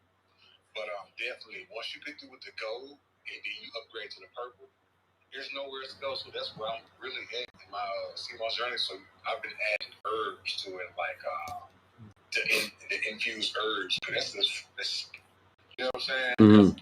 I had one customer say, "What is this? It's not working anymore. Is this fake Seamoss?" I'm like, "I've been selling you Seamoss for almost 7 months now. You gonna tell me?" So now, I said, "I'm gonna add some herbs in there for you because after you get the gold and the purple, there's nowhere else you can go." So, yeah.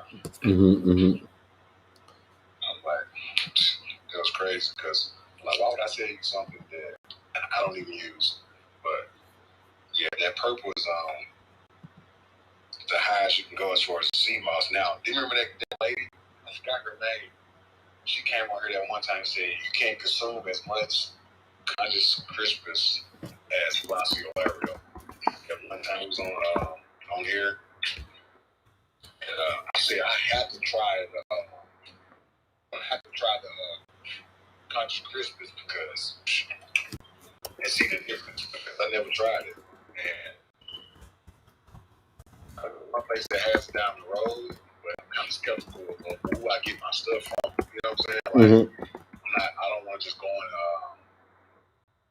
a supermarket and buy something that's going to be, you know what I'm saying, it's going to benefit me, like Conscious Crispus or Seamoss. I want to get it straight from the source, like, oh, yeah, you get it straight from overseas. Yeah. Actually know the person. That's one thing about building a relationship with the person you get your Seamoss with because you just feel so much confidence in their product and stuff. It's just me. Mm-hmm. It's what you got to store from someone. And but I definitely want to try that Conscious Crispus because see the difference because been trying a lot of how you pronounce it? Gracilaris for this whole entire time, and I love it. But the only thing I can do is eat. What's your tolerance? All right. At first, I was at like 2 teaspoons a day, 3 teaspoons, then I was tablespoons, and I was like, I want to see how much can I eat in one day. So I was just eating. I ate a jar of golden sea moss, and I was like, But just like you said, it just flushes your system out and cleans your make you have a bowel movement. And that's the only thing I can see physically on the outside. But as far as like inside, I don't know what's going on internally. But like I said, my sister, one of my nephews, I had fixed him some sea moss, and he ate a whole jar. And she said she took this. She checked his oxygen level. His oxygen level went up, but as far as like other than that, though, that's all I have on the differences. No, I take a lot now than the 2 tablespoons, and I think a lot of people, like, how do I put it? You got to listen to your body, but it wouldn't hurt people to try a little bit more Seamoss and see how it affects them. I find the more the Seamoss I take, the less food I eat. Yep. But it was just one guy who came in there. He's like, but just like you said, you got to listen to your body and also consult your, what is it called? Doctor. I was just saying doctor. Because, some people got like hyperthyroid and what's the other one they got? There is like, I think it's hyperthyroid and there's another underthyroid or something like that. Right. Yeah. That's hypo and hyper. Yeah, hypo and hyper. And honestly, I'm not too familiar with this stuff, but I feel like this, that, you need to listen to your body, but you also should like if you're one of these people that suffers from these kind of conditions, it's like you need to speak to your doctor and you need to kind of let him know, like, hey, look, I'm going to take this sea vegetable that's high in iodine. How is this going to affect me? And at least get his opinion on it. You know what I mean? Or will there be any side effects from these drugs that I'm, because Seamoss hits everybody differently. And so there isn't one sort of set way of taking Seamoss, right? Because it affects everybody differently. So you almost have to try it slowly. This is my belief, though. You try it slowly and you move on. You test yourself to see what your limit is.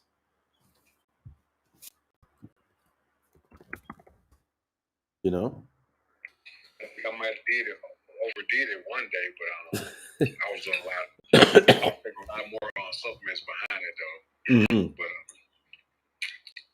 I'm gonna try it out again, see what happens.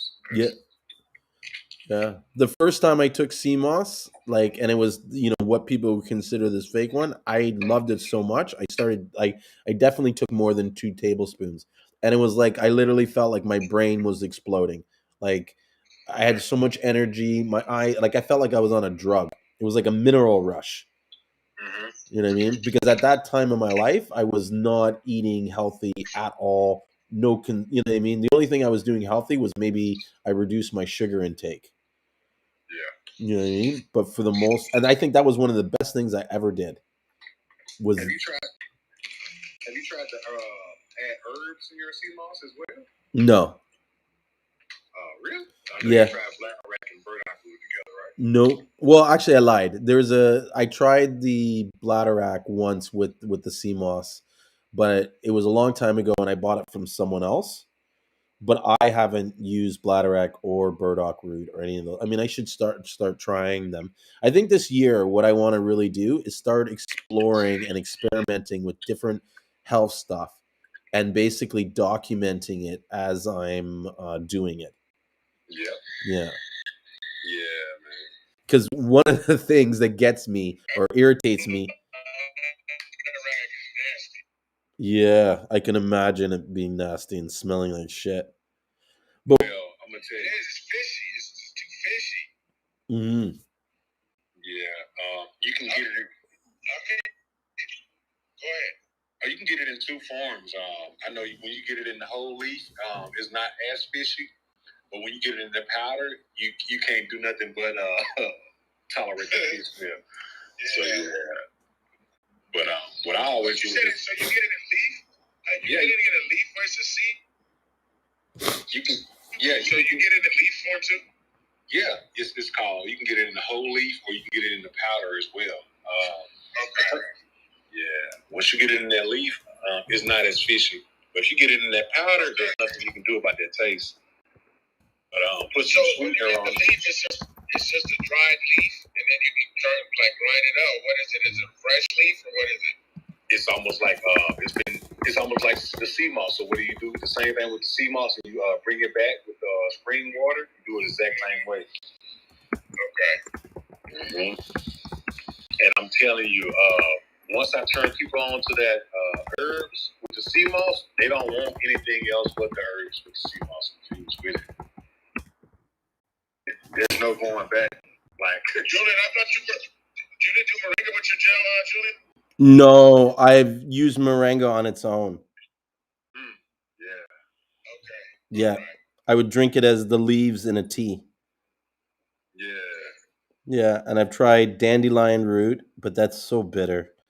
And there was another one, goldenrod. I don't know, it wasn't goldenrod. It was like some golden something with some Golden root. seal? Golden seal? I think it might have been golden seal. I think it might have been golden seal. How was that? How was that golden seal? I've been hearing Bitter. I know it makes you drop water.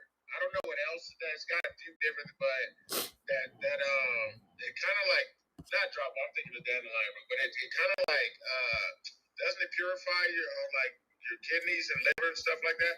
Yes. Golden seal to help clean them out. Yeah, that it was more of a. It's supposed to be for cleansing and stuff like that. Pardon? Oh, that's someone in the background. No, I was saying that. Yeah, I mean, I believe it's for cleansing. The guy that I got it from didn't really give me a lot of details about the product. He was just like, "Oh, make it in a tea, and it cleans you out." And I'm like, "Okay, well, how much do I use in a tea?" "Oh, just a little bit." Well, what's a little bit? Do you know what I mean? Like, yeah, it's crazy. So I'm just looking because I gave some of it to my cousin the other day. He was at my place, at my warehouse, snooping through my stuff, and he found it. And so he was like, "Oh, can I have this?" And I was like, "Yeah, sure." But at the beginning, I was like, "How did you even find this? Like, what the fuck?" But I heard it's really expensive, like £300 something. yeah, golden seal. Yeah, that was a golden seal. That's what I had, and I got it from a guy named Bushman, who was what was his name? Donovan. This guy was funny. I met this guy Donovan. Basically, I was going to this Caribbean store to buy barrels because we shipped stuff back in barrels to St. Lucia, and so he was there selling his herbs out front. So I was like, "Yo, you want to sell sea moss?" And he was like, "Sea moss, yeah." So we ended up basically, and this is how I know like there's so many undiscovered markets. The amount of sea moss we used to sell so I'm in this area called Scarborough, and we used to just drive around in Scarborough to all these different Caribbean stores, and he would go in and talk to them and sell them the sea moss, and he would come to my car and pick out what he had. We would travel, easily sell 40 pounds in a day. You know what I mean? 20, 30 pounds purple, and a bunch of gold too. Purple was like the biggest seller because it was hard to get. You know what I'm saying? But like we sold it. You know what I'm saying? Like to me it's like and people are just, how do you say it? They're not exploring all the different opportunities or possibilities. Yeah. Like I don't know if I told you guys one of the secrets of what we're doing to get into like I have a guy that I'm working with where we're selling CMOS in Quebec. It's a province just north of Ontario. It's like a French-speaking place, and he's getting into the stores because we're making 3.5 ounce packages. We're selling them for $25 Canadian retail, Like we tell them you can sell this between $25 and $30 retail, and then we sell it to them for $15. Mm-hmm. But we give it to them on 30 days terms. Right. Okay. That's the key. That's the key. Mm-hmm. You give this on these guys 30 days terms, then it's like a no-brainer.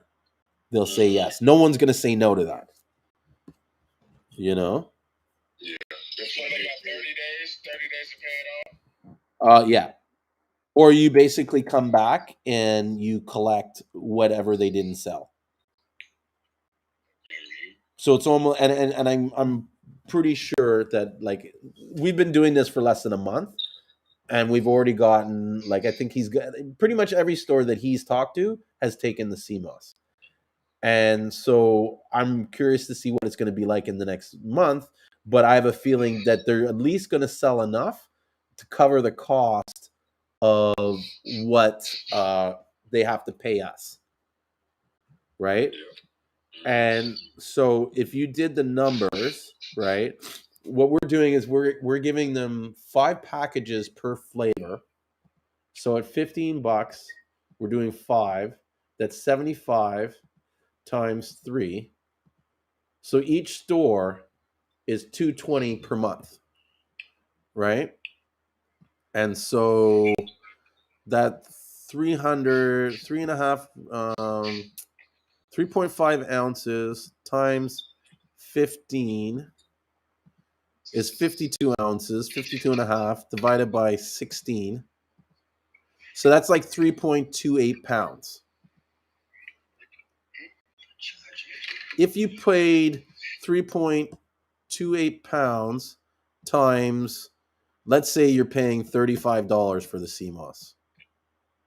That's $114 minus the 225. So each store you're making $110. Like say you're making $110 a month off these guys. Right? If you had 30 stores times 110, that's 3,035. You know? Say you wanted to make 5,000 a month. At 110, that's 45 and a half stores. So let's say 46. You find 46 stores to sell to every month. You're going to make over $5,000. And that's $5,000 after you've paid for your Seamoss and stuff. At that price, $5,000, you could probably pay someone $1,000 to do most of the work for you. Do you know what I mean? How many people do you know could you offer $1,000 to say package up how many stores? So if it was 45 stores times 3.5 pounds, that's 157 pounds. You know what I mean? You could probably how many packages is that? 157 pounds times 3.5. So that's 45 packages. I think that's right. No, that can't be right. That's bad math. Let me see here.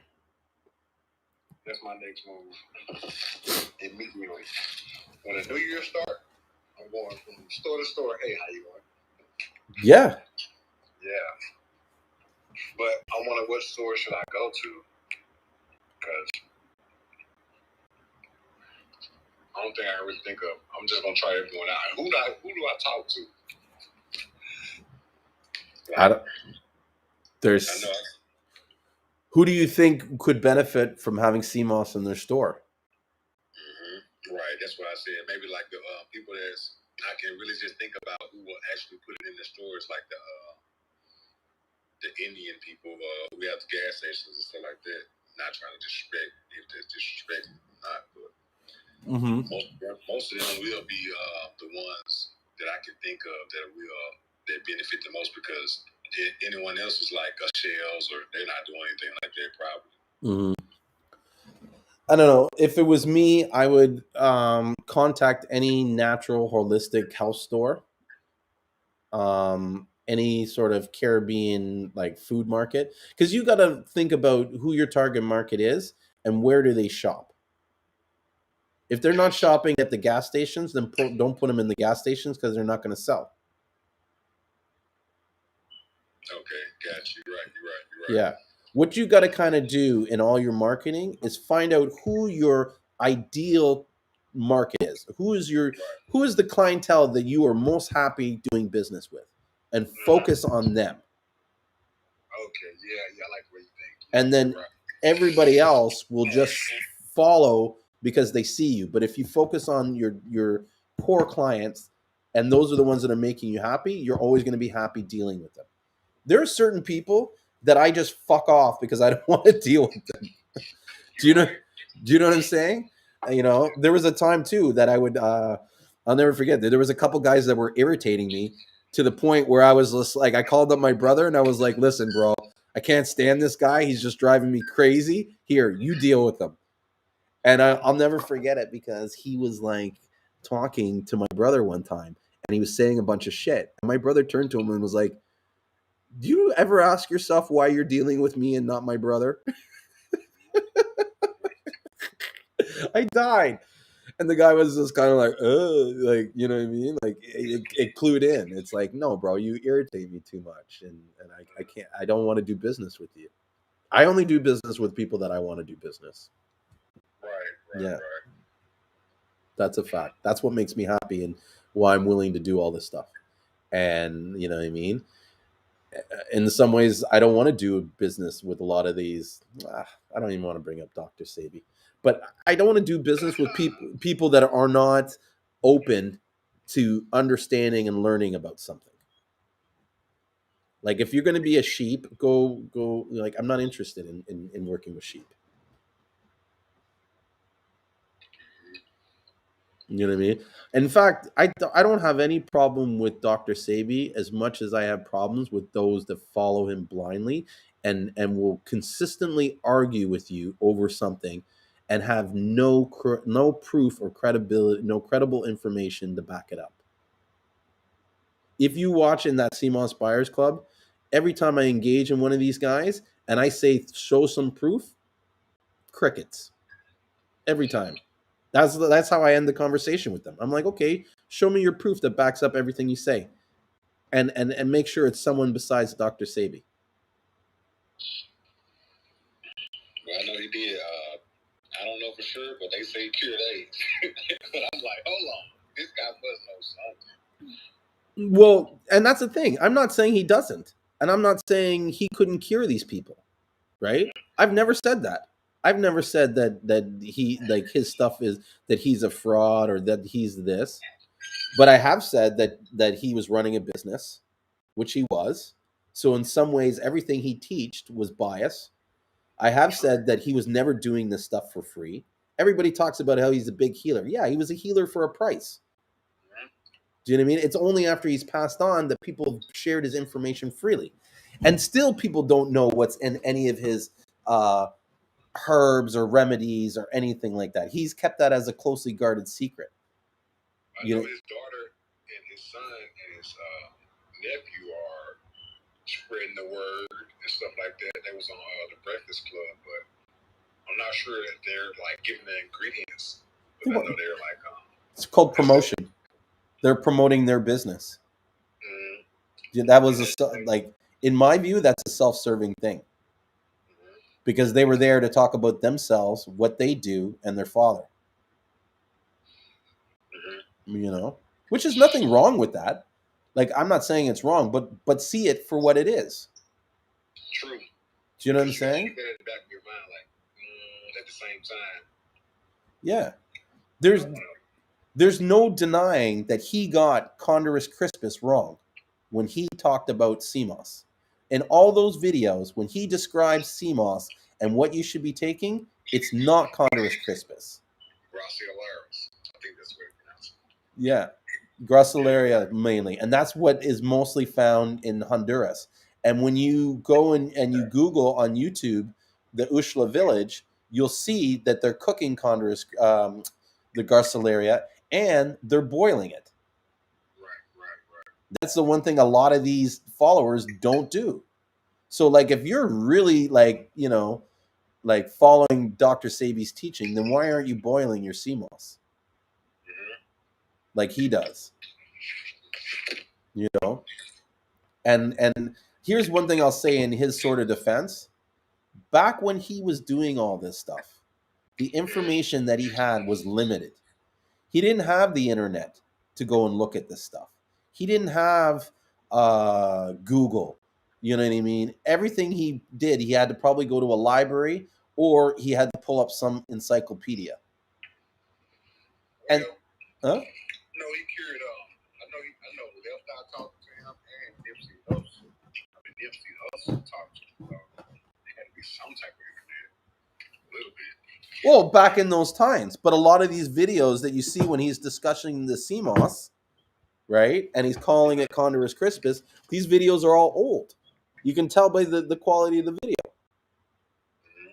You know what I mean? And another thing is that the genius or the top of the sort of like when you talk about like Garcilaria, Eukinema, Capasias, Alvarez, all this stuff, in their sort of like scientific explanation and stuff, the genius or the top of the chain is Condorus crispus. So it is technically possible to say Condorus crispus and still mean Garcilaria because they all fall under the same tree, right?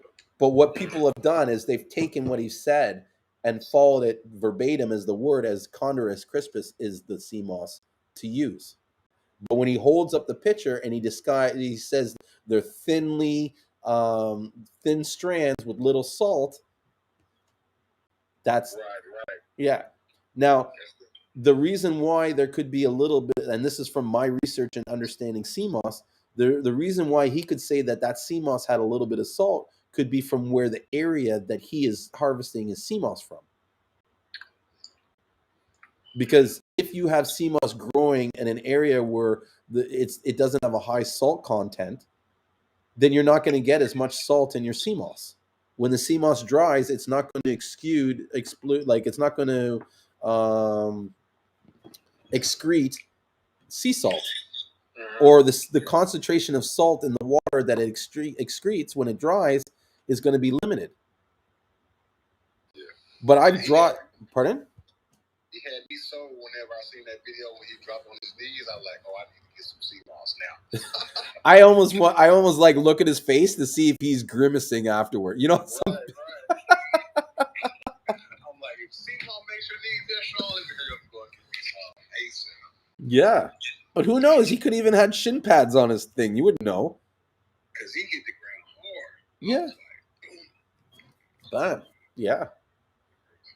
And I mean, he's like, let's not deny it. He's healed a lot of people, but there's a lot of information that people say that that isn't correct, or it's been confused or misinformed or something.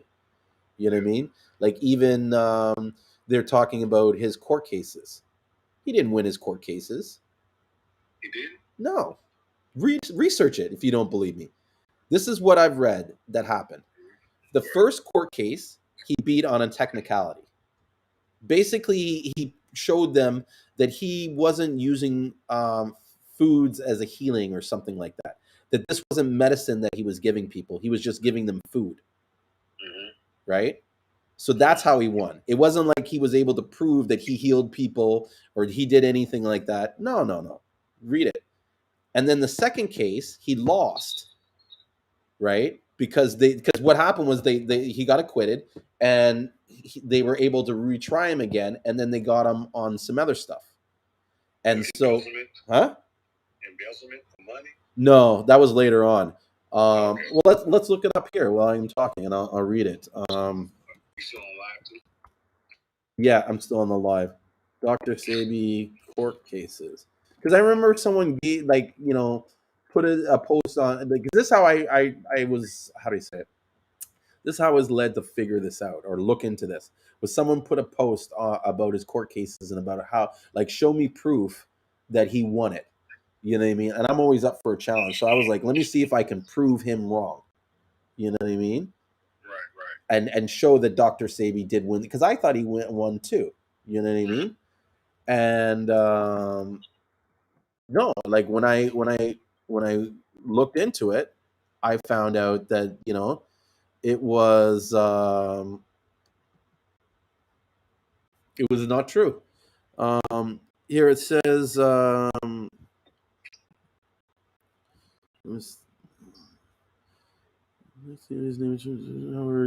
his claims of being able to heal everyone, every disease, medical problem, or weight issue known to man were upheld in a court of law. In an age of where stepchildren, this man has proved that he knows. Okay, so no, this one is for it. This one doesn't. You know what? Let me look up transcripts, because it's in the transcripts that I saw it. And basically, he had to, in the second court case that he lost, he had to remove all his claims and everything that he was saying that he was healing people, and then he had to pay a fine. Yeah. Only thing I knew about, he had a court date.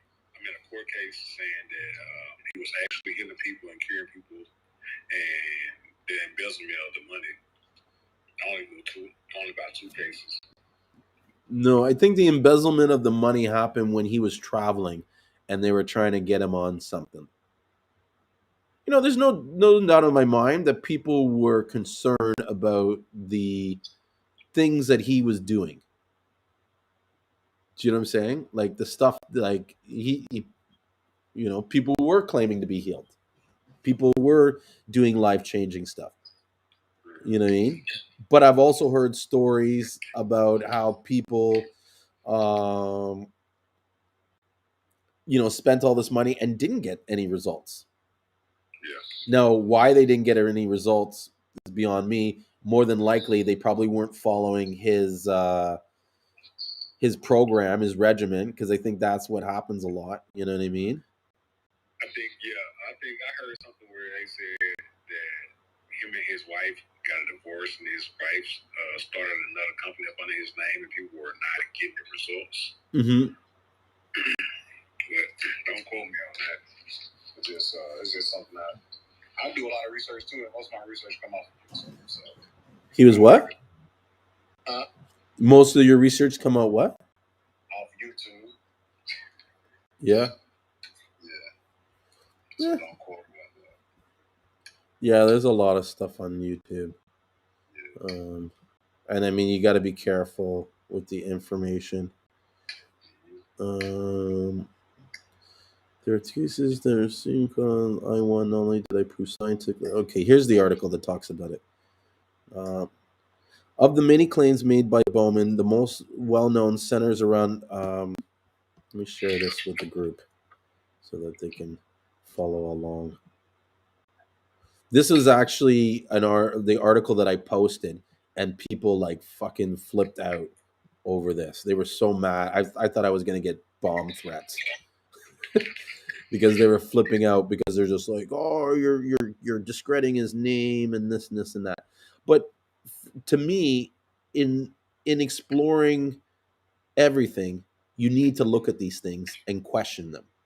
Do you know what I mean? It doesn't invalidate any of the work he does, but to ignore it would be to limit your own ability. You know what I mean? Like you're limiting your own knowledge.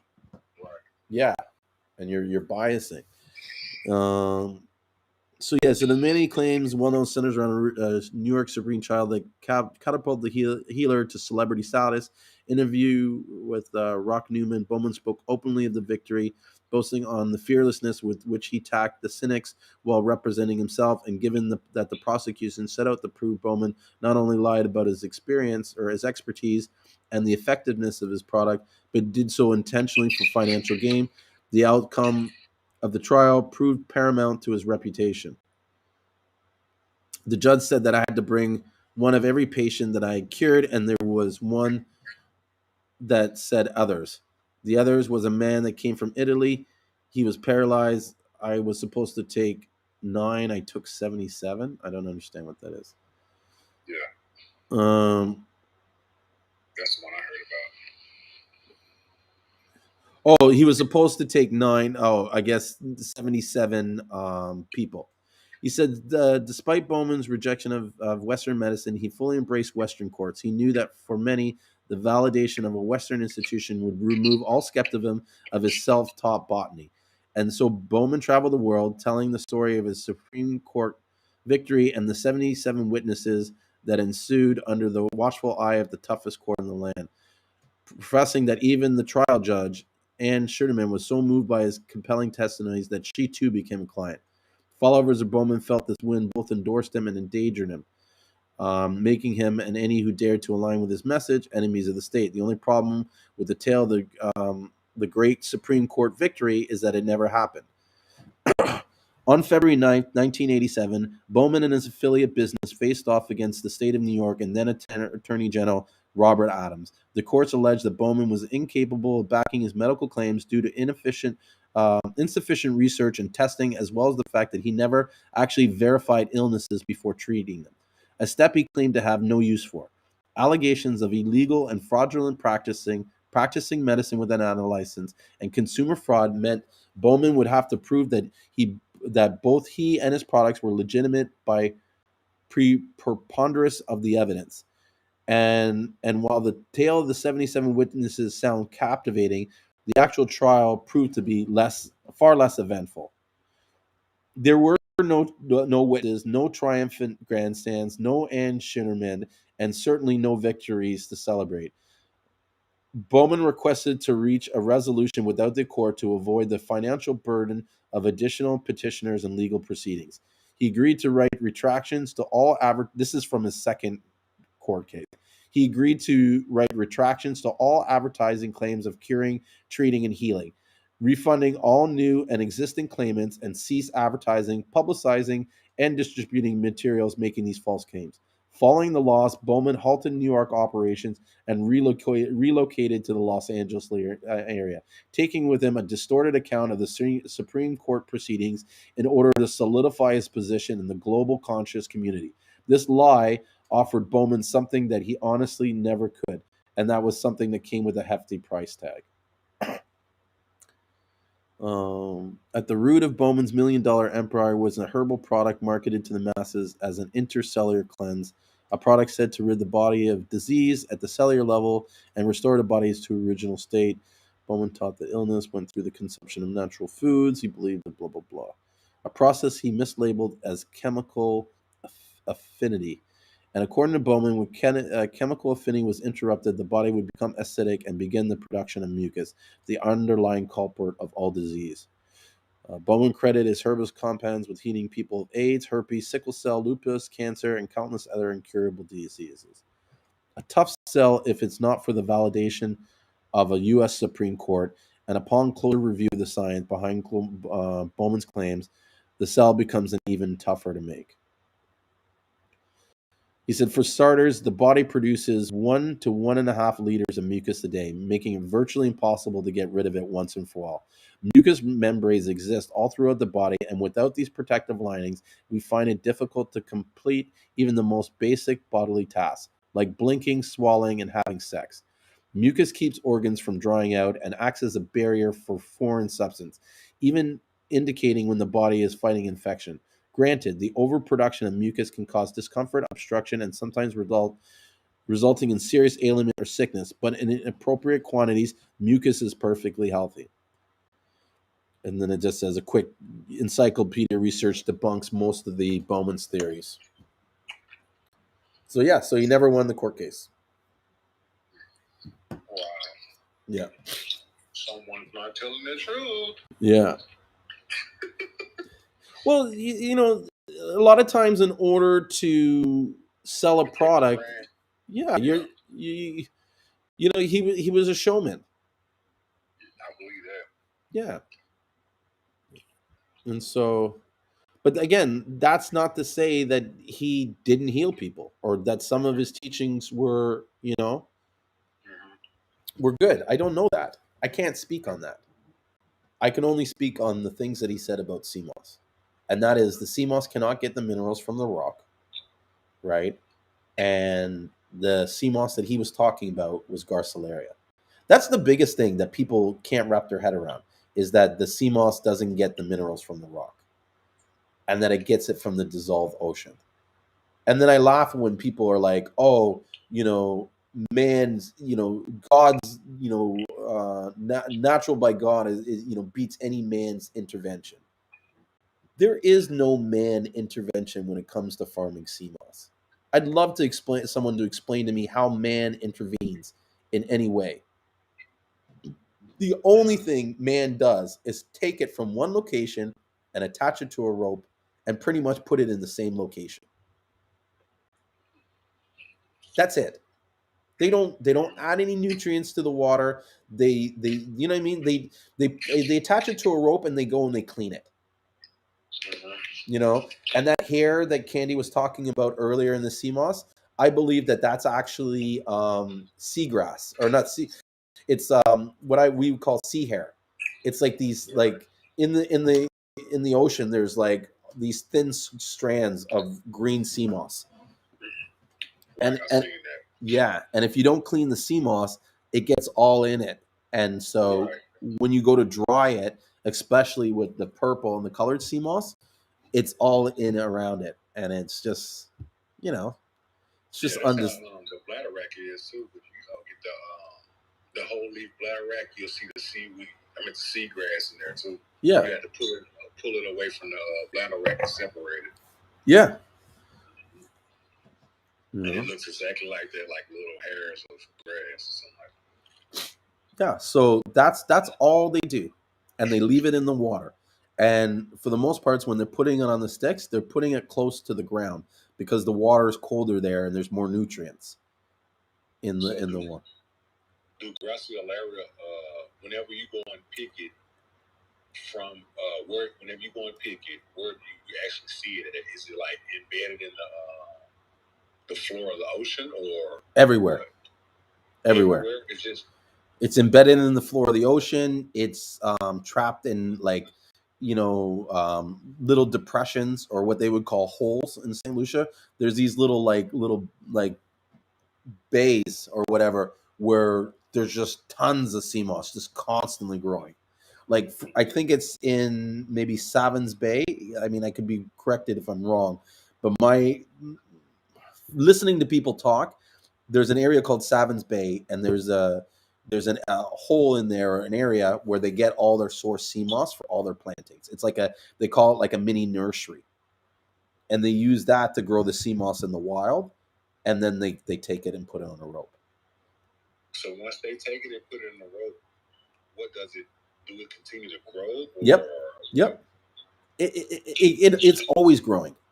So even when it breaks off from the rock and it floats around, it's still growing when it floats around. Okay. Yeah. And sometimes they'll even grow together and not really have, like, it's almost like one big giant bush. Oh, I got you. Yeah. You know what I mean? And they're not always, how do you say it, secured by a rock. Right. Yeah. So that makes perfect sense, not to get all of this, not to get no minerals from the rock. And even if you do get it from a rock, or even if you pull it from the ocean floor, it already has its nutrients in it. You just take it from one location, put it on the road. Spend enough time reaching how algae grows, and you will see that the only way for it to grow is for it to absorb. The whole sea moss is one big absorption thing. So it's sucking in all the nutrients from the skin, from its surface area. Mm-hmm. So it has no root system. It has no. I'd like someone to explain to this. If sea moss is really coming from a rock, then please explain the chemical process that is used to basically break down the rock so that the nutrients are bioavailable for the sea moss. And how does that sea moss uptake the stuff from what they call a root, even though it's a holdfast, and distribute it all throughout the plant, or all throughout the algae? It's not a plant. It doesn't function. The only thing that is similar to the functioning of sea moss to a plant is that the sea moss uses photosynthesis to convert nitrates into its food to grow. So it needs sunlight and it needs nitrates for it to survive. So whenever you go and pull it from the ocean, is it most of it is like reddish green looking color, right? Yeah, it's anywhere from a light brown to a deep dark red or purple, unless it's green sea moss. What about the green sea moss? The green sea moss is green sea moss. Okay. But see, a purple sea moss at a certain point can change and become green sea moss, and vice versa. Oh, really? Yep. I thought it was green first, then it becomes purple. Maybe, I don't know, but I know I know this, that they change, and that one, it's not always like greens are not always greens. Greens can become different colors, or these other ones can become greens. That's what they've said. It's all about the stage at which is what it's at, because these things grow for a long time, and even though you break a piece off it, you know what I mean, it still has that original age from the piece that you broke it off, and you can break off as small as an inch of the sea moss, attach it to something, and it will continue growing. Wow. Yeah. Yeah, that was my next question. Yeah. Yeah, the sea moss just grows on its own. So what's the lifespan of them growing from small to big or something like that? Or how long it would take for a small piece to turn into something that you could harvest? Okay, yeah. Mm-hmm. 2 months.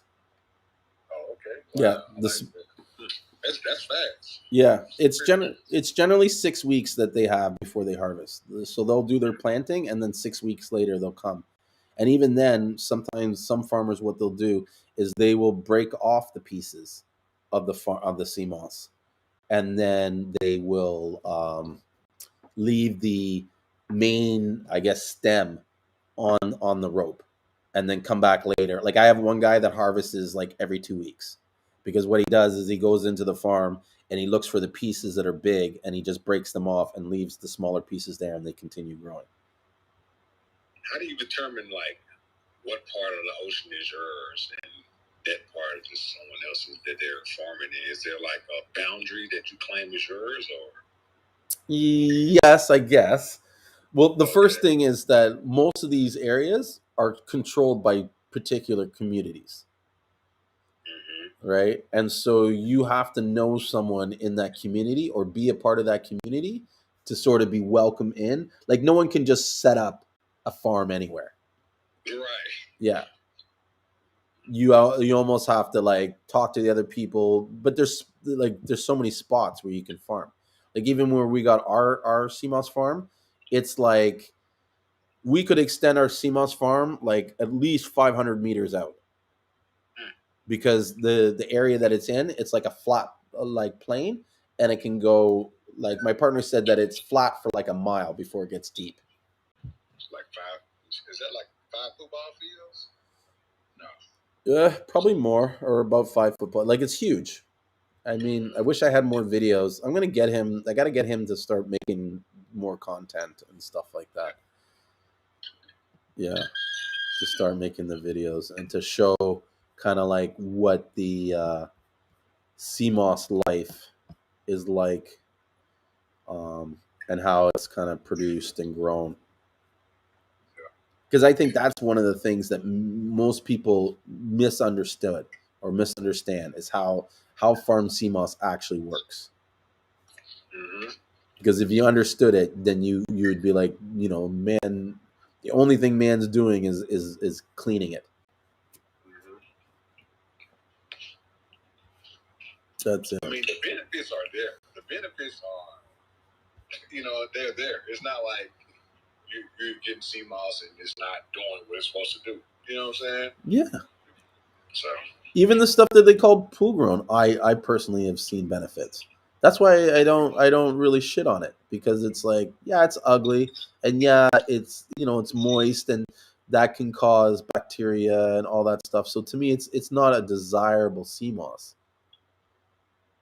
But everybody's been there and tried it and got it. Everybody starts with that sea moss. You know, part of the reason. Sorry. I was like, that's what I thought was like the selling point. Oh, it's fake and it's real, so I gotta find the real, and I gotta not get the I gotta pick out the certain person, not get the fake sea moss because it's not dried properly. It's got a lot of salt and pool and stuff like that. But to hear you say that that's what you started off with, you still got the benefits. It actually makes sense because the only thing that separates the sea moss that's already bleached and processed and dried correctly from the one that's not is the size differences. Mm-hmm. That's what I'm getting from what you're saying. Yeah, the definitely, like, if I had to say like why you want to pick one or the other, it comes down to the fact that you're going to get more sea moss if the sea moss is dried properly, as opposed to if it wasn't. Also, the weight of the sea moss too, so you actually be spending more for the enlarged than the one that's dried properly too. That exactly.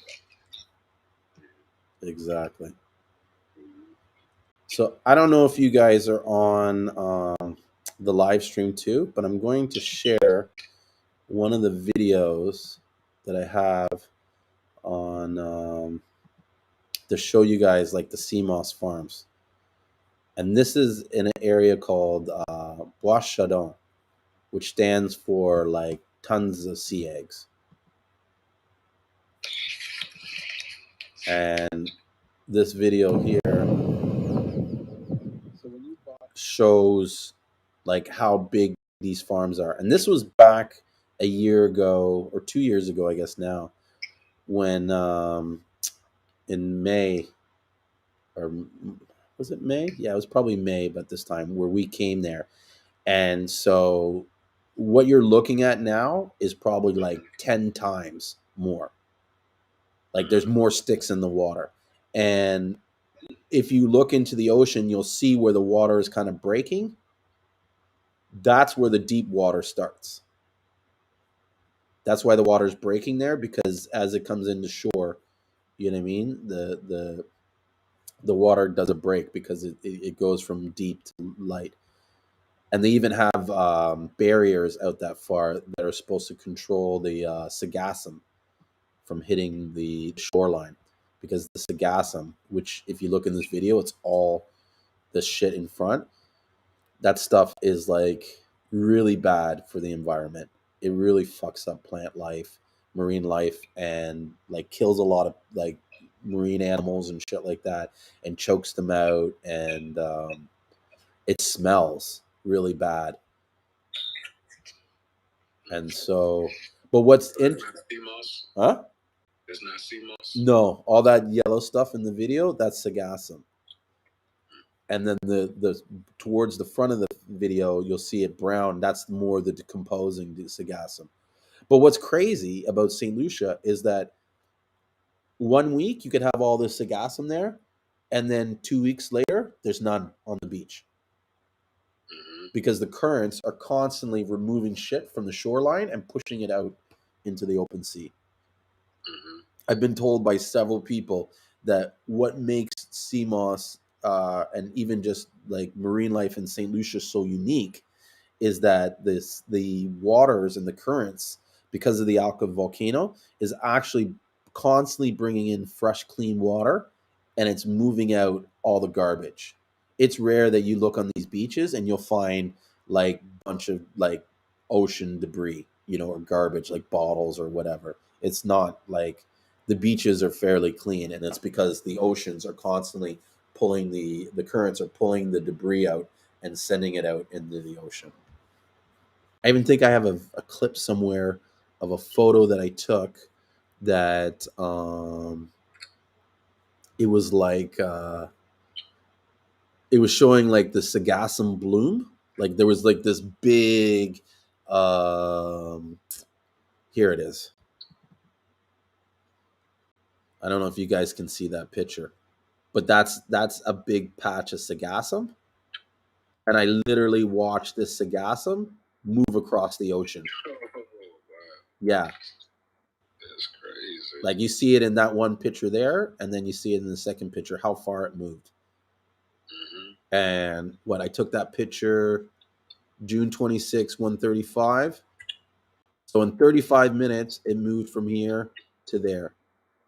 Is that a drone you got? No, that's like my backyard I'm looking for. I'm so high up that I'm looking down on everybody.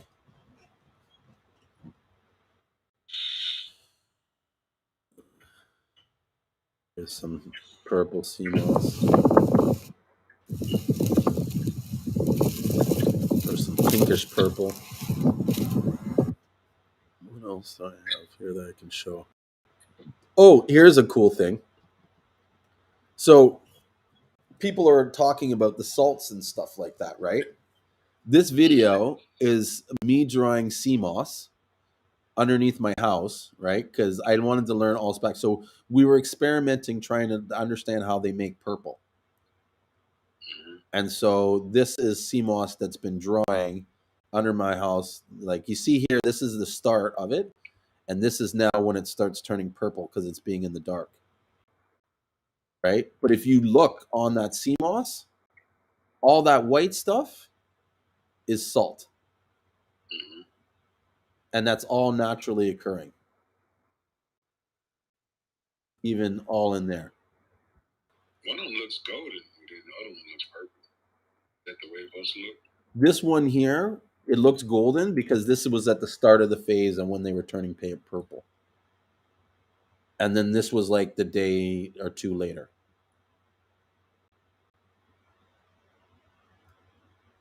Because you dry it in the dark for about a day or so. And then put it in the sun. And then it'll make purple. Oh. Yeah. This is part of the reason why I get so ballsy sometimes is because I've done it all.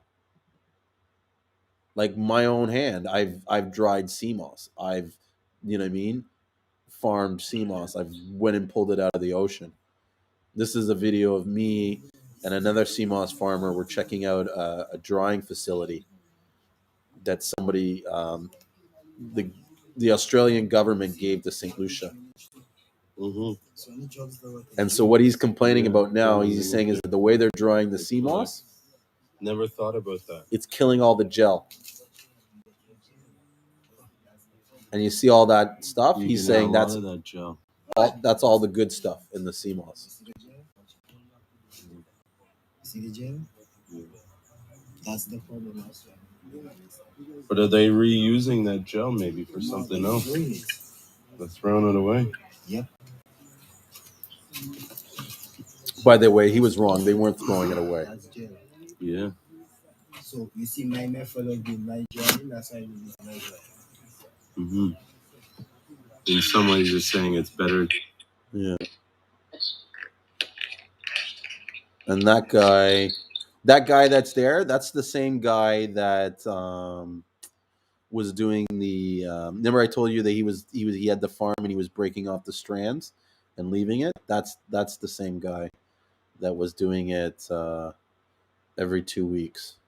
I'm trying to see if I have another video of his farm because I actually went and worked on his farm for several days. Like I would just hang out with him all day and farm Seamoss. These cats, oh my god. I hated these cats. It's like these stray cats would just be everywhere, bro. And they would sneak into the house if you weren't paying attention and steal food and shit like that.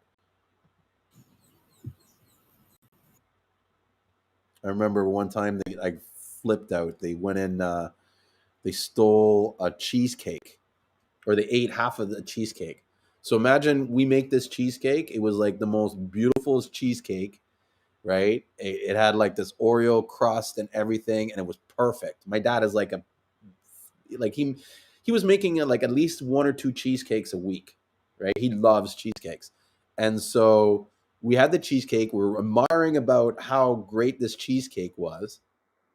We turn our backs for maybe 5 minutes, Now we're in the kitchen talking. The thing is in the counter. Our backs are to the cheesecake, and then we turn around to eat the cheesecake, and all you see is like it half eaten by the cat and like a paw print in it. Like the fucking cat ruined the whole cheesecake, and I lost my mind. And then that's when I banned all of them from the house. They weren't allowed to come anywhere near, and that was the thing. They knew it. Like after that, I got so mad. They were just like, you know, one time, one of them, and see, this is another thing. We'd be sitting in the house napping, and they would sneak into the house and try and steal stuff. So there was this one brown cat that I don't think I have a picture, but he snuck into the house, and then we caught him and we tried to like scare him, but in the process of scaring him, he ended up running back into the house and hiding in my bedroom. So for 3 days we couldn't find this cat in the house. So I'm like concerned, like where the fuck is this cat? We don't know where it is at all. And then one day I woke up in the morning and the cat I like it was like God spoke to me and said, look over there. And I looked over there and the cat was like staring at me in it, like hiding underneath the chair, just staring at me. And when I made eye contact, I swear I saw the cat go, oh shit. Like, it was so funny. So it was hiding behind some picture in my bedroom and near a chair. So I we basically flushed him out, and my dad was right there. And so as soon as the cat came, he was like, "Get the fuck out of that!" And the cat, I swear, jumped like 3 feet and fucking bolted out and never came back. Anytime I saw the cat would like literally cross the street. Crazy, crazy these cats. And here's a photo of my partner's Ashen's Seamoss drinks. He makes some of the best Seamoss drinks on the island. And it's crazy. Like he keeps that cooler in his trunk of his car, and everywhere he stops, he sells Seamoss. I got a friend like that in California. She said they love those Seamoss drinks. She told me the recipe, but it's secret. It's a secret. Oh, his is a closely guarded secret. He doesn't tell anybody his how he makes his stuff. But he makes a Seamoss with tamarind. He makes a Seamoss because I think even you see my hand in that photo, the tea that was for the tamarind. I loved his Seamoss and tamarind. So he made a Seamoss with tamarind, a peanut Seamoss. He made one with flaxseed, a natural one, and a one with like it's like milk and cream, like condensed milk. Yeah, I think it's like a St. Lucian thing almost, huh? Oh, huge. And like literally he would like almost bribe people with this stuff. You know what I mean? Like we got into so many places because we would like show up and they'd be like, "Hey, boss Seamoss, what's up? Where's your Seamoss?" And he'd be like, "Oh, here you go. Here's 2 Seamosses for you. Thanks, man. All right." And we'd just walk in. Yeah. Like if we had to go to a club, he'd bring Seamoss with him and bribe the guards, the security, and let us in. Yes, that's good. Like super good. You sell out every time. Yeah. This is Pralin that I was in. This is one of the biggest Seamoss communities, or it is the biggest Seamoss community in St. Lucia. And so everybody on the street sells Seamoss or dry Seamoss. Like this lady across the street, this lady here, they all do it. I guess Seamoss in St. Lucia is like Kung Fu in China. Yeah, it's getting like that now. You know what I mean? I mean, before there were certain people with the community and stuff.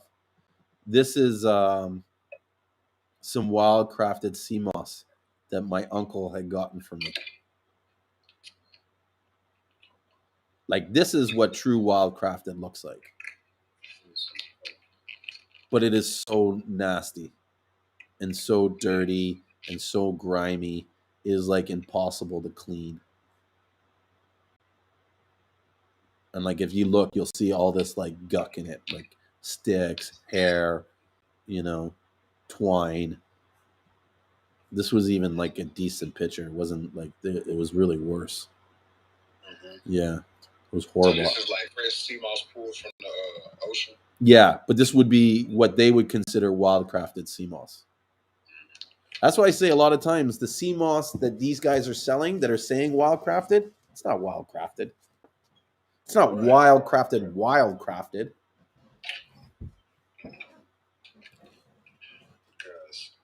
I got a big sign on my car that says wildcrafted sea moss for sale. I mean, here's my view is that the stuff that they call wildcrafted should actually be called wild harvested because it's harvested from the rat. And I feel like something that's crafted to be like that is produced to be like something in the wild, that's wild crafted.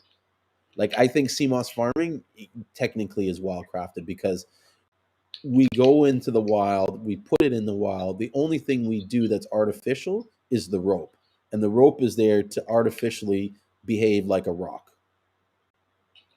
Stationary. Yes, a hold fast. So that it can dangle in the ocean and sway with the currents, because in through the currents have all the nutrients. And that's how they grow sea moss. So when someone just asks you, what's the shelf life of raw sea moss? Like 1 day, 2 days. Like sea moss that the question was how long does raw sea moss last? And it's like maybe 1 or 2 days. What happens if you don't dry the sea moss fast enough? The longer it stays out of the water, the longer the plant gets stressed. The longer it's stressed, the more you're going to see what happens is these black spots and black like sort of strains or veins inside the sea moss. That's from the sea moss being left out too long before it's supposed to be dried, or it's been in the sun too long, it's been heated, right? And so that kind of acts like a little bit of like a burn mark. And yeah, so when we pull the sea moss out of the water, it generally gets dried right away. Right. If not the same day, the next day. So you'll usually clean it and sort it out the first day, and then put it to bleach in the morning the next day, or that day, and then after it's bleached, then they put it to dry. Yeah, I was riding around with like a pound of purple sea moss for like a week, right? Uh-huh. And as I looked down, I was like, man, this doesn't look like the same thing. It had turned gold on me. I was like, oh my goodness, this is why they say it's called bleaching. Yeah. If you leave it in the sun, it actually turns color. Yes. Even if it's purple and it's in the raw form, and you put it in the sun as is, it will turn gold. Right? Yep. Even like that's where a lot of the full spectrum comes from, right? Is what happened was the person was trying to dry it or sort of like do purple, and the purple didn't come out consistent. And it's usually because of the weather. If it's too sunny or there's like a sudden rain or some kind of just like a temperature and a change in the level of moisture, then the colors will start to run. Yeah. This video here is the biggest Seamoss community in St. Lucia. This is Pralin. And just look at all the ropes, all the sticks that are out there. And it goes far out. It's like huge. There's so much sea moss being grown out there.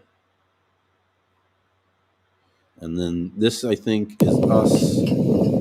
This is us by our sea moss farm. And we have all the ropes because we're planting the sea moss.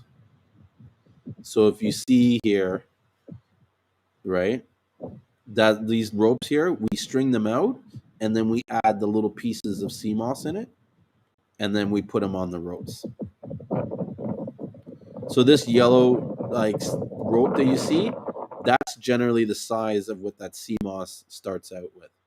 And then when it's full grown, it's going to be twice or three times that size.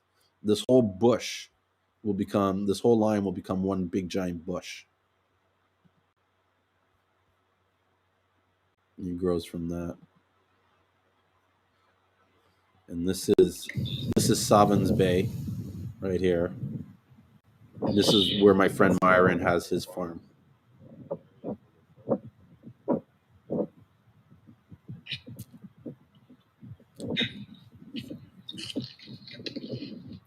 So these are the areas where they're growing the sea moss. Like, do you see like how there's no like the nearest house is like miles away. Like there's nothing really like this jetty where the boats get leave. That's like the closest thing to shore. But and I mean even then you don't find the sea moss in and around that jetty. It's all on the other side where the water is cleaner. I get it. I get it now. And I mean, so what you guys do, you go in, and then you bring it back to your farm, and then you grow it. Yeah. And then you harvest. I got you. Yeah. So here's like a farm here, right? You see it there. I think that's my buddy Myron's farm. But where they're grabbing the sea moss, if you look in the video and see the boat out there, it's usually somewhere out there, or you know what I mean? It's in and around these areas where they're farming. It's not like they go to a different region and pull the sea moss and bring it to somewhere else. It's all like in and around there. And even like where this sea moss farm is here, just beyond there, all in this area. I don't know if you can see my mouse, but it's like that is all like there's sea moss floating around in there. Just floating, not even attached to rocks. Like that's the thing too. People don't realize that you don't need to attach a sea moss to a rock to make it work. It will grow attached to anything.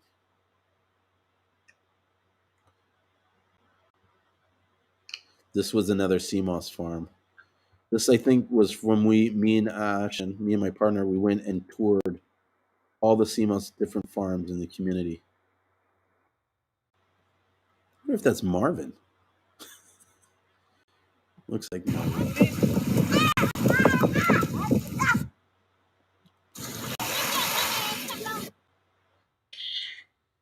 And what's crazy, okay, is you see this mountain that's in the background, right? My house is on the top of that mountain. So I literally, this is how I know that God meant for me to be involved in this. I can literally see the sea moss farms from my house. Like I have a binoculars and I can go and see all the activity of what everybody's doing. Do you know what I mean? Like that's crazy. Like what are the chances of me being in that environment? You know what I mean? Like it's pretty crazy.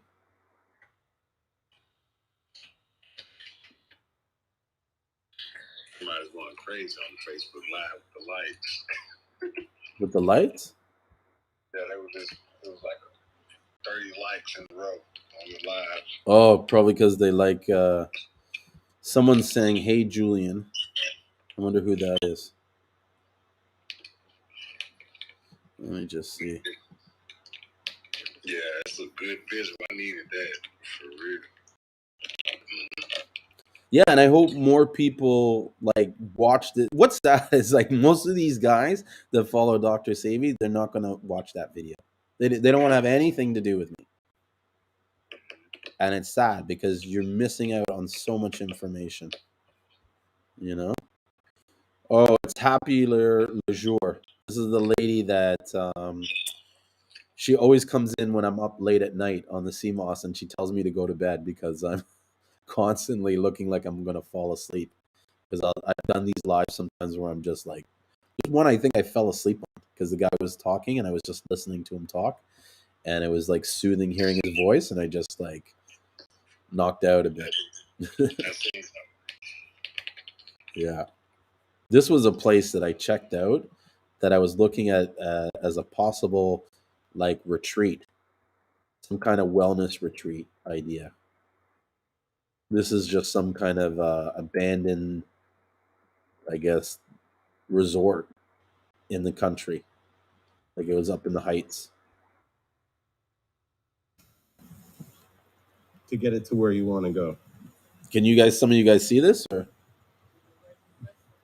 Yeah. You need Yeah. or investors.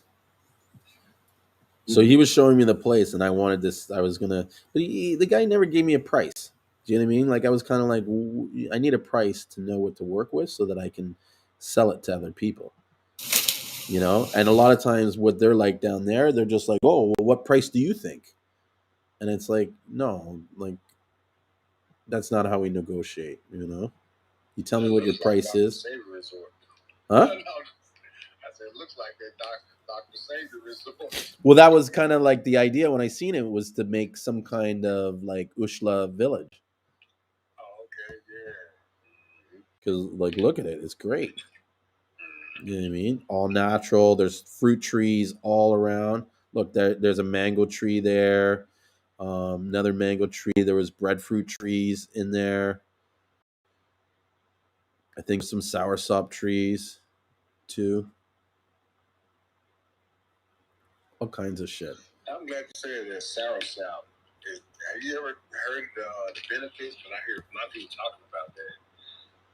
I was just curious if lowers your blood pressure.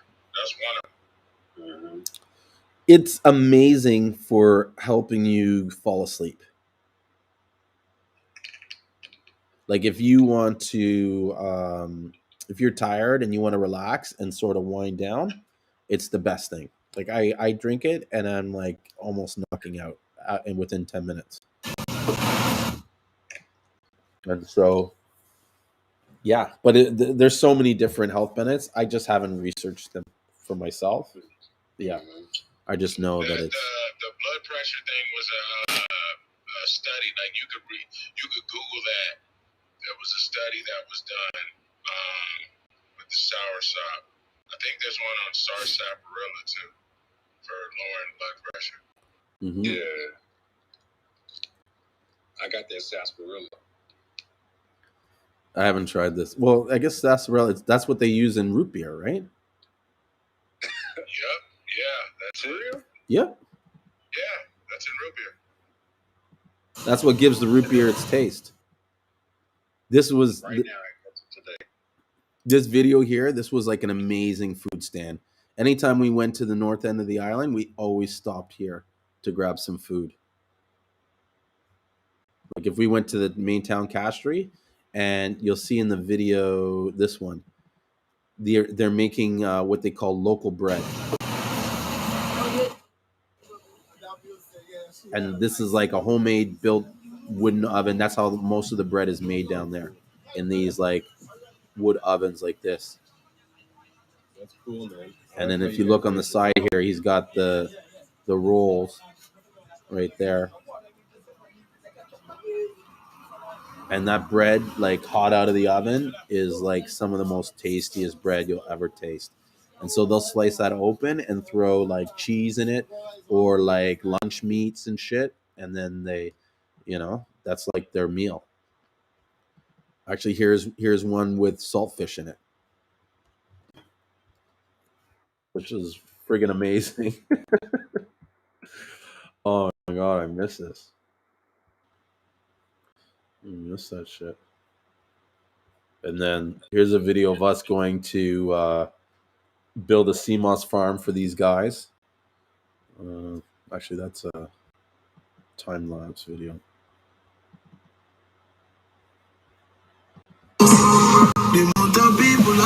This is...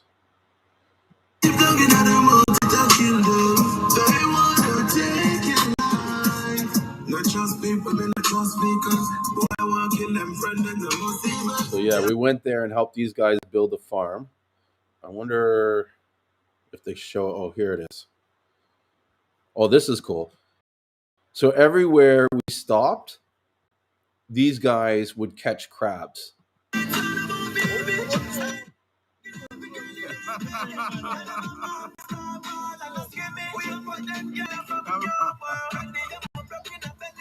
Like, I think this was like the third crab that they had caught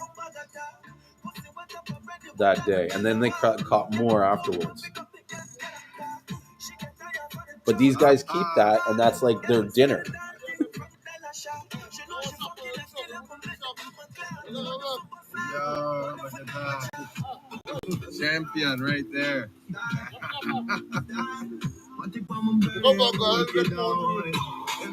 Yeah. So we drove from there, looking through the bush that we had to drive. Like, it was fucking crazy.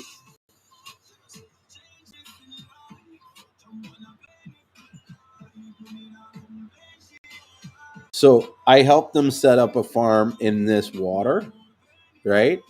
And we got there late so that the sun went down. And what they told me later on after because I was the only one that would go out in the water in the night, right, to finish off the sticks. And they told me that in this bay, it's constantly got reef sharks in it. And so, and I remember when I was like putting the last, like one of the last sticks, there was like this splash of water. This was like, psh, you know what I mean? Like, I thought it was a fish jumping, but I think it might have been a reef shark, which is crazy. But you see how these farms, they're not even really farms. They're like, and they're small scale operations. There's no machines used. There's no inputs. There's nothing. You know? And there's no human traffic in that area to, you know what I mean, contaminate the sea moss. So this is where we built the farm. They had a farm, someone had a farm out there, and we built it basically in front of this building here. I guess these guys own this land here, and so they had already built this house there, and so they were building the sea moss in front of the house. Basically.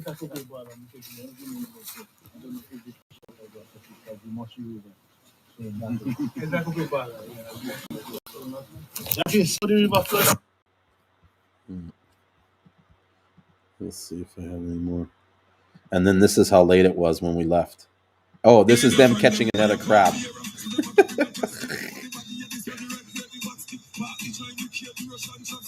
Because when you're driving down the roads late at night, the crabs would run across in front of the car. So imagine like every 15 minutes, every 20 minutes, we had to stop while these guys try to capture crab so that they could have food for their dinner. That's funny. See, there's them.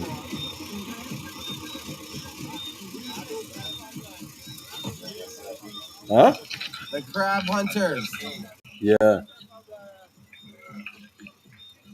So imagine what life is like down there, dude. Where that's pretty much all the shit we did every day.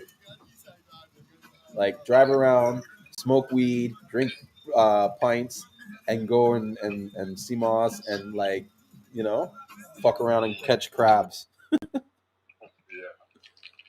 Fuck. Brotherhood. Yeah, man. It was beautiful. Beautiful, beautiful brotherhood. Well, guys. Oh, here's another guy's farming. Not farming, sorry. They're catching crabs here. These guys had a shovel. And they were literally like hunting for them. How deep do you go down?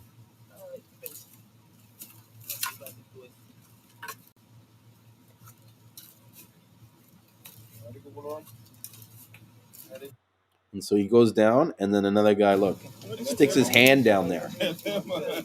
You're not worried about getting like the claws?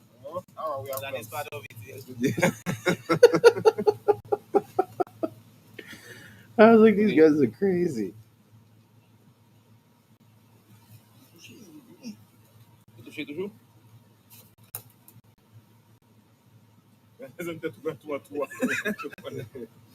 But that's like their meal for the night.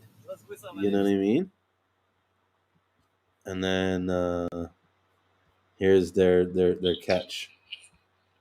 It's coming up. It's coming up. Oh, that's huge.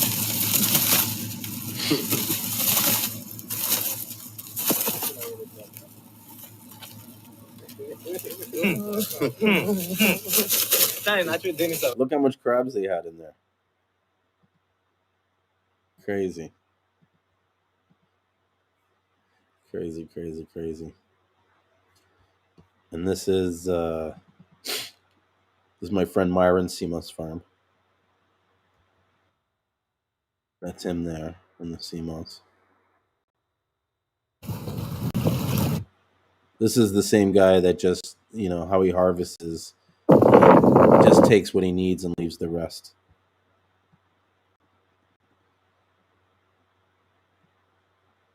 And that's what We're harvesting some Seamoss today, and maybe later we'll get a chance to record some of the drying process and some of the other stuff that show you how we grow and harvest the Seamoss. This is stadium. And then, yeah, man. So that's some of the Seamoss photos. Here's another guy. This is it's my friend Jerome. This guy, well, no, actually, that's his wife and his son. But these guys make some of the best fucking purple Seamoss. Look how beautiful that Seamoss is. This is some beautiful, beautiful purple. Like when I saw this purple, I was like, I have to meet the guy that made this purple. This gold. And what's crazy is they told me that they were going to stop making it. And I was like, you're insane. I'm like, please, like, just sell me the Seamoss. I'll buy it off you. Like, keep making the purple and I'll take it. And so, yeah, that's a lot of our purple Seamoss. This. That's coming in from the beach. This is how late or dark it is when we leave the beach at night. Crazy. Yeah. These are all like reminiscing for me. These are the local juices. Fresh tamarind juice. This was like the place that we would eat at every day. Or almost every day. Tones. Did I ever show you guys the video of the guy that like bombed the church? No. Oh, you got to see this video before I go. It's fucking insane.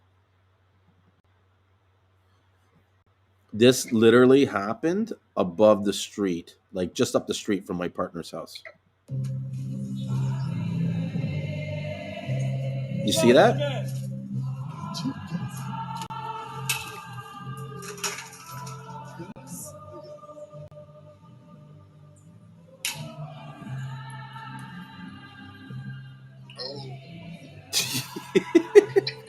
Crazy, eh? What is he doing? He lit the Christ on fire, and then he proceeded to go into the church and cause a ruckus. I don't know if he tried to light a bomb in there, but look at everybody running out of the church.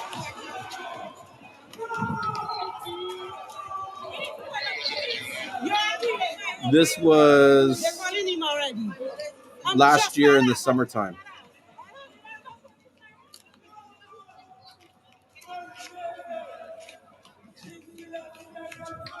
Look at that. So this was the video that he released before he did this. Now, I'll have to be honest, this guy does have like kind of mental issues and stuff. Like I think he's in a like a mental institution right now. If he still is there, I don't know.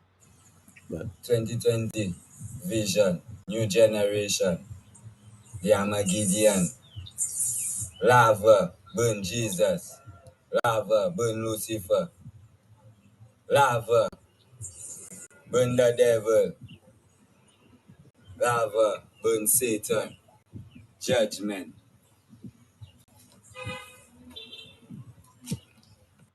crazy, eh?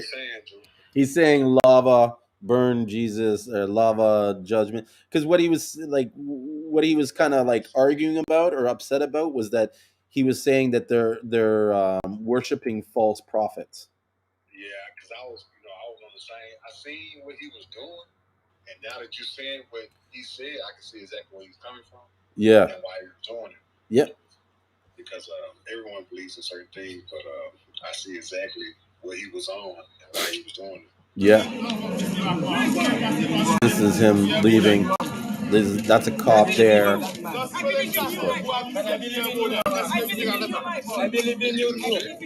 What? Yeah. Or they're taking him to a mental home. I mean, he's got to do something, man. He just tried to bomb a church. You know? Fuck. But listen to what he says here.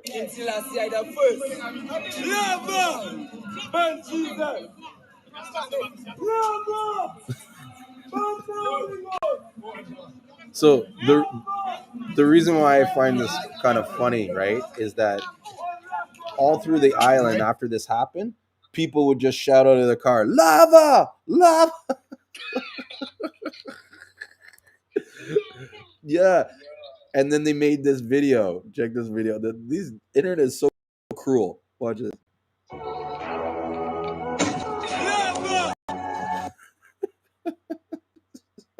The fuck?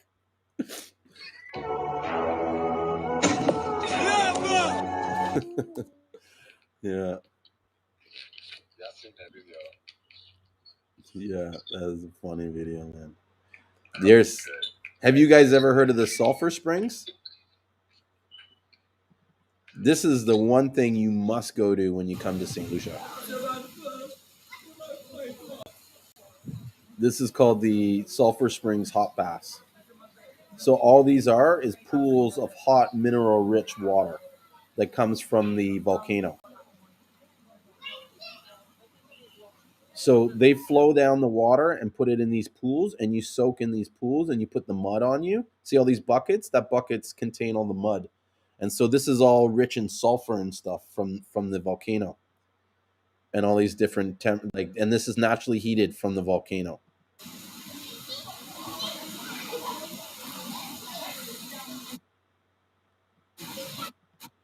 We'll just see. Yeah. And so you take a bath in this. You having a good time, Clay? Yes. This is the kid there. That was his birthday today, and my partner was able to get us into the sulfur spring for free, with just a phone call. Like that's kind of like the power. So all these kids got to go and put in the mud bath, and they had the mud all over them and stuff like that. It was a lot of fun that day. My friend, she went and I think they say it's called like the Fountain of Youth. Like literally, like back in the days when the French and the British used to colonize that area, especially with the French, they would send their soldiers from the war to go there to recover. And so they would go there and get healing and stuff like that. And this guy, yeah, this is us. Sorry? I think they got a waterfall as well too, right? Yeah, so the water falls from the volcano, and then it flows into those pools. This is a photo here of us drinking. This was my favorite beer at the time, Brights, and it's like an Amstel lager, and they used to sell it 2 for $5 EC. So $5 EC is probably like $2 US or so, like not even like maybe less than $2. So let's just say each beer is like $1 US. And so we used to sit there and drink beers like after work and stuff. And so the guy in this picture, his name's Mr. Smith. He is like a long time old Seamoss farmer. Like he's been doing it for years. And this is his property here. He has the store, and then they have whatchamacallit, like a restaurant on the other side here that made wraps. And so me and him would hang out and just drink like brights all day.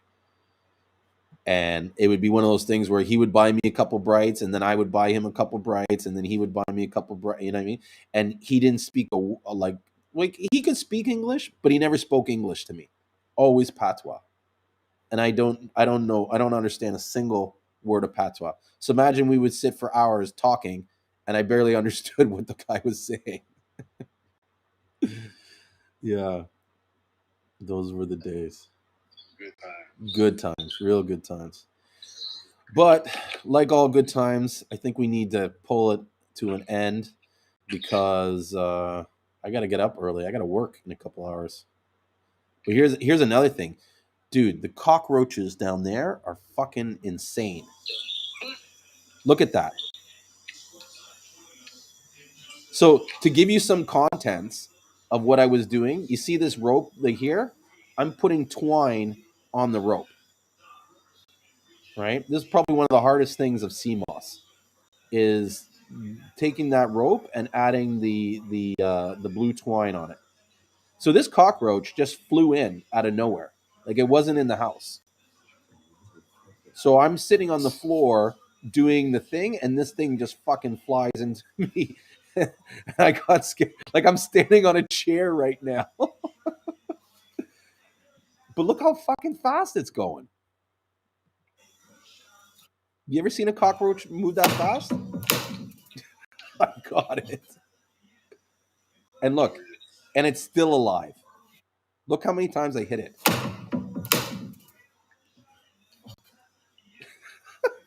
Fucker.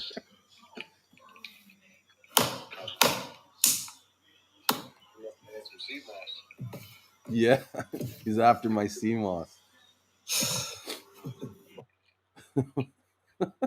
Like, I sigh of relief. Was it thick? Did y'all use thick twine or really thin twine to make one big twine?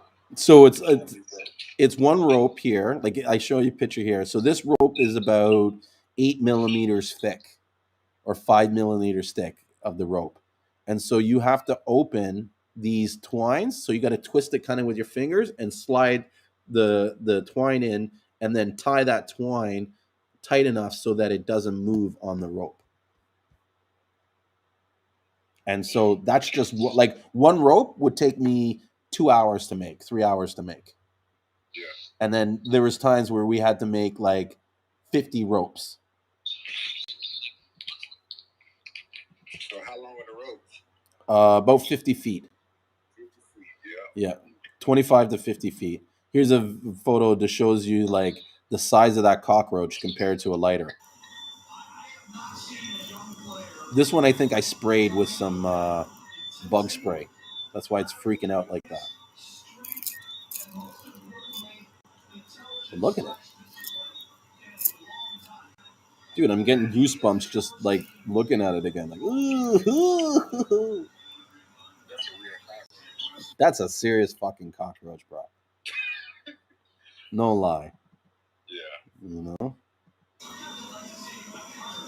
And that's the thing. These things, they're not really in your house. They fly. Right. So they'll fly. Like you'll see this thing fluttering, and it'll fly into the house, and you're like, "What the fuck is this?" And it's it's a cockroach. There's my dad in front of our house, just fixing the fence, basically. See the wicket fence? That was like, I think he's done both sides now or whatever, but that the other side where the wall is used to be a fence, and then the fence was caving in, so he had the wall built, and then this planter.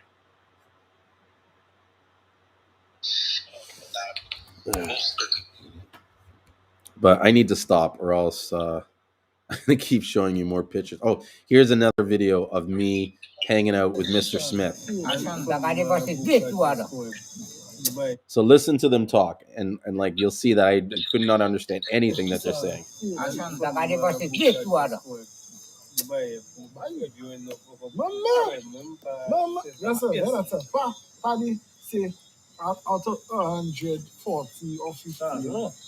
100 ago. Ikaw kaki, yes, wala Laban mo yun. May version. No, c'est pas juste ça. Mani Qui sa femme shona. de travail? Na ulti bakit na. How much man do you giving the Kila woman? sala yo. Qui femme de travail? Which woman? You baguette. Person ba ka Okay, personne m'a You hear him talking? So imagine a guy like that talking to you, like,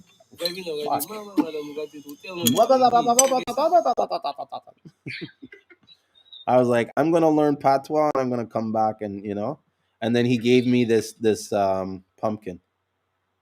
That was a nice gift that he gave me.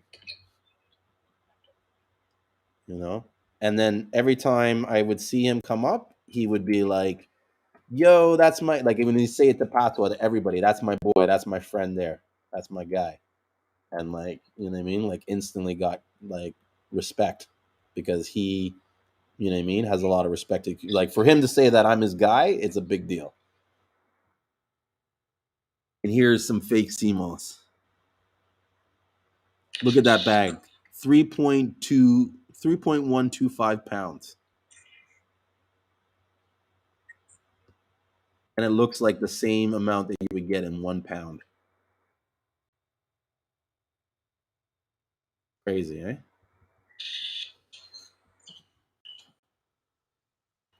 Oh. And then that's the food we used to eat. Oh my God. Oh. That's their fast food.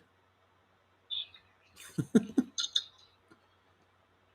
like beautiful.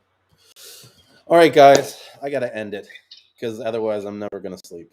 All right, boss. Yeah. Was it almost 5 o'clock over there, Julian? Yep. It's 10 to 5. I'm sure my family is kind of like, what the hell? When are you going to end this? Because they can hear me. Like, I talk loud, right? So they can hear me. Oh, there's someone in here. Do I have to go in there every day to bath for healing from years of pain for after injuries? Yeah. Hey, you want to know something? What?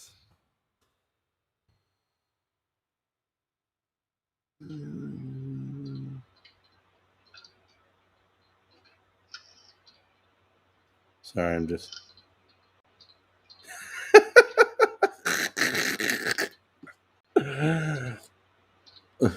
Who the hell is this? So, are you guys reading the comments on the live stream? Let me go into it. There's some. No, I'm laughing because someone's in there and they're making fun of the fact that I'm balding, which I always find funny. Like when they do that, because a lot of these guys that are in their ways, I guess, to describe it, the first thing they do is they attack me on my appearance. Like when I'm spitting facts and information, they're like, well, how are you, why should we listen to you? Look, you're fat and you're balding. And I'm just like, okay, so what? That negates any information that I have? Do you know what I mean? Like that makes no sense, right? Yeah. Like literally. But it's you said like, that was in the very beginning? huh? When did you say that was happening? When you first started? Like all the time. Anytime I got into an argument with a guy that was those guys that would be like, oh, the Seamoss is from the gets the nutrients from the rocks, I would kind of show them proof that's not true. And then one of the first things they would kind of say to me is like, well, how do you know anything? Look at you. You're not into health. You're fat and you're bald. And I'm like, well, I'm not fat, right? One. And then two, yeah, I'm balding, but like the fuck does that have to do with the information that I have? Do you know what I mean? Yeah. To Yeah. to the point. Sorry. No, Dr. Sebi never. Did he ever have hair? I don't know. I don't think he's fully like, how do you say it? I think he's balding slightly. I'm sure. You know what I mean? But that doesn't mean anything. So what if I'm bald? Like, what does that mean? Like, that means nothing. you know? And so my view kind of is like, okay, you know what I mean? Like, I don't even know where to start. Like, whatever. I'm trying to see who this person is because I just want to laugh. Oh, you think you're tough with your Seamoss? Oh, does this guy want to? Who is this Gia? It's funny. It's always when I'm about to leave that these guys try to. Middle of the night trolls. Yeah, he's trying to troll me. But listen, I'm the troll. I'll tell you that for a fact. So yes, G whatever, GG yay. I am tough with my Seamoss, and I don't know. I don't know how to. He says, and you sound feminine. Great, you know what I mean. And he's wrong. I do have a family. Let me see. Where is this dude at? He's on YouTube. He's just some guy on YouTube. Okay. Yeah, he's on YouTube. I'm looking at the Facebook feed. So that's right. But even in the Facebook feed, you'll see it on the comments. Yeah, I do. Yeah. Okay.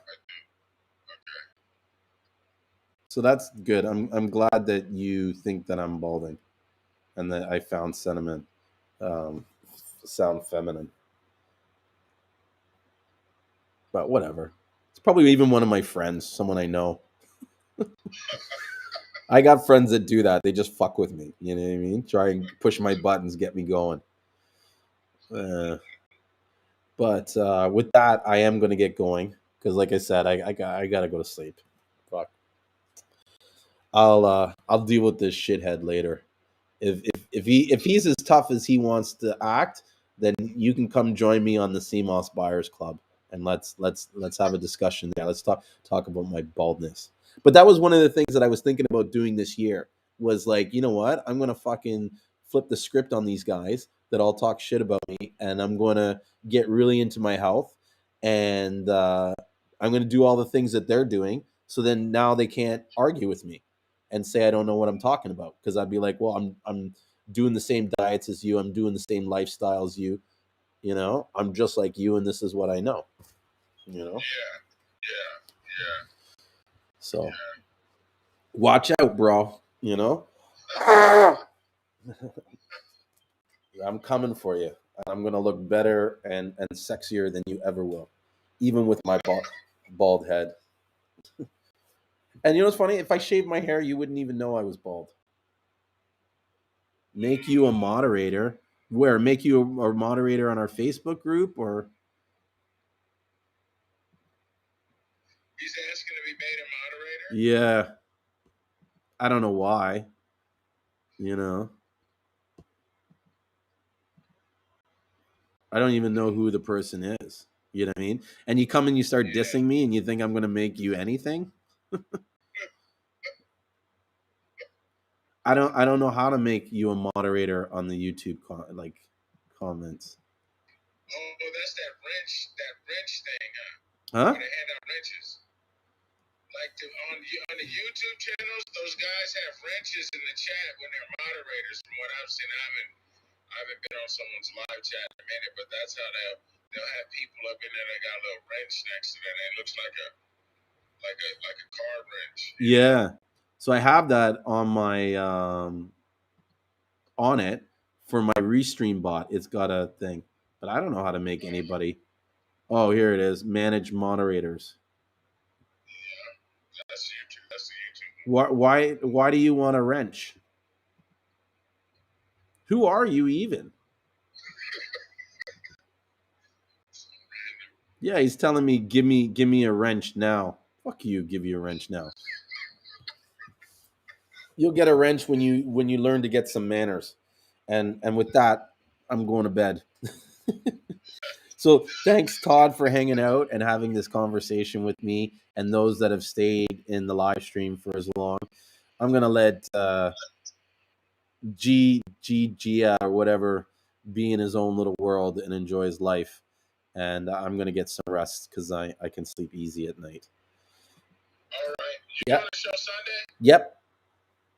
right. See you Sunday. All right. Thank you. I'll take care. Yeah. All right. Have a good night. And bye, everybody else. And have a good day. Bro, you got 3 subs. What do you care how many subs I have? And what are subs? I don't even know.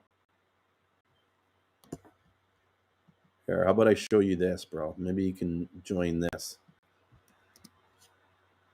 I'm barely on YouTube. There.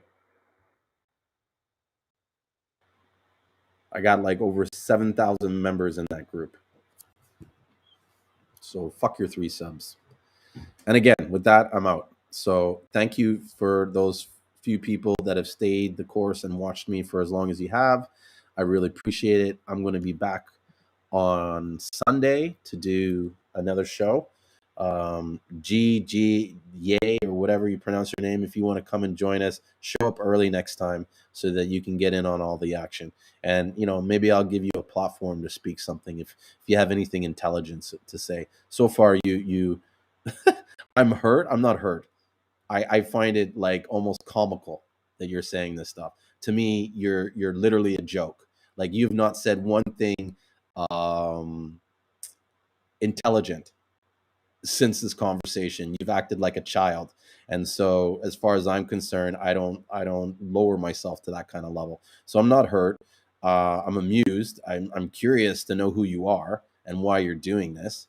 But like, dude, if you want to have a discussion with me and go back and forth about Seamoss, I'm all there. Punked me. You didn't punk anybody. Bro, the only person you punked is yourself. You came in here and you look like an idiot, telling me I'm bald and I got 3 subs. I like the more you talk, the more I'm beginning to realize that you are you're someone I know. You have to be.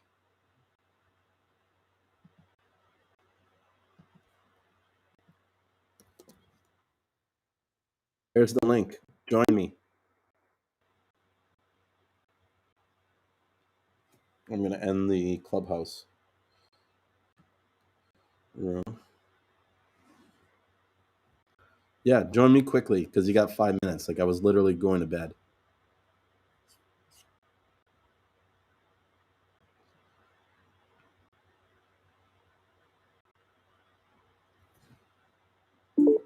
Oh, you showed up. Jeff.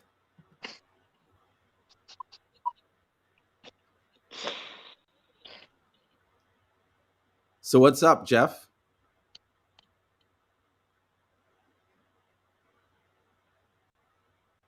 Jeff, you there? I know you.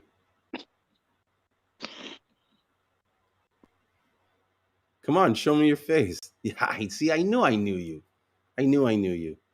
I don't know who you are, but I know you just because of the way you acted. You know what I mean?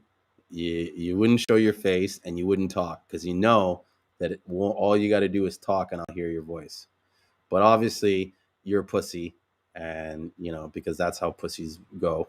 And yeah, I knew this is what was going to happen. So, with that, I am going to leave, and I'll say this, bro. If you're serious, come join me next Sunday. I start these live streams at 9:30. I do them every Sunday and Wednesday, and they go for as long as I feel like it. Like today, it's been doing this almost 5 hours, and so come next Sunday, and show your face and let me know who you are, and I'll give you a wrench. Okay. But until then, I'm gonna go and get some sleep. So you guys have a great night, and I will see you on Sunday. Oh, don't forget to take your Seamoss.